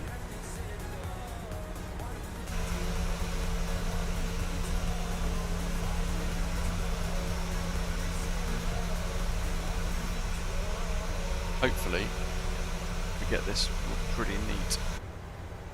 There's the airfield.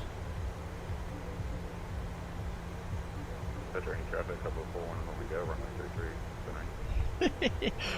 Centurio's in his Chinook. We still haven't done a live stream with that.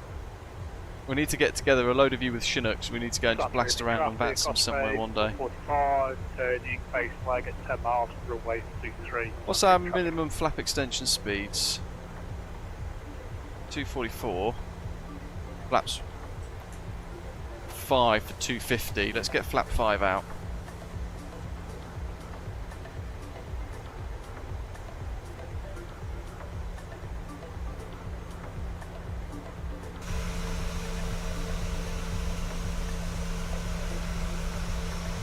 Ah, that's speaking of Oya.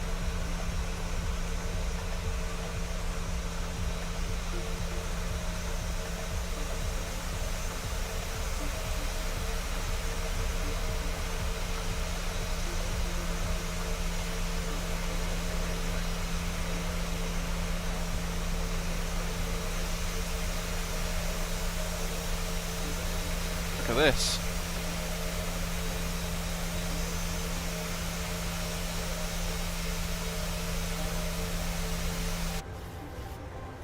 And Santorini traffic, Tomjet 7 Hotel Echoes, overhead outbound 117 for the VOR approach 33, all report final. Santorini traffic, 117, that's up. 180. 900s.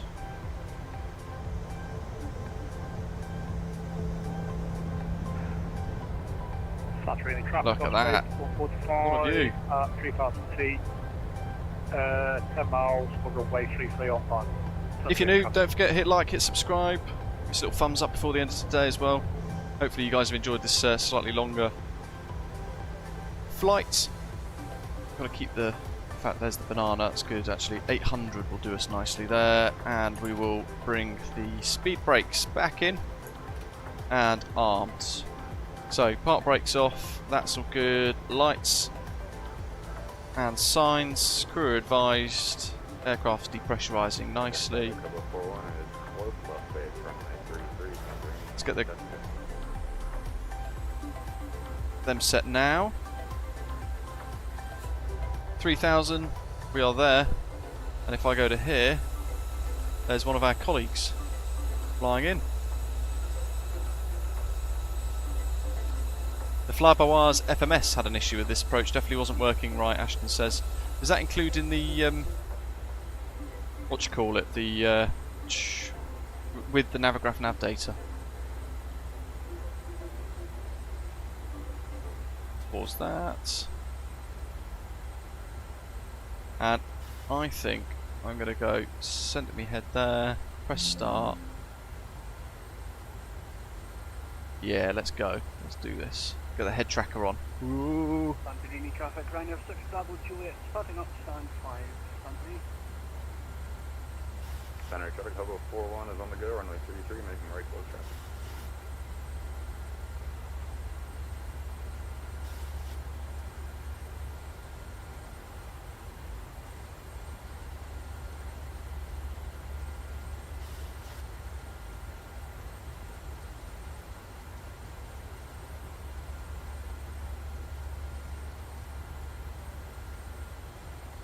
$324.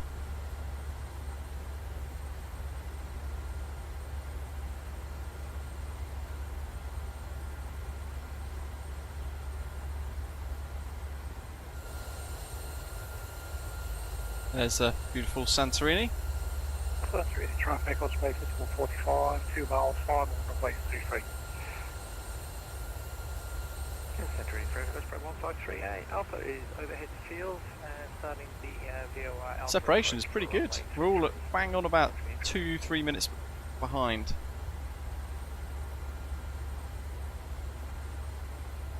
It balked that one a little bit.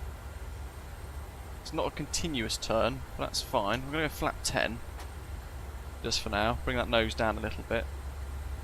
We're doing it with the track IR stuff. In for final. Santorini traffic, Hobo 41 is right downwind, runway 23. And Santorini traffic, Tomjet 7 Hotel Echo is turning final 8 miles, runway 33 to land. Water throttle off. Gear down. Flat 15. What do we want? 143.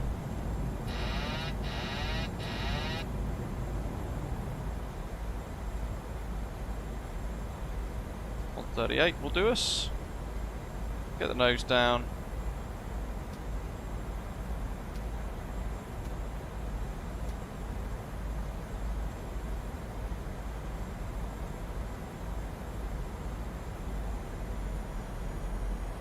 Oh my god. Look what's happened again. 25. What the heck? I don't get it.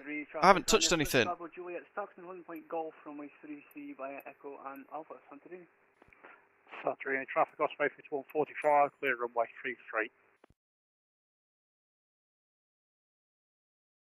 I'll tell you what, folks.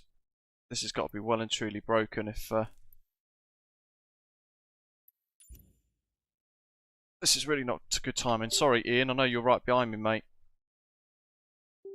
There's something really not right with this control setup. Look at this. What the hell is going on? Absolute crap from Thrustmaster. This is now it's not recognising Joystick axis X has all of a sudden become the bloody slider again. I definitely need some of your help, folks, doing the... Traffic Hobo 41 is right base, runway 33, Santorini. Ah, bugger off. This is not ideal timing. Aileron axis. It's not picking up the yoke again. It's picking up that. Validate.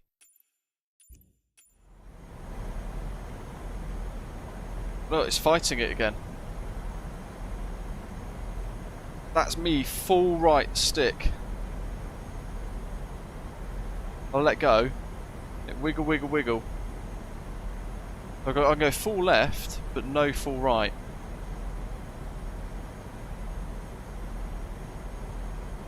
I don't understand what's causing that.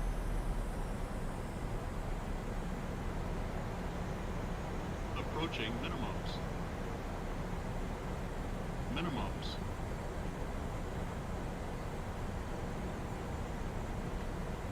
Flap 30. Traffic Hobo 41 is offset right of runway 33 and And Santorini, Tomjet 4 Hotel Echo, short final, 2 miles, 33. I haven't got full control of this jet.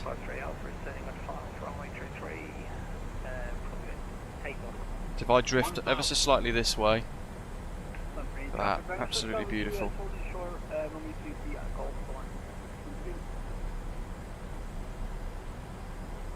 And there's a Chinook somewhere.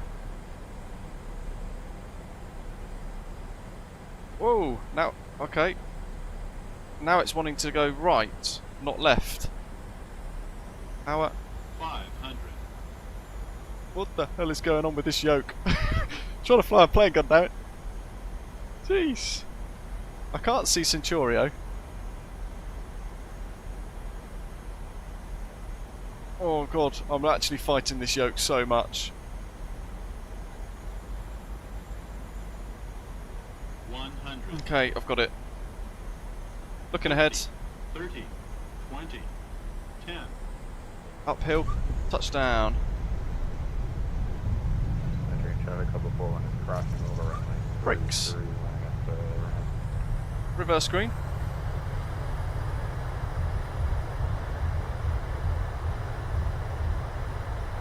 Manual brakes.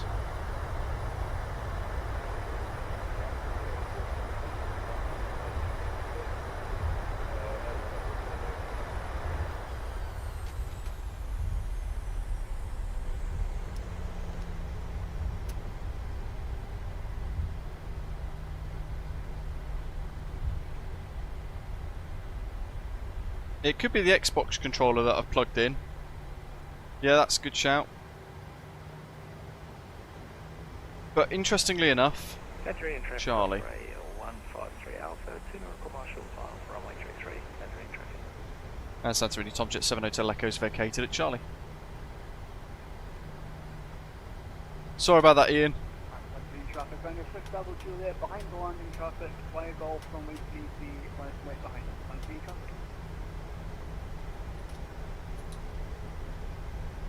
Right, what stands have we got? 3? No, Neil, it's whatever's going on with this. You know the turtle bit, the thrustmaster yoke. It's got the 2 little plastic sliders. All of a sudden, it's deciding to, and it did it the other day in something as well.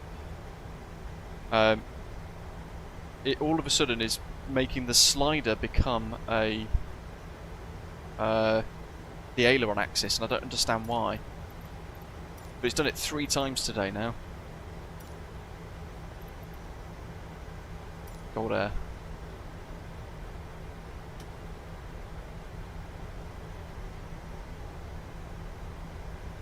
.209 foot per minute though. No bounce, 1.22 G, bang on the touchdown zone. Happy with that.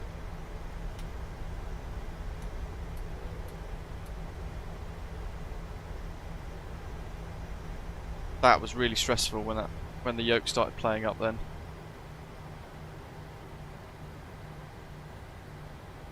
It could be the Xbox controller, but then there is no reason why That should, because I've deleted all of the keybinds, access binds from that. Yeah, perhaps I should unplug that. Maybe that's forcing the sim into like Xbox mode or something stupid. Okay, that's all off, that's all good, that's up.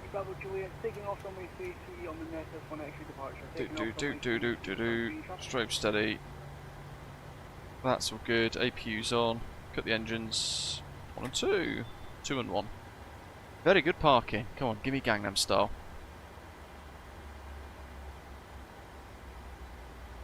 Ah, go on, walk away you carrot sticks. Anti-collision lights off.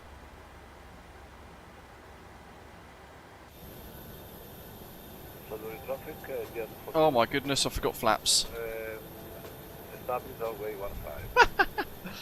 I forgot flaps. Santorini traffic Osprey 153 Alpha is taxiing span number. I've still got some hydraulics. Santorini traffic. That yoke thing really threw me off. Alright, let's have a quick look at New Sky. We'll close the flight. 9.84 off centerline landing and takeoff. I'm happy with that though. Good touchdown, good score. Juicy profit. Woof. Nice. Welcome to beautiful Santorini. There goes the Ryanair.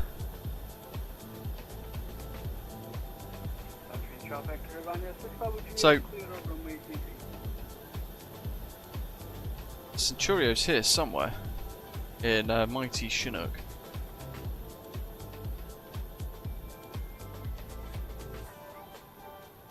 But I can't see him.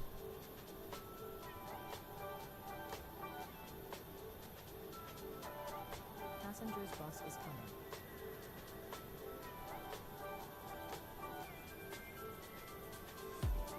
Mind you, we had the thing a little while ago, didn't we? With the, do you remember the H145 stuff? We did the control. We did a stream into Inverness, wasn't it? We had a load of helicopters zipping about, and we couldn't see them. Weirdly enough. Yeah, I definitely need to look into SPAD. I think if that's the case, and I need it for every aeroplane that we've got profiles for. I think if that's the yeah, it's going to be more reasonable. I think.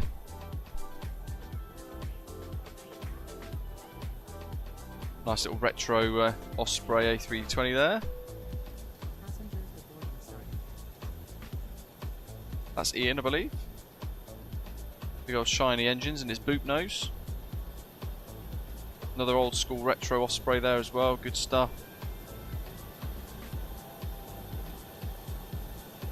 Looks like he's ready to go. All these guys are waiting there to board.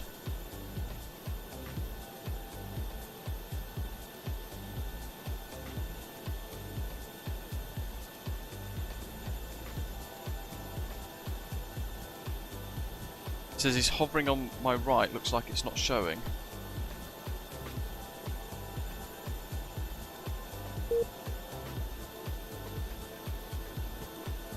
Ah, that's a bummer. Yeah, there, it says status too many errors. So just the sim can't do AI helicopters then, at all.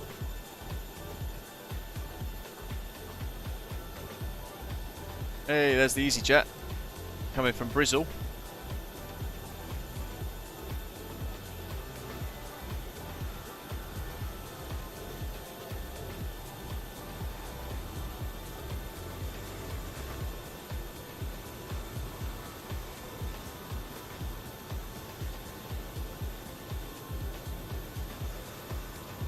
Oh.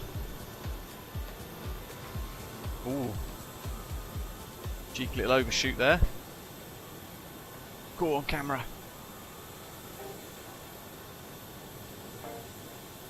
Got another one on final.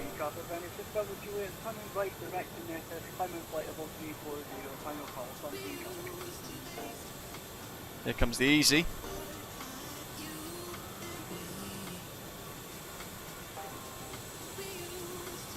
I very nearly did this in the Horizon Sim A321 Neo mod with the Latin VFR A321 and the Flybois A32NX kind of stitched into one. I was going to do that, because I thought that'd be quite cool, certainly with a shorter runway.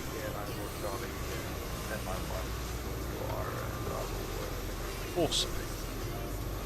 Who's that coming in next? Norwegian. Zato, you're still airborne, mate. What's happened? Is Zato in the live chat? Has he fallen asleep at his computer? I haven't seen him in the chat for ages.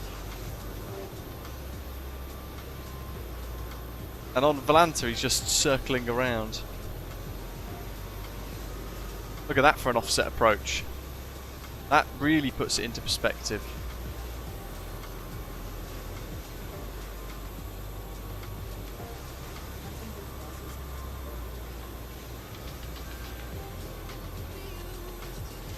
And we've got here a 7-knot crosswind, and now on runway 33 a 3-knot tailwind, just to make it a bit spicy.